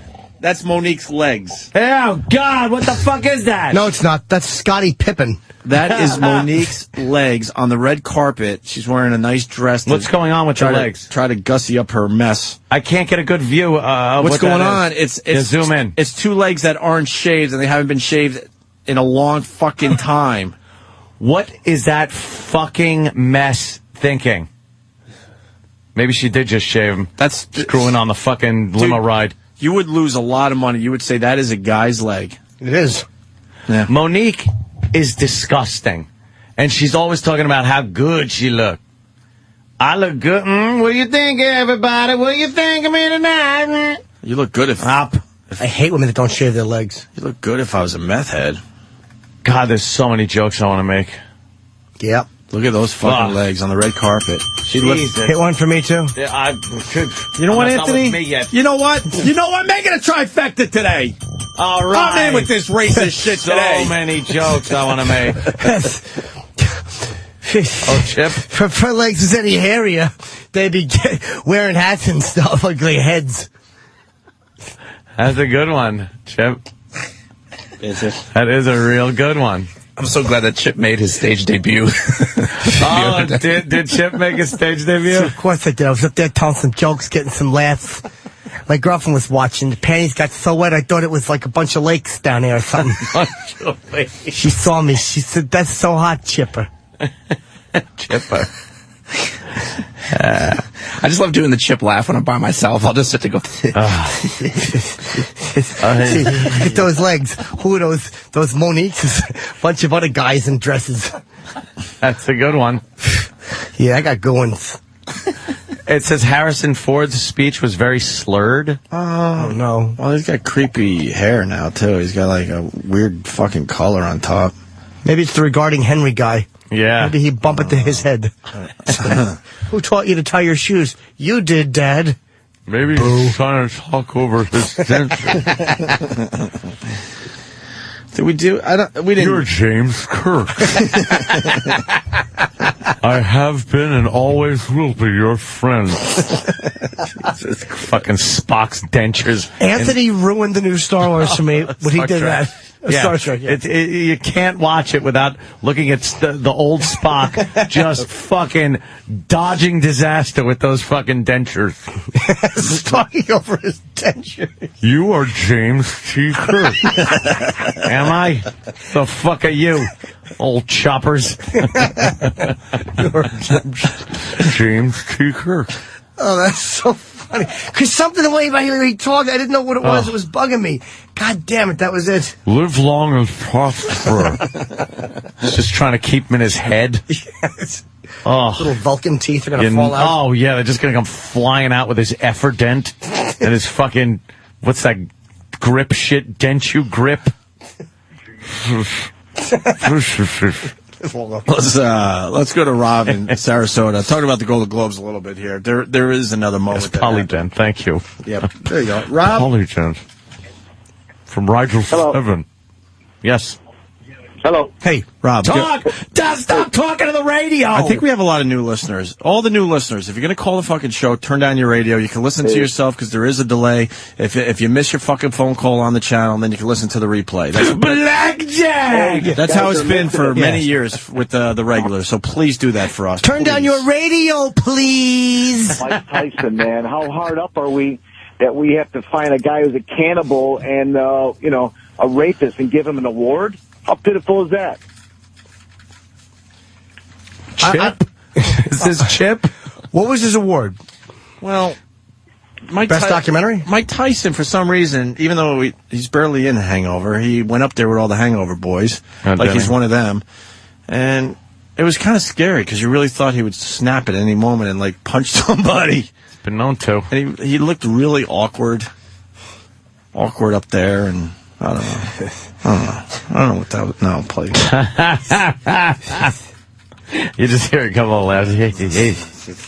The Hangover is how you feel after Mike Tyson starts throwing a bunch of punches at your head. I bet. You're right.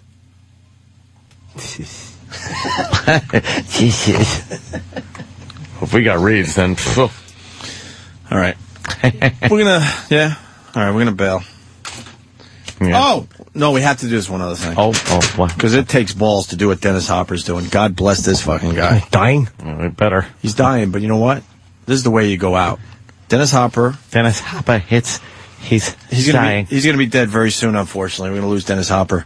Dennis Hopper files for divorce while on his deathbed because he doesn't want his wife to get any of his inheritance. That's fucking class. That's a class act right Love there. it. That rules. Good for him. That fucking rules. Good for him. And I think that's it. And Tiger Woods maybe in a sex fucking rehab thing. Yeah. And Nike launching new golf clubs without Tiger in any of the promotional material. Oops. Wow. And Governor Patterson denies affair after he's seen kissing the neck of a woman at a restaurant. But he claimed he thought it was his wife. Oh, really? He didn't know. He just smelled it. Why would he do anything in public? You never know. There could be 8 guys with cameras just looking at you. Yeah. Right. He's leaning over at the bad eyes, kissing her neck. It's the waiter's foot. He's kissing a roll. he's telling a pat of butter that he loves it. Hey, everybody up there in Massachusetts, Scott Brown. Just throw the lever for Scott Brown. But Get a Republican in there. But he's a Republican. Yep, and he's apparently in the lead in the polls. But there's people that are Democrats up there. Well, what are you telling you know what? The Democrats to They've do? held the seat since fucking 1972. Kennedy's been in there forever until his head turned into fucking slushy. So it's now time for people to fight back. Fight back. Get rid of their 60-seat majority and let's have some fun. Let's put fun back in government. Jesus. Vote for this guy. That should be your slogan when you become a politician. That's it. All right. Scott Brown, take that dumb broad Martha Coakley out of the running. Fuck her. It looks like they could. If the Democrats lose Massachusetts, it looks so fucking bad. It looks bad already that it's even close. Right. You get a Democratic state like Massachusetts. They get to the point now where a Republican actually wins. The Democrats kind of look around and go, where are we fucking up? They're that stupid where they can't figure out that they are putting shit on the American public that the people really don't want. Yeah, you can't start taxing. That's it. So we'll see what happens. It's going to be very interesting to see what happens in Massachusetts. They're out at the polls today, so if you're a registered Republican, I suggest you get out there and vote for Scott Brown. And Stephen S. from Bay Shore, since when is Ant pushing for anything Brown? Well, this is true. Scott Brown is the only Brown I will push right now. All right. And with that, we're going to end with a brand new production piece from D-Boy and Steve. Ooh. Remember when Gallagher came in, that racist fuck? This is good? Yeah, I love it. Danny loves it. Let's check this out. We'll see you guys tomorrow. Yes. Coming soon to the Apollo Theater. That's right, the one in Harlem. It's Racist Gallagher. It's not your birthday. It's your birthday, and you're not out of breath. You're out of breath. That's true. Oh, if I pick on you guys, it's illegal. The mustachioed comedian known for smashing watermelons with a big hammer is now smashing the civil rights movement back to 1955. Without preconceived ideas of what, like you can't do comedy. You can't do it without prejudice. His cutting-edge new brand of comedy will have you in stitches. Or have him in stitches after you shove that stupid wooden mallet up his bony white ass. Why don't fart? Because they don't get assholes until they get married. It's Racist Gallagher, live. I'm just being cutting edge. I use these across the country. I know what's funny. Coming soon to the Apollo Theater. One night only because, quite frankly, we don't think there's going to be a second night. I guess that's what black people do.